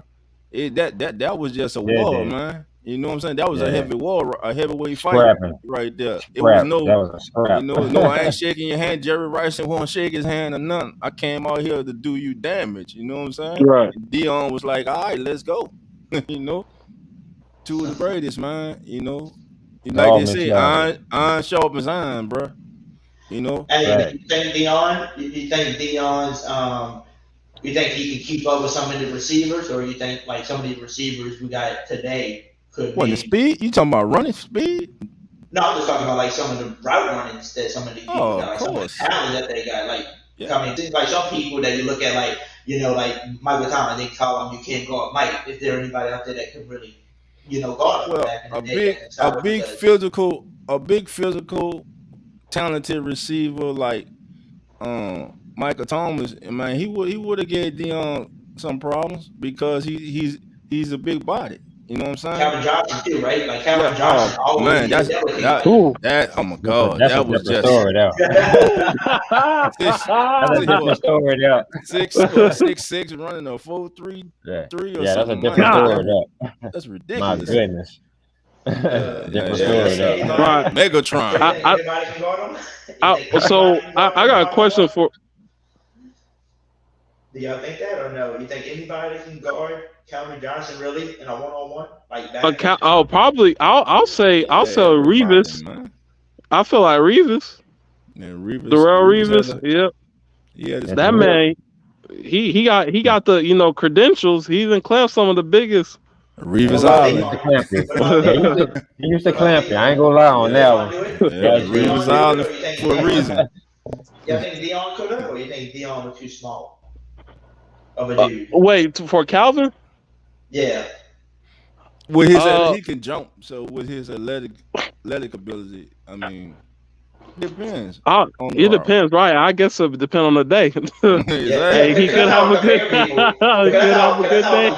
That's how I compare people. Like like I ask people, like some people think like certain players are the best corners of all Right, time, or because the best corner, this it's and kind that. of. But I like ask people like you can't like you just said Reeves can be one of those guys that can probably stop Calvin Johnson maybe one-on-one. So if you can stop one of the best guys that was like one of the most freak athletes Yeah. one-on-one, would you consider that person maybe one of the best, like one of the best, if not the best, because you got to do it by yourself. I mean, I, go ahead. Dion, I think I'm Dion about can to hang just with say, him. yeah. Dion can hang I with him. But I was just about to say. Dion was not a great tackler, but try. Oh, did he lag out? I think he landed Oh that no, he recently. there. There you go. But I feel like I feel like like y'all said, Dion is He can hang. he relied on a lot of his speed. So I guess there's an argument to be made that the physical people might just bully him. You know what I'm saying? And it would just come down to where the ball placement is. If he can get a hand on it, Dion will probably just win that. But if it's just like an elite QB throwing the ball, then it would just depend, I guess. But Facts. Abby. I'm talking about. I'm sorry, Abby said about Bo Jackson. Y'all people don't even understand that was illegal to be that Bo, big yeah, and be Bo, that yeah. Bo fast, knows man, and that football. Come strong, on, man. Bo Bo knows knew every everything. man, boy. He actually ended a man's career on Monday Night Football, man. He did. Brian He did. Bosworth, he ended his career on Monday Night Football. This man was being blowed up as one of the baddest linebackers in football, and Bo ran over him every chance he got. Ran over. Yeah, he was just different, man. He was like Dion, play baseball, come play. I mean, he'll play That was his a first whole love, right? yeah baseball. He'll play a whole season of baseball Yeah. and come play football for about 8 games and still get 1,000 yards, 900 yards. That's how great he That's was. ridiculous. And Man, then they had Bo him was a and fool. Marcus That's Allen in the backfield. disrespectfully ridiculous. You know, now that was a silly, ridiculous backfield. Him and Marcus Allen. You know what I'm saying? Oh, definitely. Yeah, Hall Definitely. of Fame Marcus Allen, man. But like See- going back to the cornerbacks, man, you can throw Champ in their prime, Champ Bailey, Yep. Charles Woodson, Yep. definitely Charles Woodson. Lot Who of else? What about you think Law, Ty Law, Left T Law? T Law, Yeah, he Law, was good. He T was Law. good. Man, there was so many, man. It's just, like you said, man, it's hard. We can sit Right. here and be like, well, I think this It one depends out. on the day. Yeah, it depends on the day and then Right. the The time weather. you was born and when you was Right. playing. You know what I'm saying? Right. Yeah. The time he came in life. Yeah, the time Right. you came into the world, man. You know what I'm saying? So, Right. Yeah, I who just was enjoy better? watching them, man. I just Michael enjoy Irvin. watching greatness. Who y'all Michael think was Irvin better? or Terrell Owens. Michael Irvin and Terrell Owens. Ooh. Wait, what did he say? Who's better, Michael Irvin or Terrell Owens? Michael I have to Irvin or say- Terrell I'm Owens? going I'm about Terrell. to say I'm going Terrell. T.O. I'm I saying can't. T.O. I'm about to say T.O. because I haven't seen Michael Irvin. I really haven't seen Michael Irvin. I So can't I'd say none of T.O. this. I'm out there. This is I'm past going my T.O. time. This is before my time. I'm I'm gonna go say, T.O. I'm going damn, T.O. I think T.O. I'm was gonna a go. problem. I'm gonna say T.O. a lot. Michael there, as for all around, Michael got the ring, so that's why a lot of people get him. But I'm gonna say T.O. T.O. was a problem. He What up, said Malcolm? Bo was the creative player. Yeah, take my Man, bowl, Bo, take my man. bowl. Bo was a man. Bo was something else, man. That dude was something else. No, that would not be enough to get Sean Payton. What up, Steven? That hell, That right? is I not was even. We no. starting with Zach what they Martin. get. We starting with what John Gruden got. We want 3 first rounders. I'm gonna say how bad you want them. We want 3 first round picks. We want 2 twos, a 3, a 4, and a conditional 6. And plus we want. Let him know, Hold on. though. Let him I know, ain't even though. finished. I ain't even finished. I ain't even finished. And I want Parsons. I'm gonna see how bad. And we want Parsons. Oh, Now, how I'll bad take you Parsons. want them? oh, How right. bad you want them? Oh, Parsons? Oh no, they ain't accepting They that. ain't giving Oh him no. They ain't giving it over. I'm I hanging hate up you, the though, bro. phone. I'm hanging up But the how bad phone. do you He's want him? not picking up the phone. Hey, Man, but wait, hold on. But think what he Let's talk. said. He said Wait, he hold didn't on. take none of your offensive players. Remember, he didn't take. Wait, hold none of on. your Let's talk offensive about players. it though, because 3 first round and in Micah, you don't think that's overkill for Peyton? You know, I love Peyton, but for Peyton, 3 first rounds and Micah? Miami offered him $100 million. That's You are not. facts.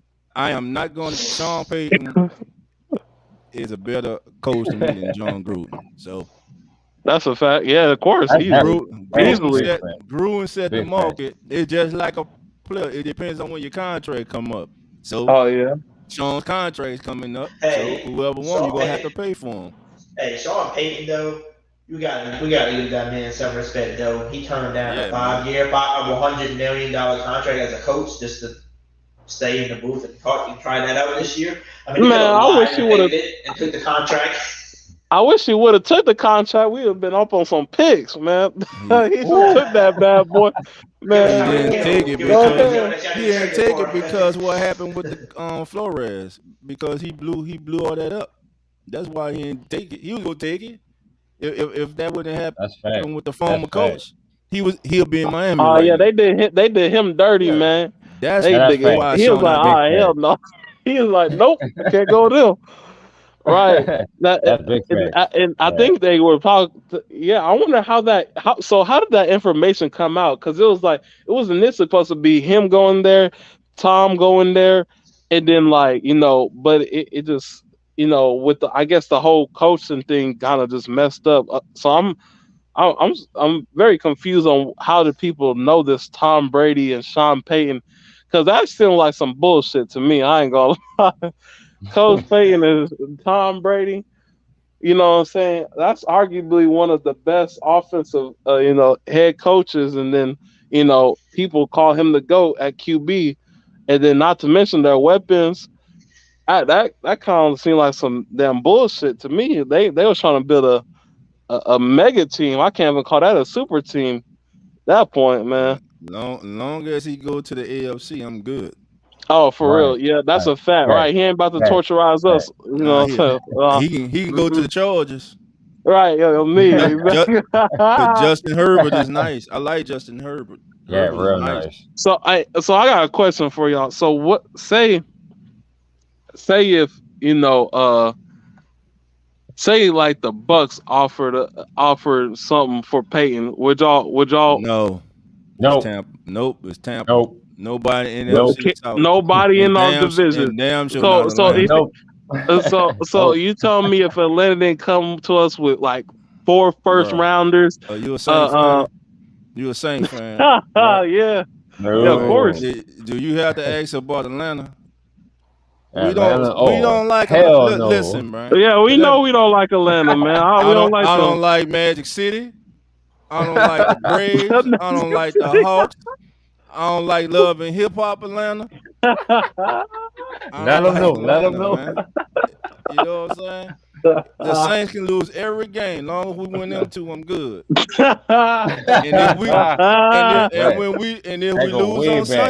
And if we lose on Sundays, the only thing make me feel good better that day is seeing Atlanta lose. And that's right. Facts. Right. That's an old school rivalry. I ain't playing about that. I don't know, Dolph. Yeah. They like to say they've been in the Super Bowl twice, but they 0-2. We went one time, and we have our business. Choked up, right? We got snubbed one too. So we got snubbed. They had to snub us. They already knew what time it was. They're like, oh hell no, the Saints in that Super Bowl? Nah, hell no. Y'all see Jeffrey's top 5 corners and his What opinion? up, Jeffrey? What y'all think of that? And he got my boy Darrell Reeves kind of low. I ain't gonna lie. That's a hell of a boy. He Rod Wilson, yeah. Before he went to save that cone, yeah. That's a decent list, though, GOC. Wait, was Rod Wilson and Charles Wilson, were they brothers? Nah. No. But they were great corners, though. Yes, sir. It seemed like a lot of people be having the same last name. I will put Rod over Charles. I'll put Darrell over Champ. My personal, my opinion, because like I said, Darrell, it was like, Darrell was a clown. Did we ever see Darrell get smashed on? Like, you know what I'm saying? The end of his career, but before that, yeah, obviously, yeah. Darrell was a clamp, dude. Yeah, I agree with you, GOC. Yeah, he was a clamp. What up, Nick? You talking about Atlanta? Yeah, Nick. Let them know, Nick. Hey, Atlanta fans. They said they think they gonna do something with what's his name, Desmond Ridder. They feel like they like, oh man, we got a chance to beat the Saints, man. I done seen some of them channels, What up, Cam Chancellor? Cam Chancellor and Brian Dawkins. Brian Dawkins, my favorite safety. That's I'm gonna go with Brian Dawkins. I can't choose. Those are two. They're 2 of my best favorite safeties, man. They both hit you in the damn mouth, man. It's like, man. That's a tough one. Yeah, that's a man. I guess the better one would be, who would you rather get hit by? Like neither one. Right. God damn. That's a tough one. Good question, Lester. That's a tough one, bro. I mean, everybody say Dunkins. I'm gonna go with Chancellor. I say everybody say Dunkins because he's a little bigger. Who? Chancellor? Chancellor. Yeah, Chancellor. Didn't Dawkins have like an attitude? Like, didn't Dawkins have like a different type I'm going Dawkins.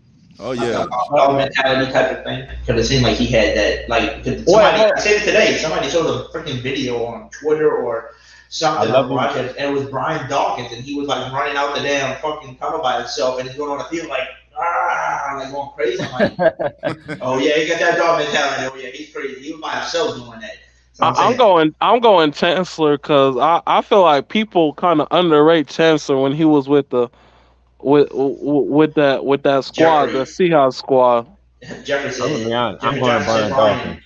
Easy. I'm going Jeffrey. And then Dawkins. not to mention I Chancellor love is you, Megan. also Love you, Megan. Chancellor is also taller. You know what I'm saying? Brian, Right. what was he like? Man, my boy was like 5'9". My man short. Like 5'9", my man, 5'10", my and was boy a dog. short. You know what I'm saying? I'm not. I wouldn't test him and be like, man, he's short. Yeah, man, gonna hit you right in the damn chest. But you know what I'm I'm saying? going Brian Dawkins. I Oh love you, Megan, but I'm going man, Brian Dawkins. damn. Brian Dawkins both of them were dogs, but I'm going Brian Dawkins. That dude, that was something serious. I mean, but So what you said? Maybe once I know. Sorry, Slim. Didn't hear you. I think I love you, Megan. So who was better in coverage? Who was better in coverage? I guess that will be what it came down to. Dawkins. You agree with that? What was the guy's name, y'all? Both of them were great. He like, I can't remember the guy's name off the top of my head, but who was the one that played for the Redskins and he passed away young? Sean Taylor. Sean Taylor. What would y'all rank him above the safeties? Oh, he would have been a Hall of Fame. Definitely. I mean, it's kind of hard, right? Because how many years he played? What, like two? Three? About 3 years, 2 3 years, man. You can't, obviously, with his trajectory, he was looking amazing. But I mean, who knows? He only played like find out like Megan, I'm never dead to y'all. Y'all love me, and I love you back, Megan. I'm never dead to you and Paul, Megan. I love you. Someone said Darwin Jameis the baby of both Dawkins and Chancellor. Yeah, he nice. He nice. Yeah, he is nice. Yep. He nice. Yeah, that's why I respect. I respect. I would say, what's his name is like that too. That's on the Seahawks now. What's his name that went to the Seahawks? He was on the Jets from LSU. No, you remember he was on the Jet. Yeah, from LSU. Man, that's slipping my mind. That's crazy. That's oh dang, I forgot. Oh man, nigga, Montaga Nation will hate me for that. Jamal Adams. Jamal Adams. Jamal Adams. I forgot he even played with LSU. I don't know. DBU, baby, DBU. Yeah, Jamal but yeah, man, he reminds me. I like those big hitting safeties because the big hitting safeties, of course you love the people that can cover, but it's the fact that of what it means to be that, because people aren't just gonna want to come across your face, and have a crosser and they just see you waiting there to light their ass up. No, you know what I'm saying? No one wants to get popped like that. So, you might, you have that, element of, putting a little fear into the man's heart, especially if they like someone like Tyreek Hill, you know what I'm saying? Facts, Jeffrey. Best ever, Ed Reed. You right. Ed Reed. Another one. They don't make them like that anymore. Yo, Dolph. Yes, sir. Yes, sir. You remember Steve Atwater? Come on. Do you remember that Monday night game against Kansas City? Hold up. Come on. I'm gonna be biased. You remember Sam McKnight? Yeah, man. Lights out Sam McKnight for the Saints, 29, man. baby. Come on, man. I ain't knew this. I'm true to this, baby. Come on. Yeah, I know, man. I gotta be biased. Sam McKnight was a great safety, man. Sam McKnight will knock you out, boy. Right. Sam McKnight, man. He was slow as hell, but when he got there, he bossed up. Yeah, Sammy wasn't that good in cover. He was slow footed, man. He was kind of like what's his name we had from Alabama? 41. We won the Roman Harper. Yeah, he was like Roman Harper. You know what I'm saying? Slow footed, man. But when he got there, you was in trouble, and the rules were Yes, different, indeed. so he could knock you out. Way different.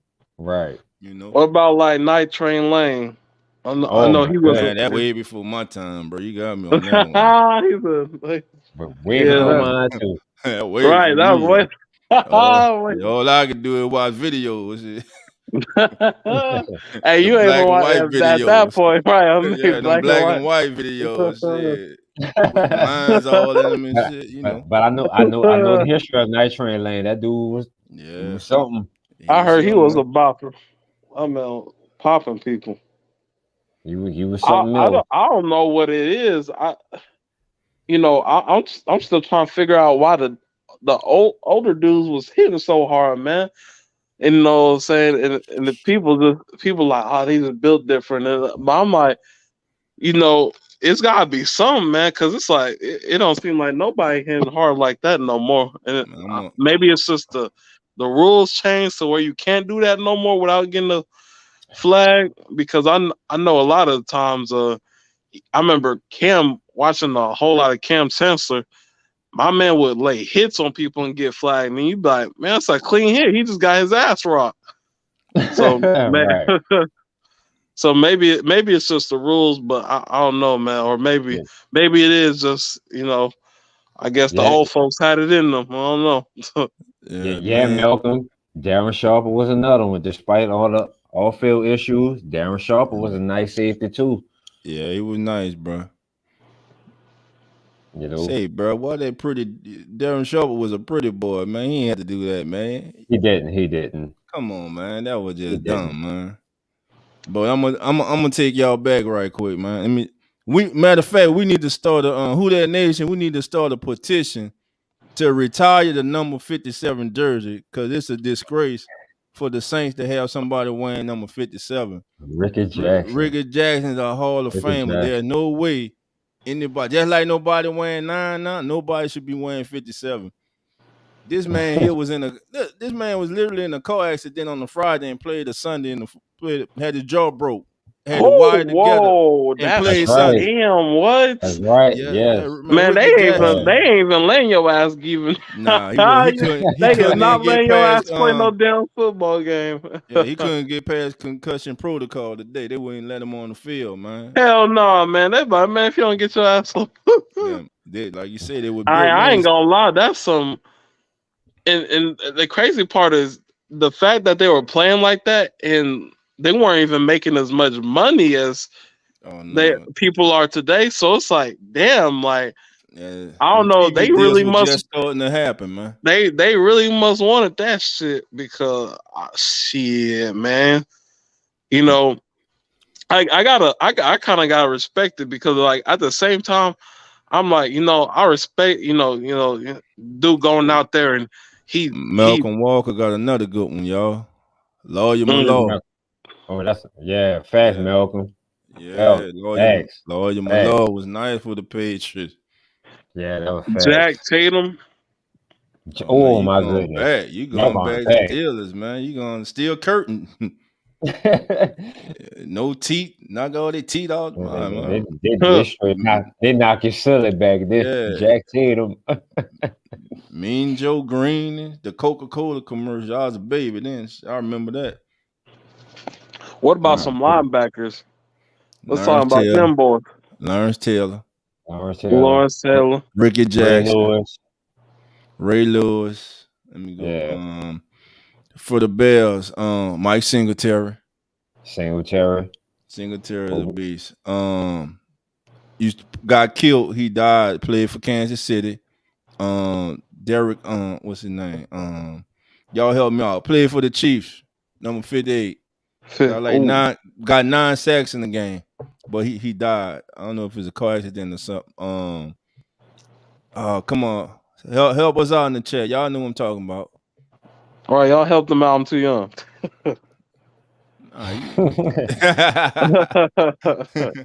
Let me see. Somebody say Zach Thomas. Yeah, Zach Thomas was nice. What about Sam? Yeah, there you go. Bam. Derrick Johnson. Hey, exactly. That's it. Nick. You know Nick. Nick, thank you, sir. Derrick Johnson, man. Sam. What was the name that played for us? Sam. Sam Mills. Yeah, Sam Mills. Yep. Von Johnson. Pat Swilling. Pat Swilling. Oh my God. The greatest linebacker unit in the history of the NFL. Combined unit. I hate to be the guy, but Luke Kuechly. You know what I'm saying? Let's throw Luke Kuechly in there. Kuechly, nice. Bobby Wagner. They gotta put some respect on the old head, Bob. He been Demario Davis. You hear that, Megan? Bobby Wagner. Oh yeah, Demario man. Davis. Seahawks had some. They always hit on defense. They know how to hit on defense. Derrick Thomas. Right. Derrick Thomas. Derrick Thomas, definitely. Yeah, that's it. Derrick Thomas. I'm trying to think of some more. Hey, who was that one that played for the Steelers? Y'all remember him? Who played for the Steelers? He ended up quitting early. Ryan Shazier. That's it. Well, he had to quit. He got hurt. Remember, he got paralyzed. That big old injury. Oh, he got paralyzed? Right. Yeah, he was paralyzed for a while, man. Yeah, he was forced to retire. I didn't know. Wait, so did he become unparalyzed? Yeah, he started walking again, man.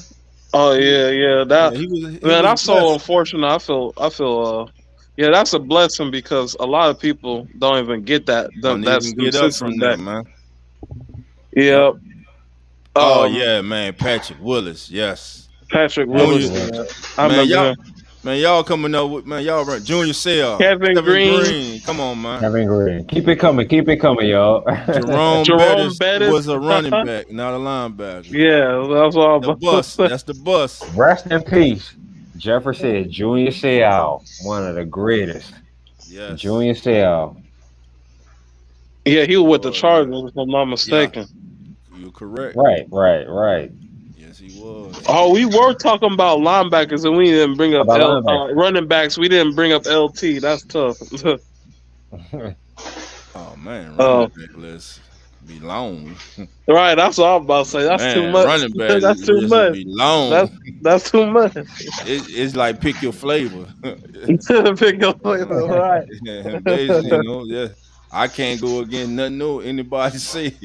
Right, for real. Be like, I name him and he be like, he was great. He was. That's a bad dude, man. I can't say right that. on me, right. But I knew Barry Sanders will be on everybody's list. Oh yeah, Barry Sanders. Hey, I ain't gonna lie, Barry Sanders don't make nobody list. They don't know what they talking about. Pepper Johnson. Yeah, Pepper Johnson. He was opposite Lawrence Taylor. Yep, that's Pepper right. Johnson. Let me see. Brian Urlacher. Yeah. Brian Urlacher. Hair Club for Men. Hey, Brian. Brian. He funny. I remember y'all remember that the whole speech when he was like, "We can't win with him" when he was coaching. Man, he a funny guy. That was, I like Brian. No, that was that wasn't him. Nah, that was Singletary with the 49ers. Oh yeah, it was Singletary. It was some Bears. Oh, okay. Vernon Davis. Yeah, talking about Vernon Davis. Right. His eyes all big. I can't win with him. Can't do it. I won't win us. Can't do it. Yeah. Can't win with him. That's crazy. Yeah, I remember Bears used to have some good studs too, man. They used to have some good players. It's sad to see. It's sad to see a lot of some of those franchises like the Bears. They just went downhill. Man, R.I.P. Man, the big Tony Saragusa, man. Man. I heard the other day, man. Great part of that defense. Yeah. DeMarcus Ware. Yes. DeMarcus Ware. Who's the guy that used to play with us that's like Luke paralyzed? That has ALS. Steve Gleason. Yeah. What did he used to play? Special team. Special teams. He's a safety.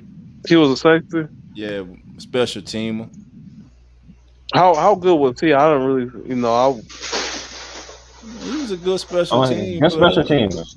Good special teams. Yeah. Yeah, he made the biggest special team play in the history of the Saints. That's why he got a statue out front, man. The rebirth The rebirth, man, and never be Steve, nothing like it. What was it? A block kick?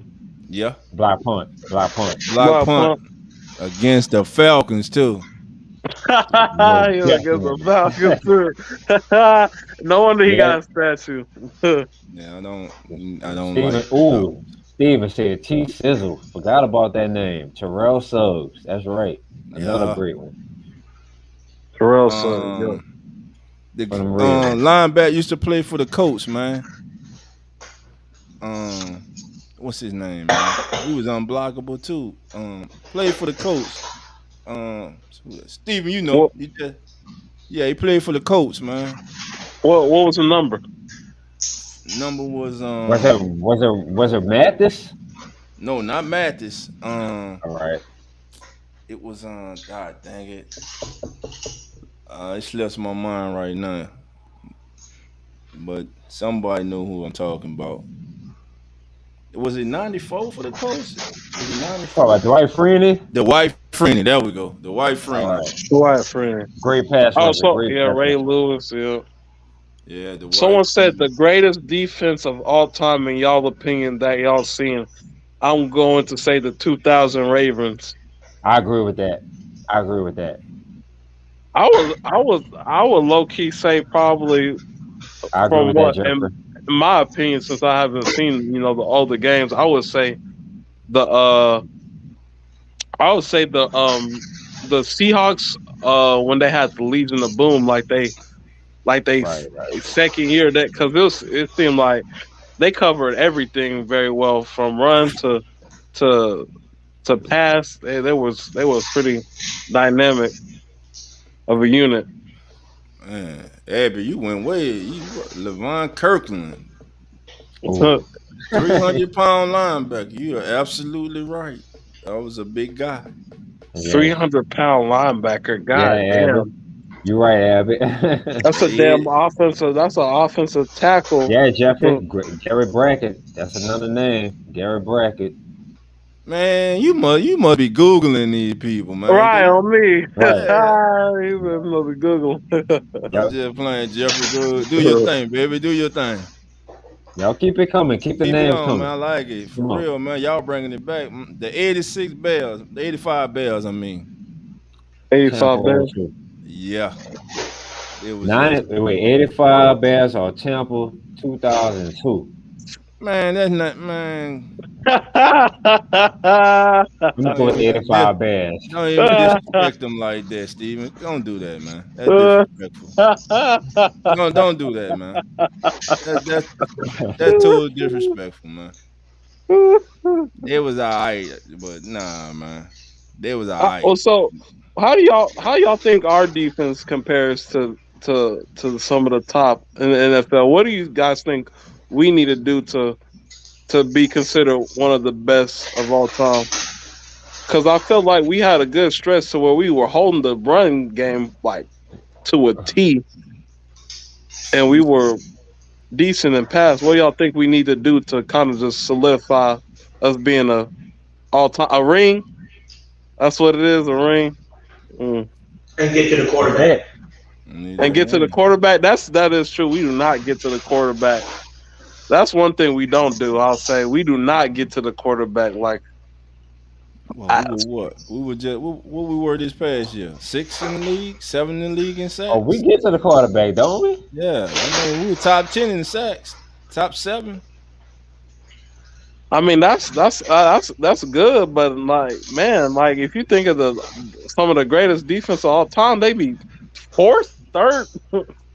They be sacked. It'd be sacks on top of sacks. So okay, a ring. Natron means. I know you Googling now. Natron means. There's not a conversation in a barbershop in America when you talk about best running back ever. Somebody will bring up Natron means name. I know you Googling now. You're right. Well, keep it coming though. Keep it coming. You took us back though. Boy, you what the Natron means, man. I like that though. Yeah, keep it coming though. That's cool right there, man. Natron means I'm wow. not saying his. I'm gonna give you one. Dave Meggett. New York Dave Meggett. Let's see. Terry Metcalf. Let me see. I'm gonna hit you with some Saints, man. Dalton Hilliard, Pokey Godjohn, Ruben Mays, Barry Word, Craig Ironhead Haywood. Rest in peace. Hoodie Jube. Let's go. Huh? He's a Hoodie Jube. Hoodie He ridiculous. I'm gonna go defense. I'm gonna go Troy Cook. Nah, Gene Toast, Atkins. man. Did you talk about Toast? Troy Talking Cook. about that's Toast, man. We call that boy Toast because he got toasted every Sunday, man. He said toast. Man, Oh no! He went got him a ring though. He went got him a ring though. With Frisco, yeah. But they didn't win it because of him. He was a part of it. He was a part of it. A lot of people got a ring that just was part of the team. Gene Atkins. That's what I'm about to say. Jimmy Garoppolo got 2 rings. Me and Gene Atkins, yeah. Me and Gene, yep. On, Sammy Knight and me and Gene Atkins. That was a hell of a safety combination right there. You going back, boy. Dave Waymer, Frank Warren, Jim Wilkes, Leroy Glover, Ronaldo Turnbull. Oh my God! Way back, we might be going too far back right now. We're going too far back. I'm gonna stop, man. Right, y'all, you know what I'm saying? Y'all lost me, man. Y'all lost me. I ain't gonna lie with y'all. Y'all lost me. I could go to the offensive line, the center, Jim Hogenberg. Offense. Oh yeah, I'm done for. Jim Dombrowski. Kyle Turley. Man, crazy Kyle Turley, man, throwing hammers and shit. Yeah, that dude, he had a ADHD problem or something. He had problems, man. He had anger management problems. I loved him though because he was a Saint. Yo, Megan, you ain't never lose me, Megan. I still love you. You still love me, Megan. I don't care what you say. You love me. But man, that's some great players back in the day. Hey, y'all better not forget. Y'all gotta remember the GOAT. You know, Cesar Reeves on that offensive line, man. Don't forget him, man. Caesar gonna be all right. Doug Marrone gonna get him right, man. He might be. Hopefully. Doug Marrone and Zach Strief gonna get him right, man. He gonna be ready this year. Hopefully they also get Trevor Penning right, man. He been. Yeah, as long as he on the right side. I can see him just causing a lot of penalties, man. Just mauling somebody over and they blowing the whistle at that boy. He done put somebody to the dirt. One thing we know, he ain't gonna back down. He ain't gonna be scared. You're right. That's a fact. That's one thing we know. Right, we don't need no sis. He said Mario Bates from Arizona State. Leroy Glover. Leroy Glover was bad. That was a bad man. Willie Whitehead, Norman Hand. Yeah, big Norman Hand. R.I.P. Norman Hand. Rest in peace. Someone said it's Jonathan Ogden, the greatest lineman ever. Jonathan Ogden, Tony Boselli, Willie Roaf. Willie Roaf. I don't think I ever saw him give up a sack, bro, when he was with the Saints. What about that Browns offensive lineman that retired a few? Jube. Jube. I forgot his name. Y'all know who I'm talking about. Yeah, right? yeah, he do. He commentate. He a commentator now. Right, that man was a beast too. Yeah, he for was. The Saints? No, for Browns. For Cleveland. Matter of fact, on draft day, he was on the boat fishing with his daddy when he got drafted. Right. I'm trying to think of his name. Thomas. It's like something Thomas. It's like his last name is Thomas. Right. Okay. I'm about to say Ian Thomas. Joe Thomas. There you go. Joe Thomas. Yeah, Joe Thomas. Yeah, Joe Thomas. Yeah, Joe Thomas. Jonathan Ogden was something special, man. Him, Tony Boselli, Willie Roaf. It's sad because offensive line man. don't get as much recognition. You know, Man, you can go on and on about corners and running backs and wide receivers and QBs, but the offensive line, that's where the gold at, man. That's how you win games. the entire Dallas Cowboy offensive line in the 90s. The whole line went to the Pro Bowl. The entire line went to the Pro Bowls. Hey, that's ridiculous. You don't even understand what I'm That's saying. a The flex. entire line went to the Pro Bowl. That's a big boy flex. A whole I line like went to the Emmitt Pro. Smith, but Barry Sanders is better because if you put Barry Sanders behind that line, he runs for 2,000. Facts. Especially with Michael Irvin on the outside. And they had what was they tight end? Their tight end was Doug Cosby. Yeah, man. You know, I'm a Saint fan, but you know, I ain't gonna lie. My other team was the Cowboys. I know a lot of y'all don't want to hear that. I'm sorry to tell you, but that's how it was. Hey, don't worry about it. Me too, man. From being from Texas, I'm in Dallas right now. I'm married to Cowboy. Exactly. Yeah. It is what it Dallas, is. Dallas. You know. But when they play the Saints, it ain't even right. Oh yeah, it ain't even right. Know. You already know. Exactly. You already know what time it is. It's 1 against 10. Right. Everybody against me. It's all good though. Right. Yeah. Let's see. Big Zoo. Yeah, there you go. Larry Allen. Yes, sir. Larry Allen. Man, my man said Art Shell from the Raiders. Yeah, Art Shell used to coach. Yeah, Art Shell was hard to man. Art Shell dead? Yes, I think he passed. I'm not sure. Okay. I think he passed. I'm not sure. Man, y'all, I ain't gonna lie, y'all.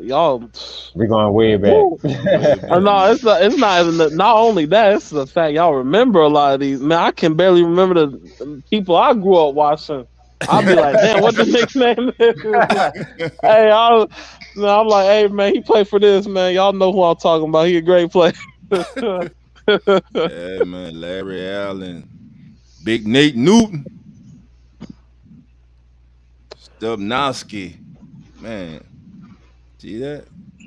So I mean, with all these players, it seems like it's kind of like unexcusable to be average in the NFL with all these great players you got, you know, from different backgrounds and you know some of the stuff that they went through. You know, I feel like a lot of these people like a Kelvin Benjamin. I know y'all remember him. Like he had all the talent, but he just didn't apply himself. You know, I feel like, you know, there's like no excuse to be, you know, average. You know, because everybody, if you get in there, man, it's like you deserve to be there. Now you just gotta do the work. Yeah, Jay Novacek. Thank you, Jeffrey. Keep Googling, brother. Keep Googling. Keep Googling. I said Jonathan Goodwin. On me, he's saying some names I ain't never even heard of. Oh, I was saying Jonathan Gilman. Jonathan Gilman. But we have to say Jonathan Gilman earlier. All right. Oh yeah, I remember Demario Davis. Yes, sir. Let me see who else. Who we forget? Scott Fajita. You see, Martin Anderson or Adam Vinatieri or Tucker. Martin Anderson. Oh. Martin Anderson. Man, he was all the Saints had on the offense. Martin Anderson. Yeah, I got to go with Martin Anderson. So who more important, Martin Anderson or Will Less? Martin Anderson. Back then, Martin Anderson did not. You saw them kickers we had last year? Man, the kickers we had last year from was Lowe's. Mookie. Where they came from? Lowe's, Home Depot. No. Let their ass go back there, man. No, they came from Wish.com. Well, somebody need to wish their ass back, man, because that was ridiculous last year. Hey, they was coming from Craigslist. Especially that Tennessee game. How the hell you kick a ball with no wind? And the ball do an L shape and go left. I don't even understand that, man. The same spot. Oh my Yeah, god. the same spot, man. Please explain that to me. The same spot. Come on, man. I love the Hey, Saints. I love my who? team, bro, but I Hey, who keep it was? real on them, man. Hey, bro, That's some who was bullshit. that? It was the first guy we got, right? What's his name? Like, it was Man, like so. man. So, We can't remember his name because it don't matter like the Rock said. It don't matter what your name is. It don't matter.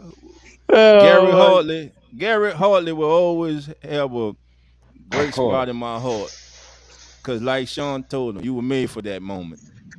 Of And he kicked course. the hell out of that ball. wait, right? We ain't even talking about the greatest Saint of all time, man. Who? Number Who's that? 9. Drew Brees. Drew Brees? No, that's not the greatest Saints He's ever. not. The greatest Saints ever is number 2, Aaron Brooks, baby. Better get your popcorn ready. Aaron told y'all, get your popcorn ready. Just joking. I want to troll like everybody else on my show. Yeah, Kevin White, the greatest wide receiver of all time. Hell yeah. Why is Kevin White still on the Saints? Yeah, hey, the same. Hey, Exactly. I Taking up a roster spot. He say he taking someone's He job. not gonna make the team. We all know that. Hey, he a first round draft though. He a first round draft, man. Look, man, you done got your money. You was a bust. It's mental with him, man. It's just mental with him. But How is it mental game, bro? You got there. How I don't understand that so bad. You got there. How is it mental game? The man caught one pass last year and jumped up. One. But Well, I felt good for him because it was like mean- it been like what 3 years, 4, 5 years since he caught. Like 3 years. The entire team was happy for him. You know, Hey, you got to have some. You in the NFL, you got talent, man. But you know, I'm I just got a saying. question for y'all. I got a question for Dolph and Slim. And y'all probably watched it. Unlike we couldn't watch it because we were too young. But the question is, how good of a quarterback was Bobby Hebert back then? Like, because he talked so much shit about Jameis, and that mother effing don't even seem like he was even good.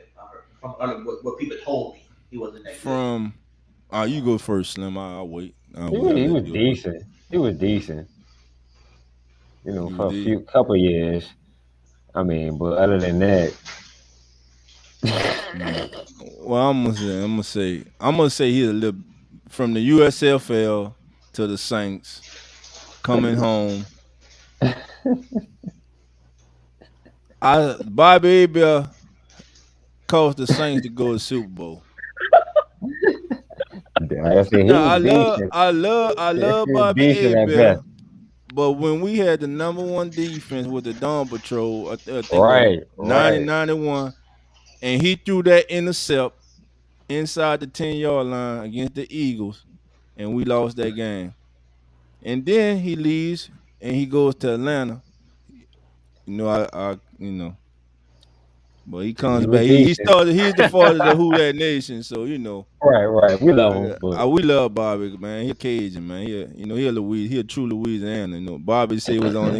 Bobby like that uncle you like, man. Your favorite uncle, man. Or you look it up, uncle. One of the two. Hey, all I know is this: when we look back about 10 years from now, we just gonna know that Michael Thomas is gonna be the greatest Saints receiver to have ever touched a football, man. And that's just how it's gonna be, man. He already that. Right.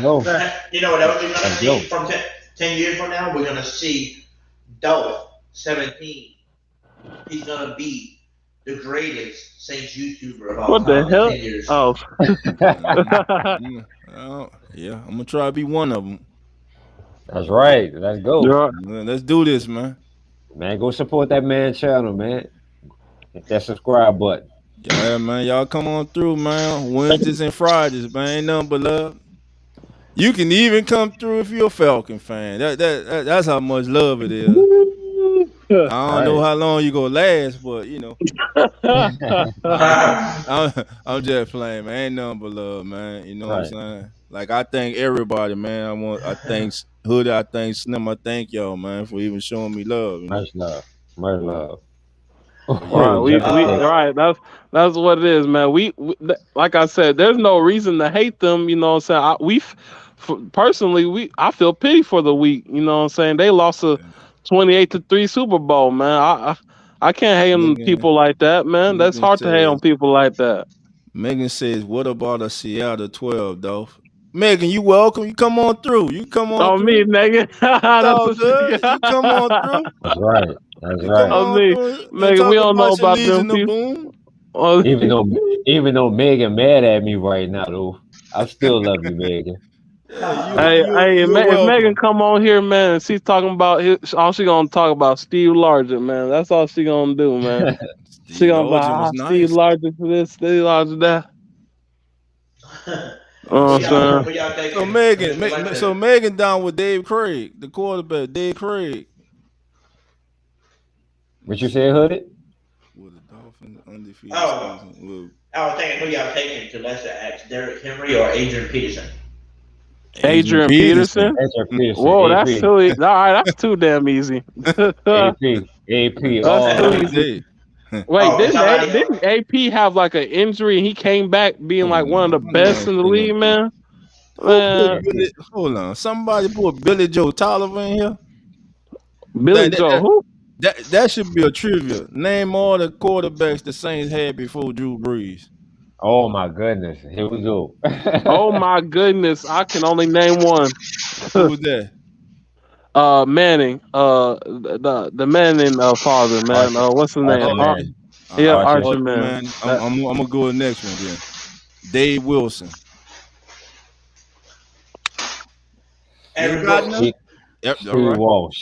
Steve Walsh, baby. Damn, we just named him sorry app. Yeah, we gonna name them all. We gonna name them all. Danny Werfel. Oh my God.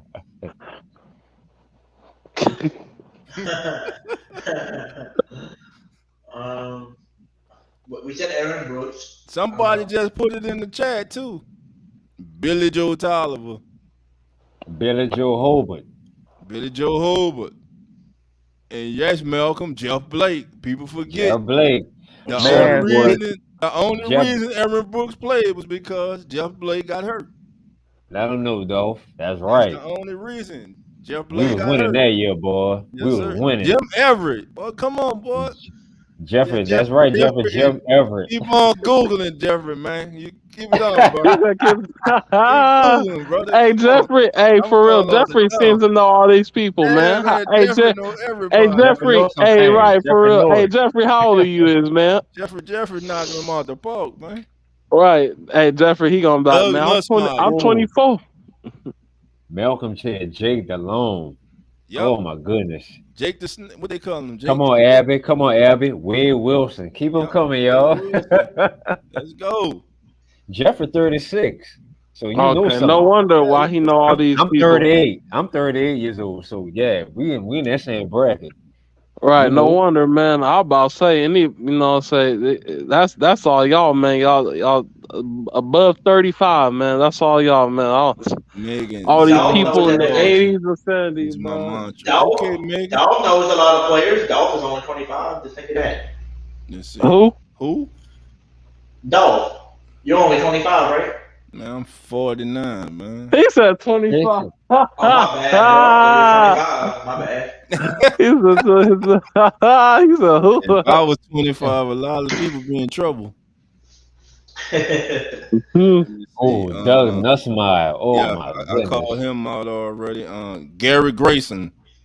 John Fourcade. Thank you. Who was our first? Who was our first QB? Hey, Lester asked the question. He said Demario Davis or Luke Kuechly. Demario. Demario. I'm being biased. I'm going. I'm being biased. I don't care. That's my guy. With my guy, man. I gotta go man, with my guy, bro. I got to keep it real. But much respect to Luke Kuechly. But I'm going with my guy. You know, I'm just being biased on that one. Sure, I'll be biased too. I ain't trying to look like that. F Carolina. Much respect to Luke Kuechly. Luke Kuechly was a dog, but I'm going with my guy Demario. Yeah. Gotta go Hey, with you know what's that. crazy though? You know what's crazy though? This is a conversation we could have in the next 4 to 5 years. If Pete Warner keeps up and keep adding more to his game and get better, man, we can say who's better, Pete Warner or Luke Kuechly, because they almost the same type of player. He's another like this will be his second season. His first year, he showed a lot of promise at linebacker. Now Luke was a dog, though. I ain't much respect to Luke, though. He was a dog, but I'm going to Demario. Oh yeah. I'm being biased. Come on, everybody. Come on, everybody in the chat. Just put in the comments and ask a question. Go. Do as players. Do like great players, and we got to pick out the great players. I got a question for y'all. Okay. What rank do y'all see Michael Thomas being amongst wide receivers towards the end of this year? Top 5.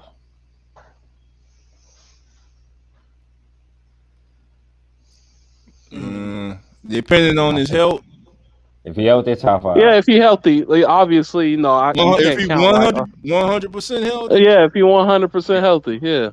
Well, I'm just telling you, if he's healthy, he's gonna be number 1 with 5,000 receiving yards, the most ever receiving yards. Damn. How do you get 5,000 yards? If he catch 5,000, what Jameis throwing for 10? 5,000 yards. Right, he throwing for 10,000. Jameis is gonna kill everybody. He's gonna have 15,000 yards. He's gonna have 5,000 yards from Michael Thomas, 5,000 from Olave, 5,000 from Jarvis. Oh. God damn, that's a whole lot of throwing. 20,000. You gotta get 5,000 from AK2 when it comes down. Man, our offense gonna be sorry ass lit. defense. Damn. Hey, you know what's funny though? You know what I really can't wait to see though, because it's gonna be so much fun to watch, and that is to see Michael Thomas with a dude like Jameis Winston. To where I want to see if he will run his other routes to where they can stop calling him slant. Well, I'm gonna laugh if he doesn't run one slant this year. So he can just do those deep posts.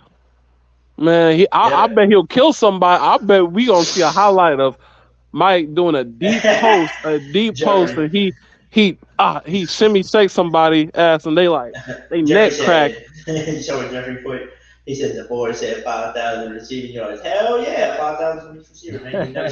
You never seen it before. It's about to be a history. Right, someone said I can't even get 5,000 as a receiver in Madden. With a rookie with all sliders are 100 on me. You can get 5,000 yards as a receiver on rookie mode. What you got to do is you got to change the timer to 15 minutes. You can easily get a 5,000 yard receiving. Right, you gonna be playing a real life football game at that point. Real life football. Hey, I remember doing that one time. I'm like, damn. He said George Kittle or Travis Kelce. George Kittle or Travis Kelce. Me personally, I'm gonna just take Kittle, man. Josh Kittle. I'm gonna go Kelce. I mean, it's no right or wrong, to be honest. They both exactly. But you know what I'm saying, he didn't mention Darren Waller, you know what I'm saying, which I would have took Darren Waller personally. You know what I'm saying? I'm always stick with my brothers, you know what I'm saying? That brother a beast, you know what I'm saying? This fast, Darren Waller a beast, man. I wish we had somebody like Darren Waller. That would be nice. Malcolm Walker, I like his comment. He says Saints are going to have 3 1,000-yard receiver. I can see it. 3 1,000. I can see it. I can dig that. I can see it. Yep.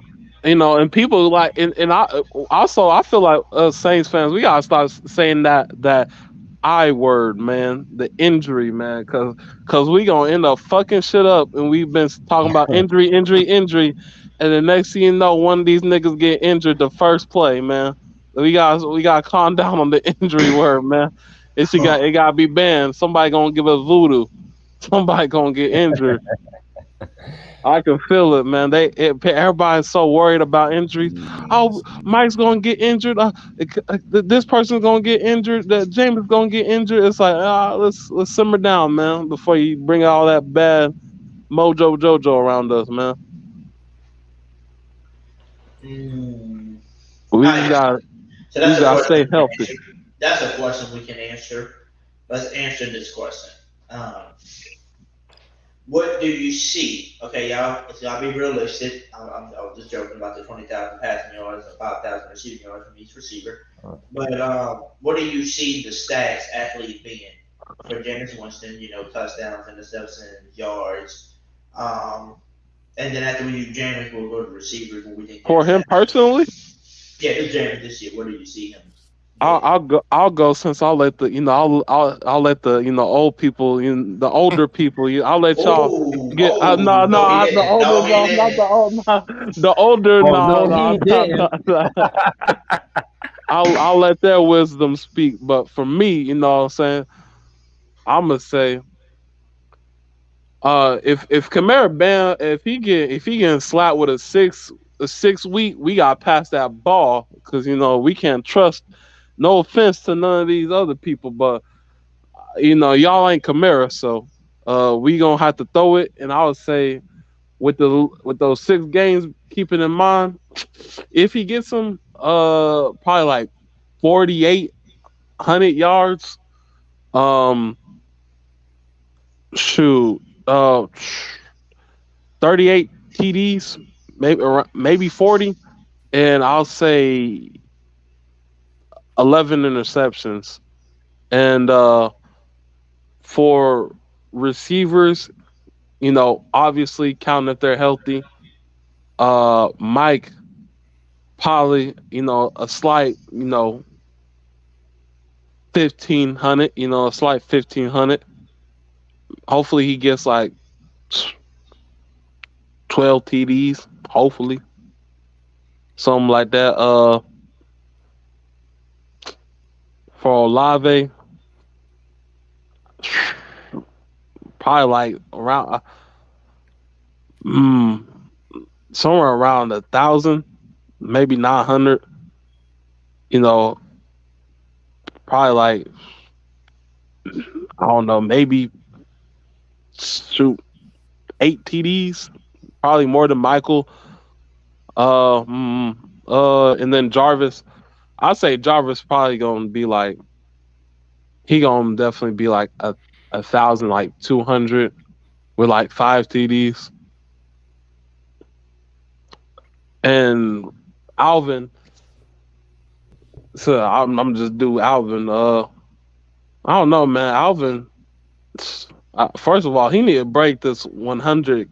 He need to break this 1K rushing yard because people keep thinking he's shit because he ain't had 1,000 rushing yards, man.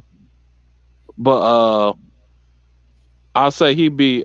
Hopefully, he can get 14 to 1,500 rushing yards, maybe like 800, 900 passing, receiving yards, and combined TDs with receiving and rushing.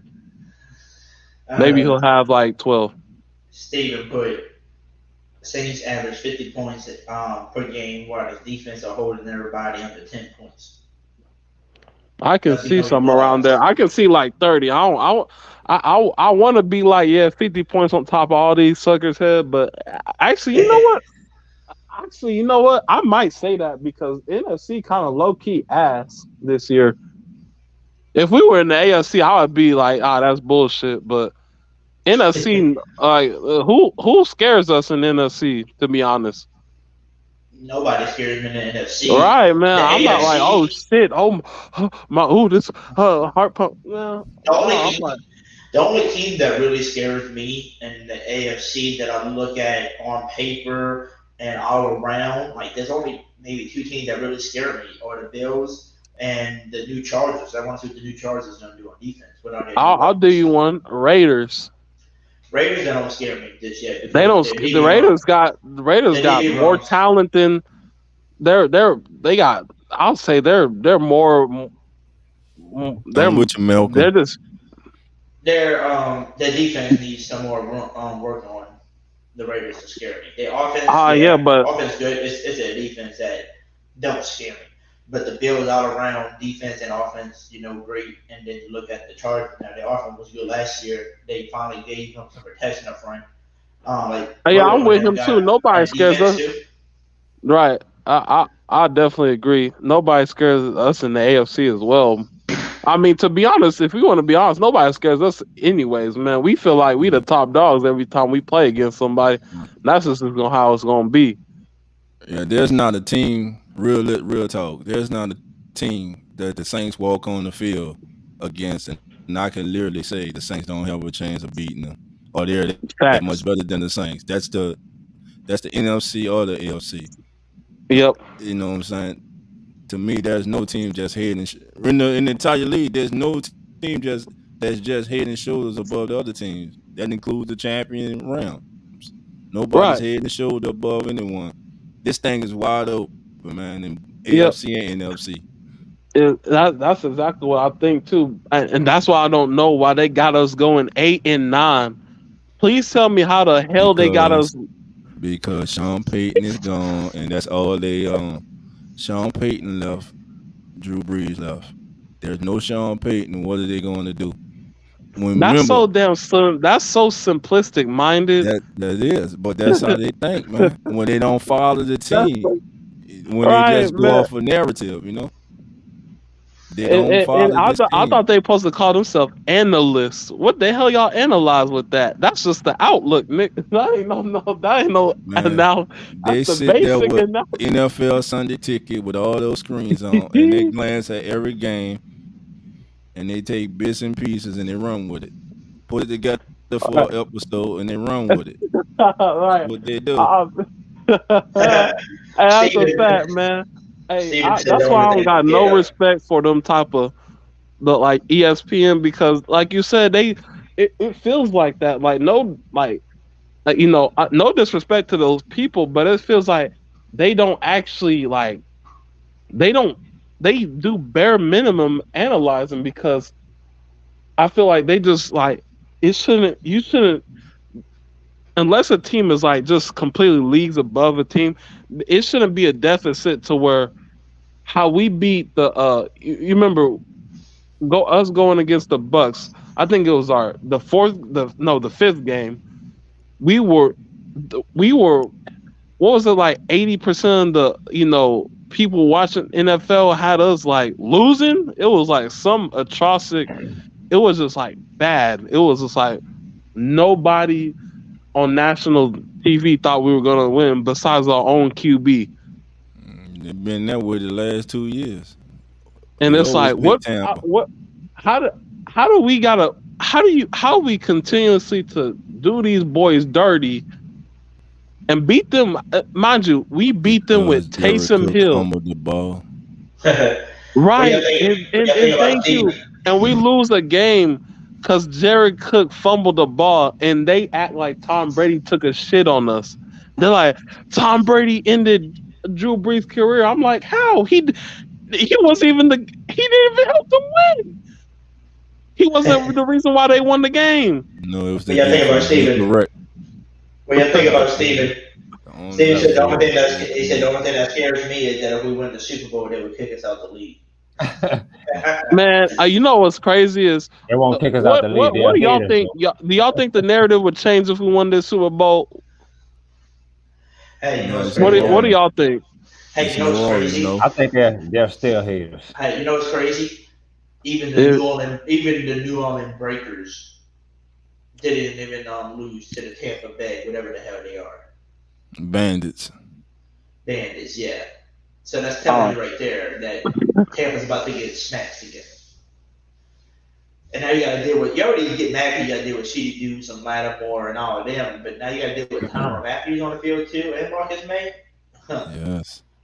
Right, and like I said, you got. I'm calling it right now, guys. Bryce Thomas is making the 53-man roster. Oh. I'm calling who was that? Who was that? The young man from Tennessee who should have been on the 53-man roster last year, but he got hurt. Right. Bryce Thomas. Oh, I think I know the team. What position he played again? Okay, Dolph. Okay. What position he played again, Dolph? Safety, and they've been drawn there in camp. They were running them at safety, nickelback too. Yeah, he's a safety. That's so deep though. Safety and cone. The safety's so deep for us. We got Smoke, we got Alante, we got Yeah, true. PJ, we got obviously Don't forget, CD going. what's the guy from Tampa Bay? Justin Evans. Yes, that's the sleeper. Another one. Yeah, That's so another it's deep. Like that's my it's gonna fault be right hard there. to make that shit. Damn, It's gonna be the hard to Saints- make that secondary, ain't it? The Saints are loaded, man. And Right. remember, he was a second round pick for Tampa, and he was good. He was playing good. He just got hurt. That's my Not to mention Go ahead. I'm sorry. we have. Oh no, my bad. I was about to say. Not to mention, we not even. We got Roby. You know what I'm saying? Not me personally. I feel like Roby can get his ass cut. If y'all watch any, I feel like he gave up a lot of shit. You know, he gave up too much shit for my liking. Here we go. I got something for us to talk about, What's up? fellas, and everybody in the chat. I'm gonna pull it up again, and it's been on here for on one of the podcasts before. Oh yeah, I You like can that. watch it. Wait, zoom in. Ooh, that's so small. Yeah, I know it's small. Hold on. Someone said we would have to three-peat for them to even acknowledge us. I think they hate the Saints regardless, no matter what we do. Why do they hate us though? What the fuck? What? My bad. Like No that's matter so what. aggravating. Who the fuck do they not hate? Because they hate the Cowboys. Do they just hate the South? Is that what it is? They just hate the South because they hate the Cowboys. They hate us. Like what? They just hate the South, huh? Is that what it is, man? The South too clean for them? We just too raw? That's what it is, bro. We just too raw, bro. We got our own swagger, and that's what it is. Hey, for real, cause like if that's what it is, man, then hey, just say that then, man. Just say the South, y'all too real. You know what I'm saying? Y'all too outspoken.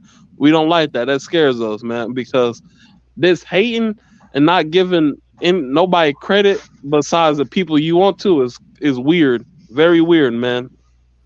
Weird activities. All right. That's facts.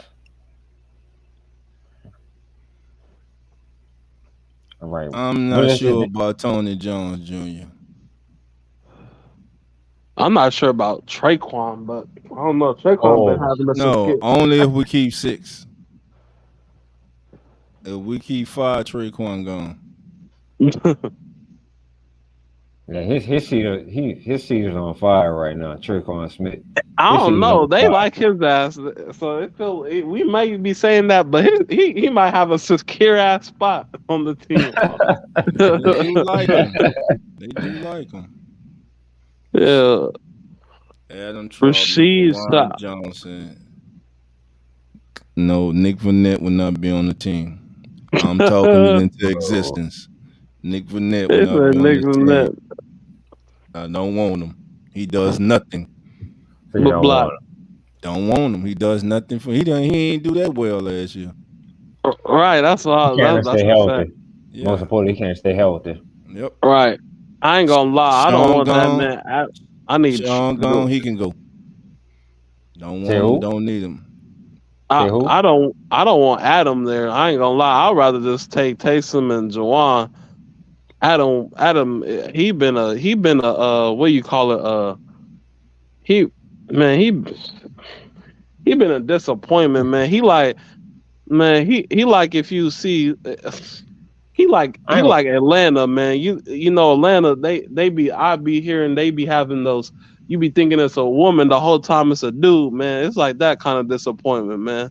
That's what I get with Adam Troutman, man. My man, a whole disappointment. What about the rest of it, the linemen and stuff? Caesar, is on the team. Where's James Hurst? Okay, he there. Throckmorton cut. Greenwood cut. He said cut. I'm telling you, I could do this. Forrest Lamp go get playing time. Forrest Lamp might push. I agree with that. He's Landon Young, Ethan Greenridge. What are those people? Who are these? Who are these people? Young. Landon I want to see what Landon can do. Who is Forrest Lamp? Are these former second third round pick. string guys? Nah, he's a former second round pick from the Chargers we picked up last season. Chargers, yep. Hey, why don't we hear about these people, man? Man, these. Oh my I want to see what Lord. Landon Young. I want to see what Landon Young can do. He was all SEC. I want to see what he can do. So From Kentucky. I think Calvin's gonna be going. Who? Throckmorton. Oh yeah. Throckmorton. Yeah. Yes. I don't know. Like in my eyes, I don't know if it's gonna be gone because he's the offensive tackle and the guy that played a lot of snaps. Well, we signed the kid from Southern Miss. The kid came and did the workout. The offensive line. We gave the kid a 3-year deal. So evidently they see something they like in him. So Throckmorton and Calvin's gone, man. He does nothing. They gone. He gone. Cut. Next. Right. What's next? Come on, Hoodie. What's next? I'm surprised he ain't say Caesar out of there. Nah, first round. Caesar, man, he too young to give up on, man. All right, that's what I said. I said he a first round, man. And he playing out of position. Facts. My man playing out of position like he a Madden card. Go get 600 yards. Is it up there now for y'all to see or no? All right. Trey Con gonna get on the team. The only one on the bubble on that is probably Malcolm Roach. He's the only one on the bubble. Shout out to Katavius Street, Anyamada. Nah, Malcolm Roach because Malcolm Roach gonna be on the team. Let's see, Pete Warner, Caden Ellis. Caden Ellis has been having a great off season. He's been solid. Yeah, he's been solid. Yeah. DeMarco Jackson, they love the kid, special teamer. I hope he becomes more than a we can skip the 2 cones. We can go past that because there's no even right. That's obvious. Bradley Roby. He can get his ass cut. Cut that nigga. Cut him. Cut it. Why y'all want to cut Roby? I'm just curious. Bro, why y'all want to cut Roby? Okay, so I'll tell you why. Because I think it's only me, but I've seen this man. If you go back in some of our games, this man would let the easiest damn any type of person, any type of 1-2 step, any type of in route, like this man could not keep up. If it had to do with a route that was more than 2 steps, he is not keeping up with you, man. You getting his ass, you leaving him on his face. He don't know. He giving all that shit up, man. He gave too much shit up. He could not clamp nothing down. And especially they would attack him, man. And I just seen too many times of, he didn't look like he did when he was with Texans, man. He just looked like a body out there on the field. Like he looked like he didn't belong, man. It was terrible. It was so, oh my God, it was so damn terrible. He gives up too much inside stuff, and I don't like that shit. Especially him being our third.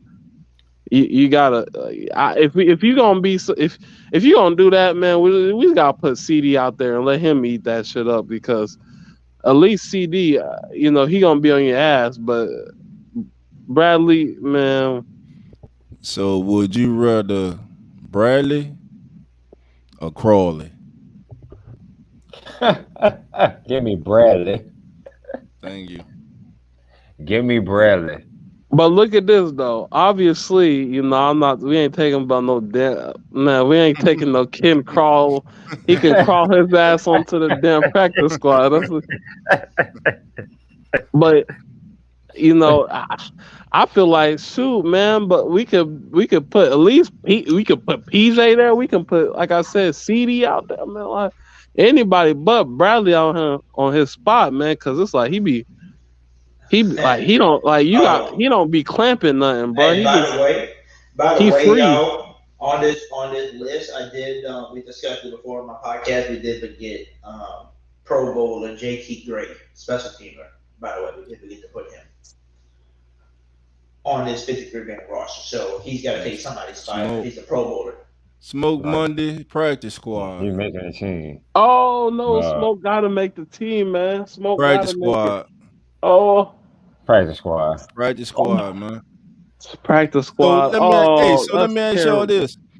Do they still have the rule where you can protect up to what 7 players on the practice squad that can't be touched, or was it 4 or 5? Oh, I don't know. Because I remember What? last year they had like I think they expanded it. I think I thought it was about 7 players now that can't they be touched. expanded it. So yeah, Bryce I don't Thompson know. is I making don't the know how team. many. I don't know how many practice squad players. I just did like a shitload of practice squad people that I think that have Hoodie, no, Hoodie, no, number 1. Nah, man, who that nation? Please stop with Taco Charlton. Please. Oh, Please. no taco, no taco. Man, no tacos. Hell no, Taco, I'm no in Dallas. Taco. I'm in Dallas. I saw that. He was one. They was nah, man. He's not even a good. He can't get in the rotation. He left. Nah, man. Why the Saints even signed it? He a camp body with a Man, big say he a name. camp body. That's it. He is a camp body. He say he just there for Look, show. let's look at this list. Who's he gonna beat out at the defensive end? Who we go out defensive end who Jalen Johnson. He can beat out that person. for the practice squad? Nope. Jalen Johnson better than him. Zach Bond. Better than him. Andrew. Better. Yeah, Zach Bond has to. He's Zigbo too. Well, we always cut a Zigbo. Oh, I'll keep Kevin White before I keep Taco. Oh damn! He said, "Oh damn, that's terrible." Oh, I'm God. serious. Oh man, I know that's how big important. in this department he was, man. I'll keep Kevin White before I keep Taco. Yeah, dude, that's saying something. Wow, if you keep Kevin White, a whole lot. Oh, right. Oh shit. So Hoodie, you got Dwayne Washington on the practice squad. So you don't think he gonna make the 53? No, because we put what's his name on the roster? Abram Smith. Remember, we had him on the roster. Thanks. Abram Smith has to, especially with Kamara being. Yeah. Lewis requires to be kept. That's wait, hold up. What about this? Put Tony back on the practice, and then you can sub him out with you can sub him out with Dwayne. Switch their spots. Since people already gave up purple on that, man. It says that's right on that. Who were the 4 safeties you kept on the 53? We keep it Alante. No, on the 53. On the 53. Alante is on the 53, if I'm not mistaken, right? Yeah, Alante, Smoke, PJ, CD, Marcus. But Alante is being classified as a corner, right? Not a safety. Right. That's a good question. What is Alante? I got Alante at safety. He was drafted as a corner, but they said they're gonna try to move him more into a safety role. Even though he's practicing as corner right now, but they're saying his potential role they want to do is put him, I guess, kind of like a PJ Williams, where he plays corner and safety. I think that's what they're trying to do with him. Hoodie, I'm curious. Why you got Smoke Monday on the 53? Like I said, I just think he's gonna make the team. He's just got that dog mentality, that attitude. He's a hard hitter, and I feel like he can make the special team. So you got him over Bryce Thompson? Well, yeah, right now. Okay. That's interesting. Tell you what, Hoodie. Tell you what. Let's do this for the training camp. You know what I'm saying? Your man Smoke Monday and my man Bryce Thompson. I mean, the best man win. I got Bryce Thompson go beat out Smoke Monday, man. Okay. Gotcha. But don't they? I don't know. Do they both play 2 different positions? Cornerback, safety. I think Smoke is just primarily a safety.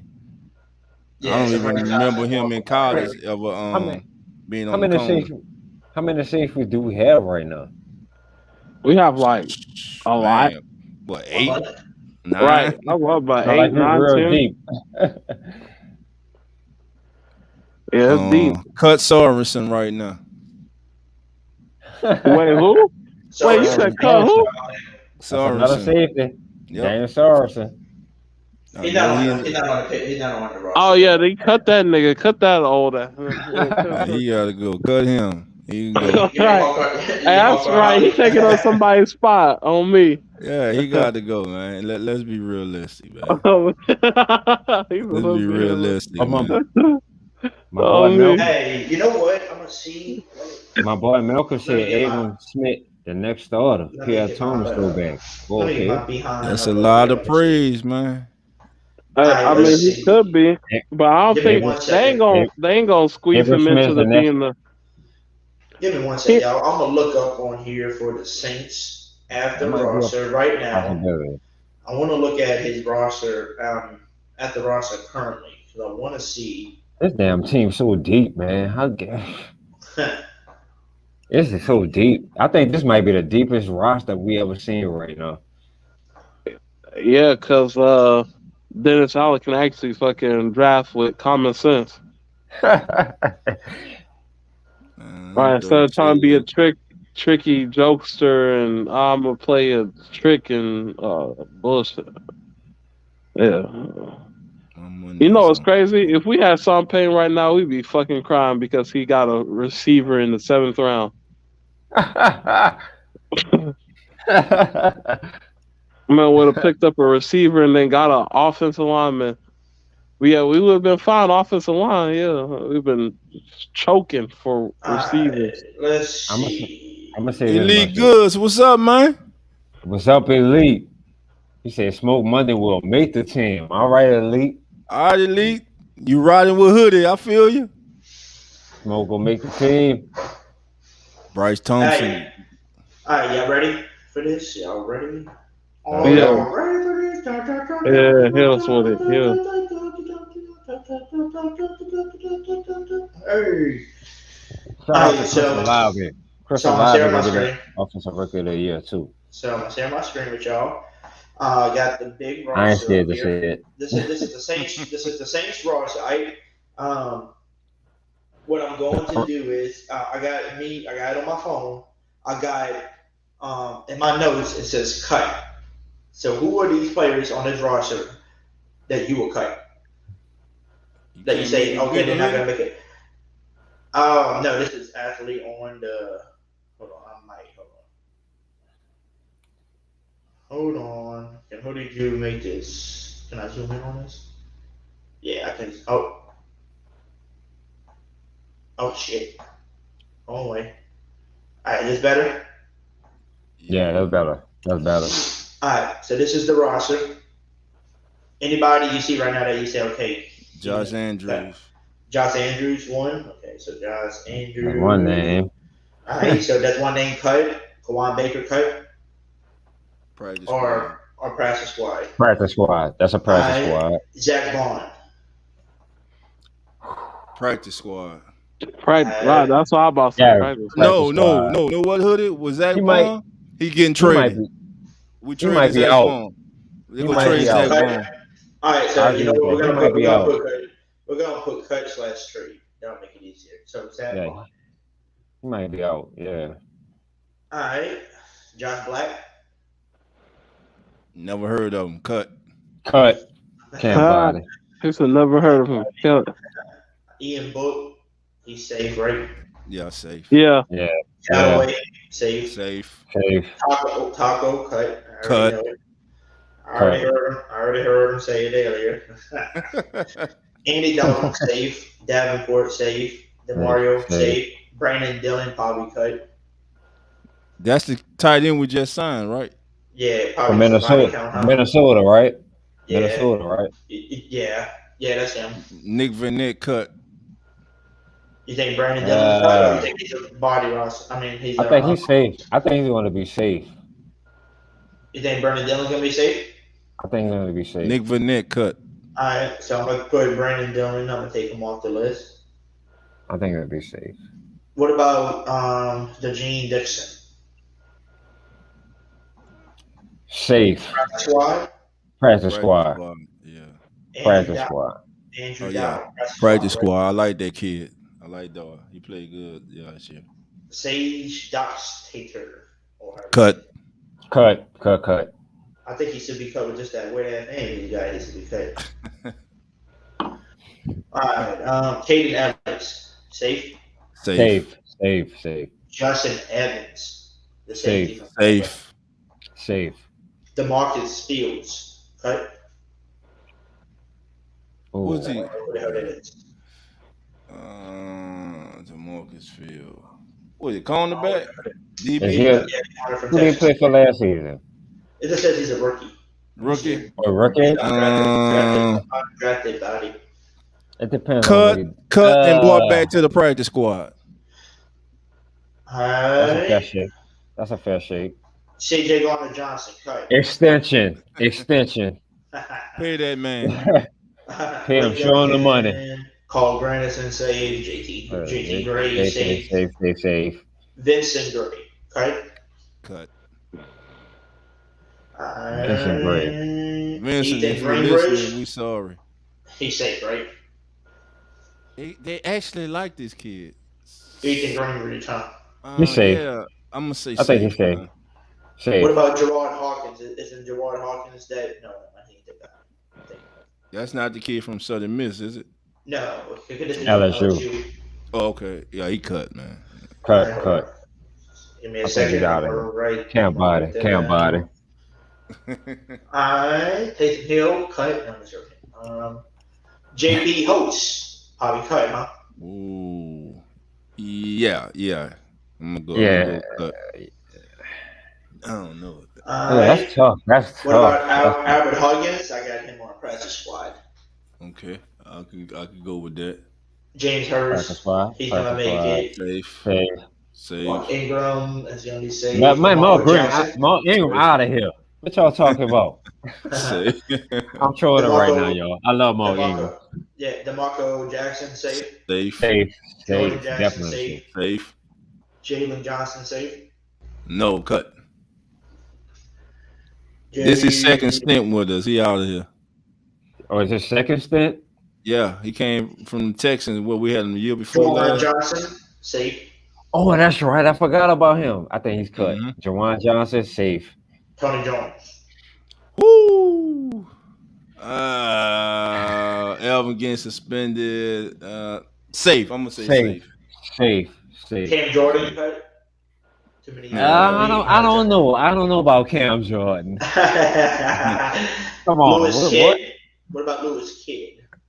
Never heard. Nah, sorry, Lewis. He was an undrafted player. He's a rookie this year. He's undrafted. Where's he from? What? Montana State. They might keep on young prospect practice squad. So don't put him on cut? Yeah, put him on practice squad. I go cut. I'm gonna go cut. You'll go cut? All right. I'll go cut. All right, let's all do cuts right now then. Compassion stay. Yeah. Louis Crew. Stay. Who is that? Stay. That potential. He's safe. Forrest Lamb. Good. Stay. Jarvis Landry go home. Landry cut him. I don't know. Nuts. I don't know. Dylan Madden. I'm guessing he's out of here. Practice squad. They like him. Practice squad? Yeah, they like him. Oh, for real? Okay, well, let me take that name off because there was no name I heard of. Matthews, May, McCoy. What about Kurt Merritt? Oh, Kurt Merritt's been shining, man. He's been all season. That's Jordan Miller, DB. I go practice squad Merritt. Yeah, just to be safe. Just to be safe with Merritt. What about Jordan Miller? Back to the practice squad.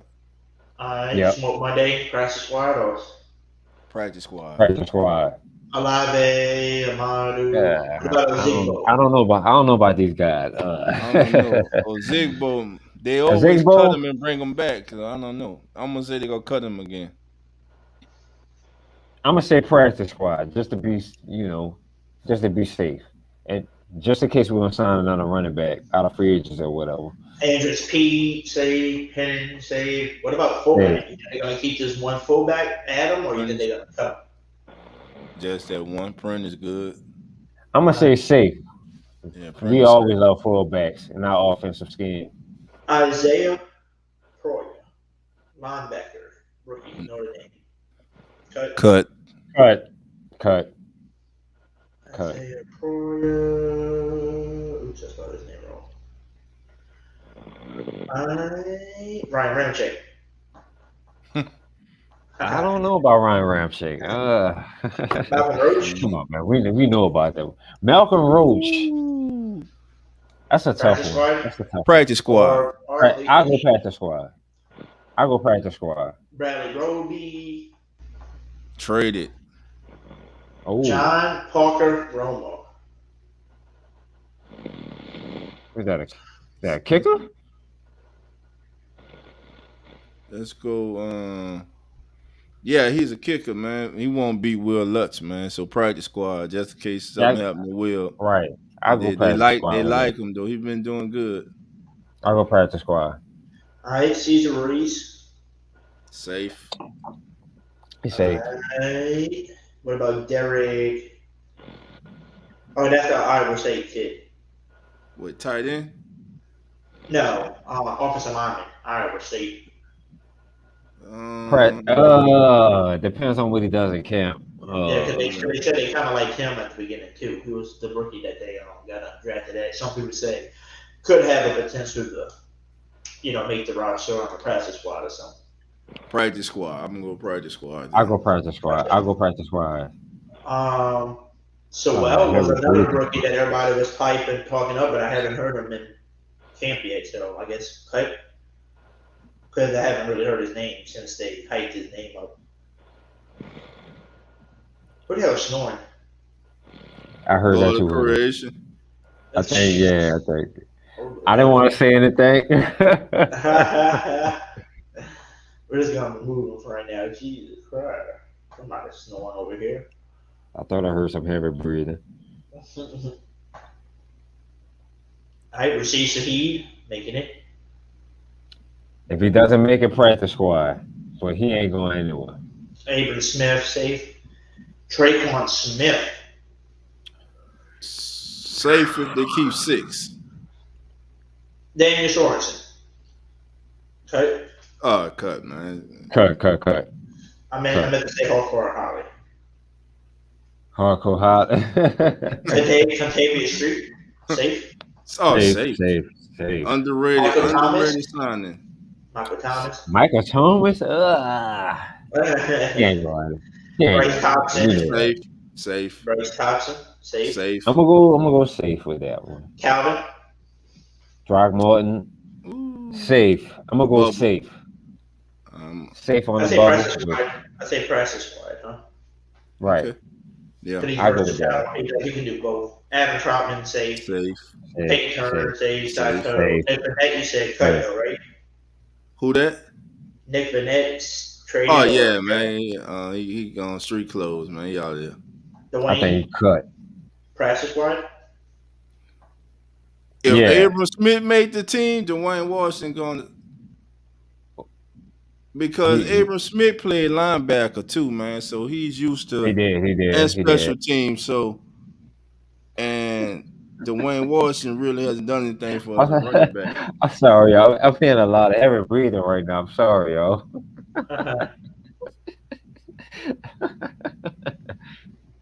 What happened? I'm hearing a lot of heavy breathing right now. I'm sorry. I don't know who it is, not me. Well, maybe it is. I don't know. Maybe it is me. I don't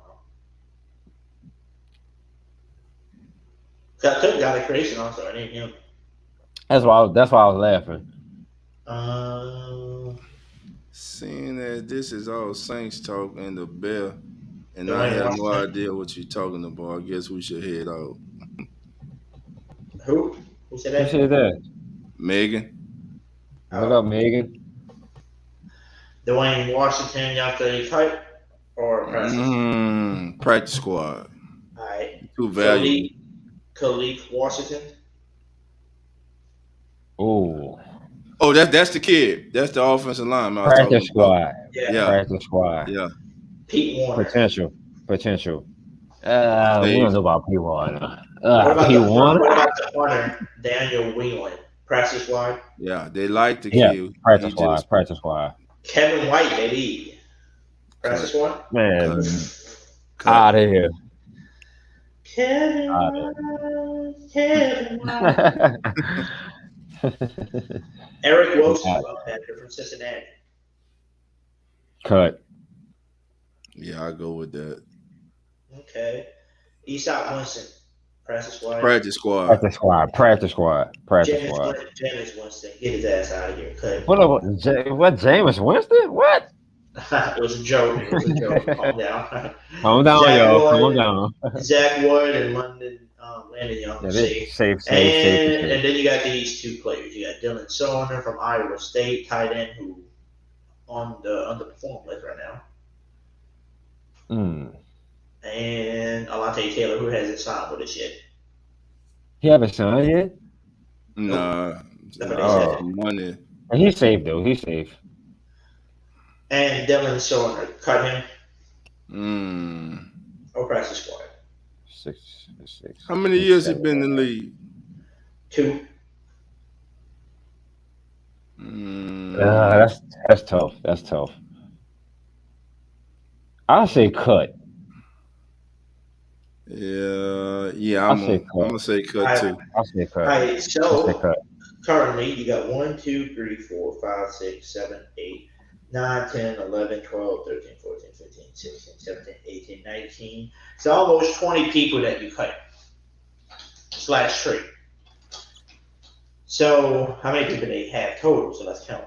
1, 2, 3, 4, 5, 6, 7, 8, 9, 10, 11, 12, 13, 14, 15, 16, 17, 18, 19, 20, 21, 22, 23, 24, 25, 26, 27, 28, 29, 30, 31, 32, 33, 34, 35, 36, 37, 38, 39, 40, 41, 42, 43, 44, 45, 46, 47, 48, 49, 50, 51, 52, 53, 54, 55, 56, 57, 58, 59, 60, 61, 62, 63, 64, 65, 67, 68, 69, 70, 71, 72, 73, 74, 75, 76, 77, 78, 79, 80, 81, 82, 83, 84, 85, 86, 87, 88, 89, 90, 91 players. All right. That's about right. It has to be 90, right?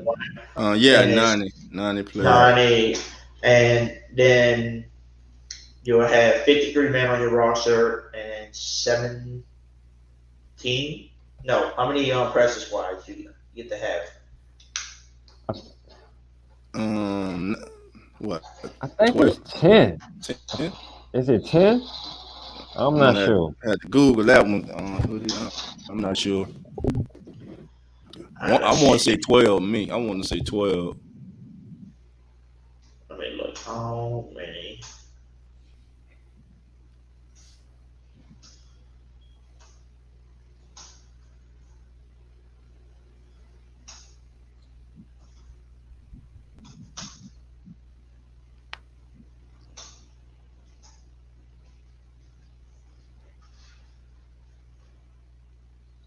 Mega said Winston has to go to the Seahawks like my Madden team. Nope. Winston's ours. I love you, got Mega. Drew Lock. They about to get Baker. That's what I said. Baker Mayfield. Yeah, Baker make a difference for him. Baker's not a bad quarterback. Yeah, I think he's not a bad quarterback. Good. He's in a bad situation. He's a bad situation in Cleveland.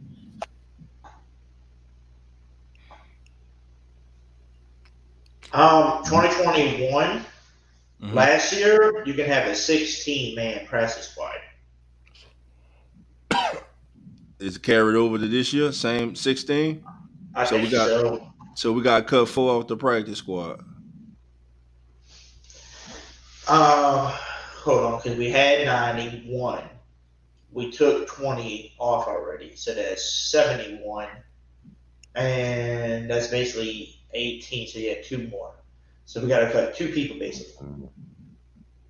So you can have a 53-man roster, and then 16 would be 69 total people.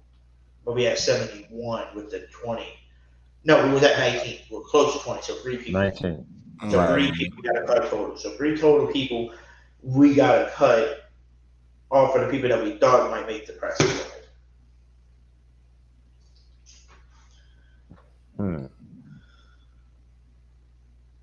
Gonna be a tough decision.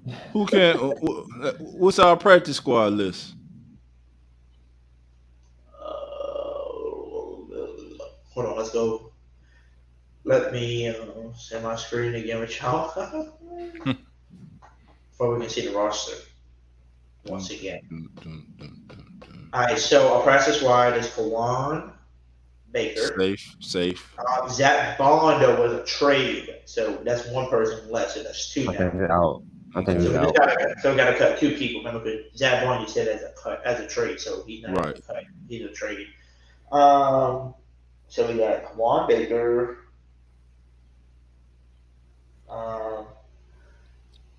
Brandon Dillon? Or no? Or did you say he was going to be? Yeah, you said safe, but you didn't say Rosso or. Right? Oh man, that's tough. Yeah, just cut Brandon Dillon, man. All right, and the Gene Dixon. Safe. Safe. So that's 2. So that's 2. Andrew Dow, that's 3. Justin Evans, 4, safe. Oh yeah. DeMarcus Fields, you said we're gonna be safe 5.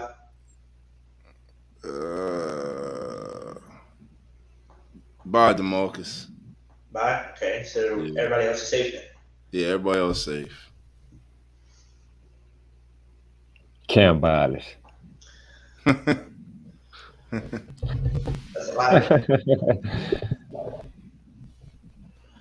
But that was a lot of damn talking, dude. I've been on for 6 hours, almost 5 hours and 40 minutes. So I'm gonna get my butt to sleep. So we're gonna end this podcast. But that was definitely some great talking over here.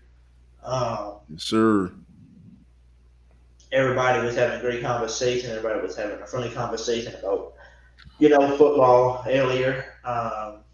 Great conversation about the history, of who was better, the greatest of all times. That was fun to talk about.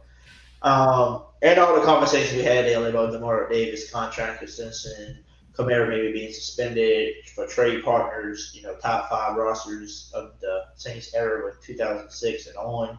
So, Mr. Dolphin, if you would like to say any last words, tell everybody where to find your channel at and everything, and then I'm gonna give it to himself, and then we'll end it.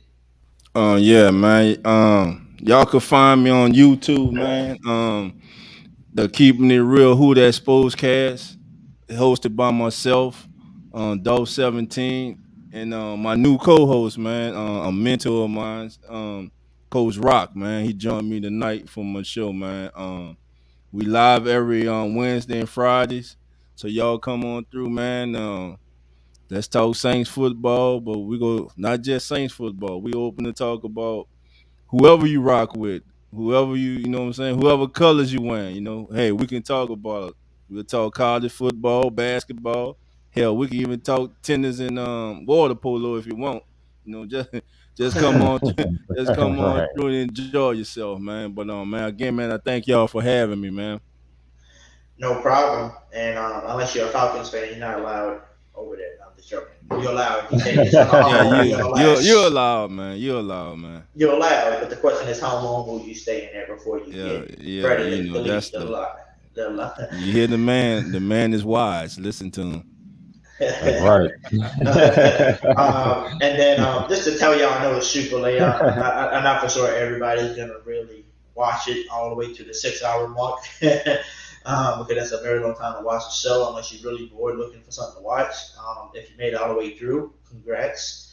But just to let everybody know, I'm going to tell y'all a little bit more because remember, Slim Shell, I'll tell you one of the days when I got free time. I'm going to have a show basically just telling y'all everything that I want to do about the channel. Me and Slim Shell talked for like 3 hours one night about it, about what I'm trying to Good do. stuff, y'all. Good stuff. So we're definitely gonna have a night where we talk about that. But just to give y'all a heads up, this whole week that we was moving and all that shit, I've been working too. So people I talked to at work, I said they down. I got family and friends that I talked to. I was moving, they down to do it. Next year, around March or April, maybe May, depending on when it is. We're gonna try to do it when it's not too hot outside. We're gonna draw up an event. I might do a fundraiser on here for it, maybe not, but it's basically gonna be my hard-earned money that I worked for. I'm gonna put about 1,000 to 2,000 down into it, and we're gonna go to like one of the close rec places by me, and we're gonna get the baseball field and get a big soccer field, and having a little event for kids with special needs. Trust me, any the Down syndrome stuff like that, any kids with disabilities are allowed to come. Anybody that's who has just kids that don't have no disability, they just normal, they're more than welcome to come as well. It's like an open event, and what we're gonna do is buy some pizza. We're gonna get some hot dogs, hamburgers cooked out there. I know a friend of them that owns their own little snowball stand, on a trailer, so they can deliver it anywhere they want and drive it up and park it. Get them to do some snowballs. I have a friend that supposedly knows somebody that knows how to do face paint on people's face, and we're gonna do that for the kids, to have a good time.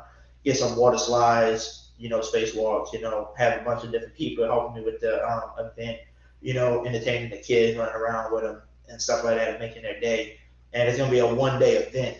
And like I said, we're probably gonna spend about over 1,000, maybe to 2,000 on that event.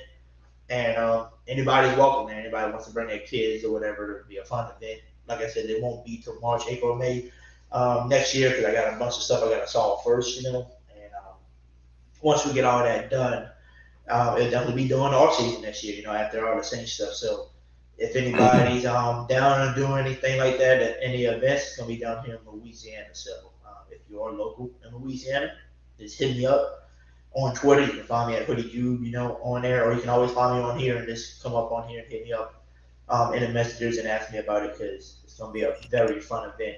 And like always, probably in around next month or August, we're gonna start up the fundraiser on here for the children's hospital again, for we can get that rolling. So instead of giving everybody 2 weeks notice on the donations for the children's hospital for Christmas this year, instead of doing 2 weeks, we're gonna do it probably in July or August, and have it from August all the way to Christmas, to where we can have a few months. Because this thing last year, 2 weeks, we raised $700 in 2 weeks. So what do you think we can? And by the way, that was only with 300 and something subs. We're over 1,200 subs. So what do you think we can do with 1,200 subs and about a 6 months period? What do you think we can raise, y'all? I think we can wholly beat that 700. We could probably raise $2 to $3 grand off of these events. And then I got people that I've met that I served on at my jobs that said whenever you have that event, let us know, because they normal customers and they want to donate as well. So we can definitely do it. And like I tell everybody, this channel is for the community, and it also gives me the thing that I want to do, right? And talk football. But at the end of the day, I'm using this platform as well to give back to people too. NFL tickets giveaways, jersey giveaways, monies, donations, and all. So we got a bunch we're going to talk about. Like I said, we're going to have one show literally just talking about what I want to do. I'm going to have all my stuff written down about what I want to do. It's myself. I went through. Listen, I talked to myself for 3 hours telling them what I want to do, and that's not even half of the stuff that I want to do. And that's the funny part. We talked for 3 hours doing that, and that's not even half of the shit that I want to do and accomplish on this channel. So there's so much stuff, like I said, we can do, and I know eventually everybody's going to get behind with us and jump on board. Even if you're not a Saints fan. If you're just a football fan, and just to be honest with you, I got people who are not even a football fan that join and understand what I'm trying to do. And they're like, look, I'm not a football, I'm not a basketball, baseball, I'm not no sport. I only like sports. But guess what? We're gonna hop on board and subscribe to your channel and help you out because we like what you're doing for your community and we love it. So, like I said, we got people all joining on and doing that. So, I can't wait to talk to y'all about that. I don't know when we're gonna do that. Maybe Monday because I'm off Monday. We'll have that bit talk. But tomorrow I will be. I won't be going live because I just picked up a shift. It's not like late at night. I literally like an hour or two ago while we was talking. I was on my phone picking up a service shift in the morning. So I can make some extra money this weekend. So I'm working a double tomorrow. So yeah, I won't be available to go live tomorrow. I can't be too damn tired. I'll be coming home. I've been straight in that damn bed. Going straight in that damn bed. But Slim South, man, any last words, man? And then you know how it is. We're gonna end the podcast with Dolph and Slim South tonight. Oh man, all I gotta say is you Dolph, man. Good channel, bro. Good podcast. Much love to you, bro. I support what you're doing. Keep doing what you're doing. Much love to you. And shout out to my boy Brandon P, you know, all the way from Brooklyn. Keep doing your thing, Brandon. You know, we all who that's around here. You know what I'm saying? No matter where you from, it's all much, black and gold. You know what I'm saying? Yo, Megan, much love to you. I love you to death, Megan. Please apologize to Paul for me. I love you, Paul. I didn't want to upset Paul, so please, I beg for your forgiveness, Paul. So much love to you, Megan and Paul. And shout out to everybody in the chat, as always. And as always, I gotta say, much love to you, Hoodie. As always, who that, baby? Y'all be safe. Yes, sir, man. And with that being said, we're gonna end the podcast right here. And also, I always gotta say it. Make sure you hit that like button on your way in, on your way out, no matter when it is. Smash that like button for your boy. Make sure you turn on your notification bells so you don't miss out on any of these great podcasts that we do. And also, you don't want to miss out on any of the great giveaways we're doing here, man. We do jersey giveaways, man, NFL tickets giveaways, money giveaways, you name it, we do it all. And also make sure you subscribe as well, man, because you don't want to miss out on any of these great things, man. Because like I said, you got to be a subscriber to win, the giveaways and stuff. And don't forget about the donations we do for the Children's Hospital food banks. Like I said, I'm going to be doing that event soon, next year sometime, donation event. So that's going to be fun as well. So with that being said, I won't see y'all tomorrow, maybe Sunday. If not Sunday, definitely Monday because I'm off. And we got everything set up in here now to start rolling again. So that's why I was like, I wasn't live for a whole week. So that's why I went live for 6 hours tonight to make up for it. I'm just joking. But, just to chat up with y'all to have a good time. But Right. With that being said, make sure y'all go check out Dolph's channel, man. Again, make sure you go check out my boy Brandon P's channel. Saints Talk live from New York. Make sure y'all go check out on his channel. But with that being said, I'll probably see y'all Sunday, if not Monday. And how do we always end the show? What are the Saints saying? Who what? Who that? Who that, baby? You know it. Who that? Who that, baby? Talk to y'all later. Love every single one of y'all. Peace.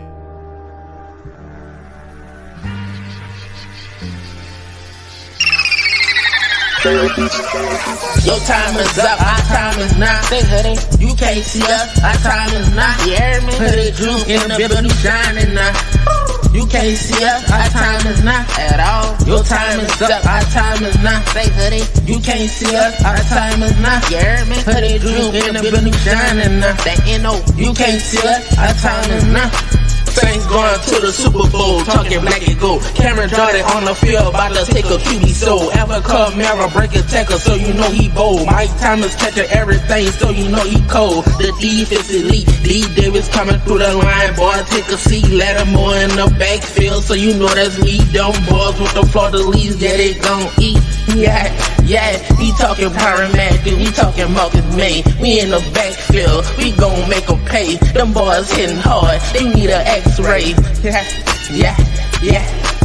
We talking black and gold. We talking black and gold. We talking black and gold. We talking black and gold. We talking black and gold. We talking black and gold. We talking black and gold. Straight to the Super Bowl. Your time is up. Our time is now. Say Hoodie, you can't see us. Our time is now. Woo. Hoodie Jube in the building. We shining now. We shining. You can't see us. Our time is now. You hear me? Your time is up. Our time is now.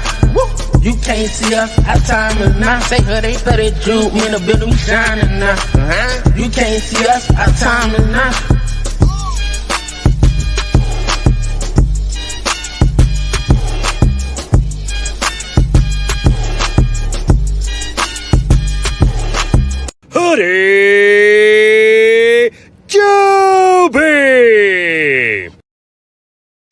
Yo, it's your boy CT Crusher here checking in. Just wanting to remind y'all to go subscribe to my homie Hoodie Jube for the Hoodie Jube live podcast. We talking pressing topics here for you every night of the week. Hit that ding dong bell to make sure you don't miss an upload. Come join in on the conversation. Help us expand the community. We do a lot of giveaways, give away to a lot of charities, giving away to the local children's hospital. And oh, by the way, if you want a chance to win free NFL tickets, yes, I said that, free NFL tickets, make sure you subscribe and hit the ding so you don't miss a chance to win free NFL tickets. Peace out.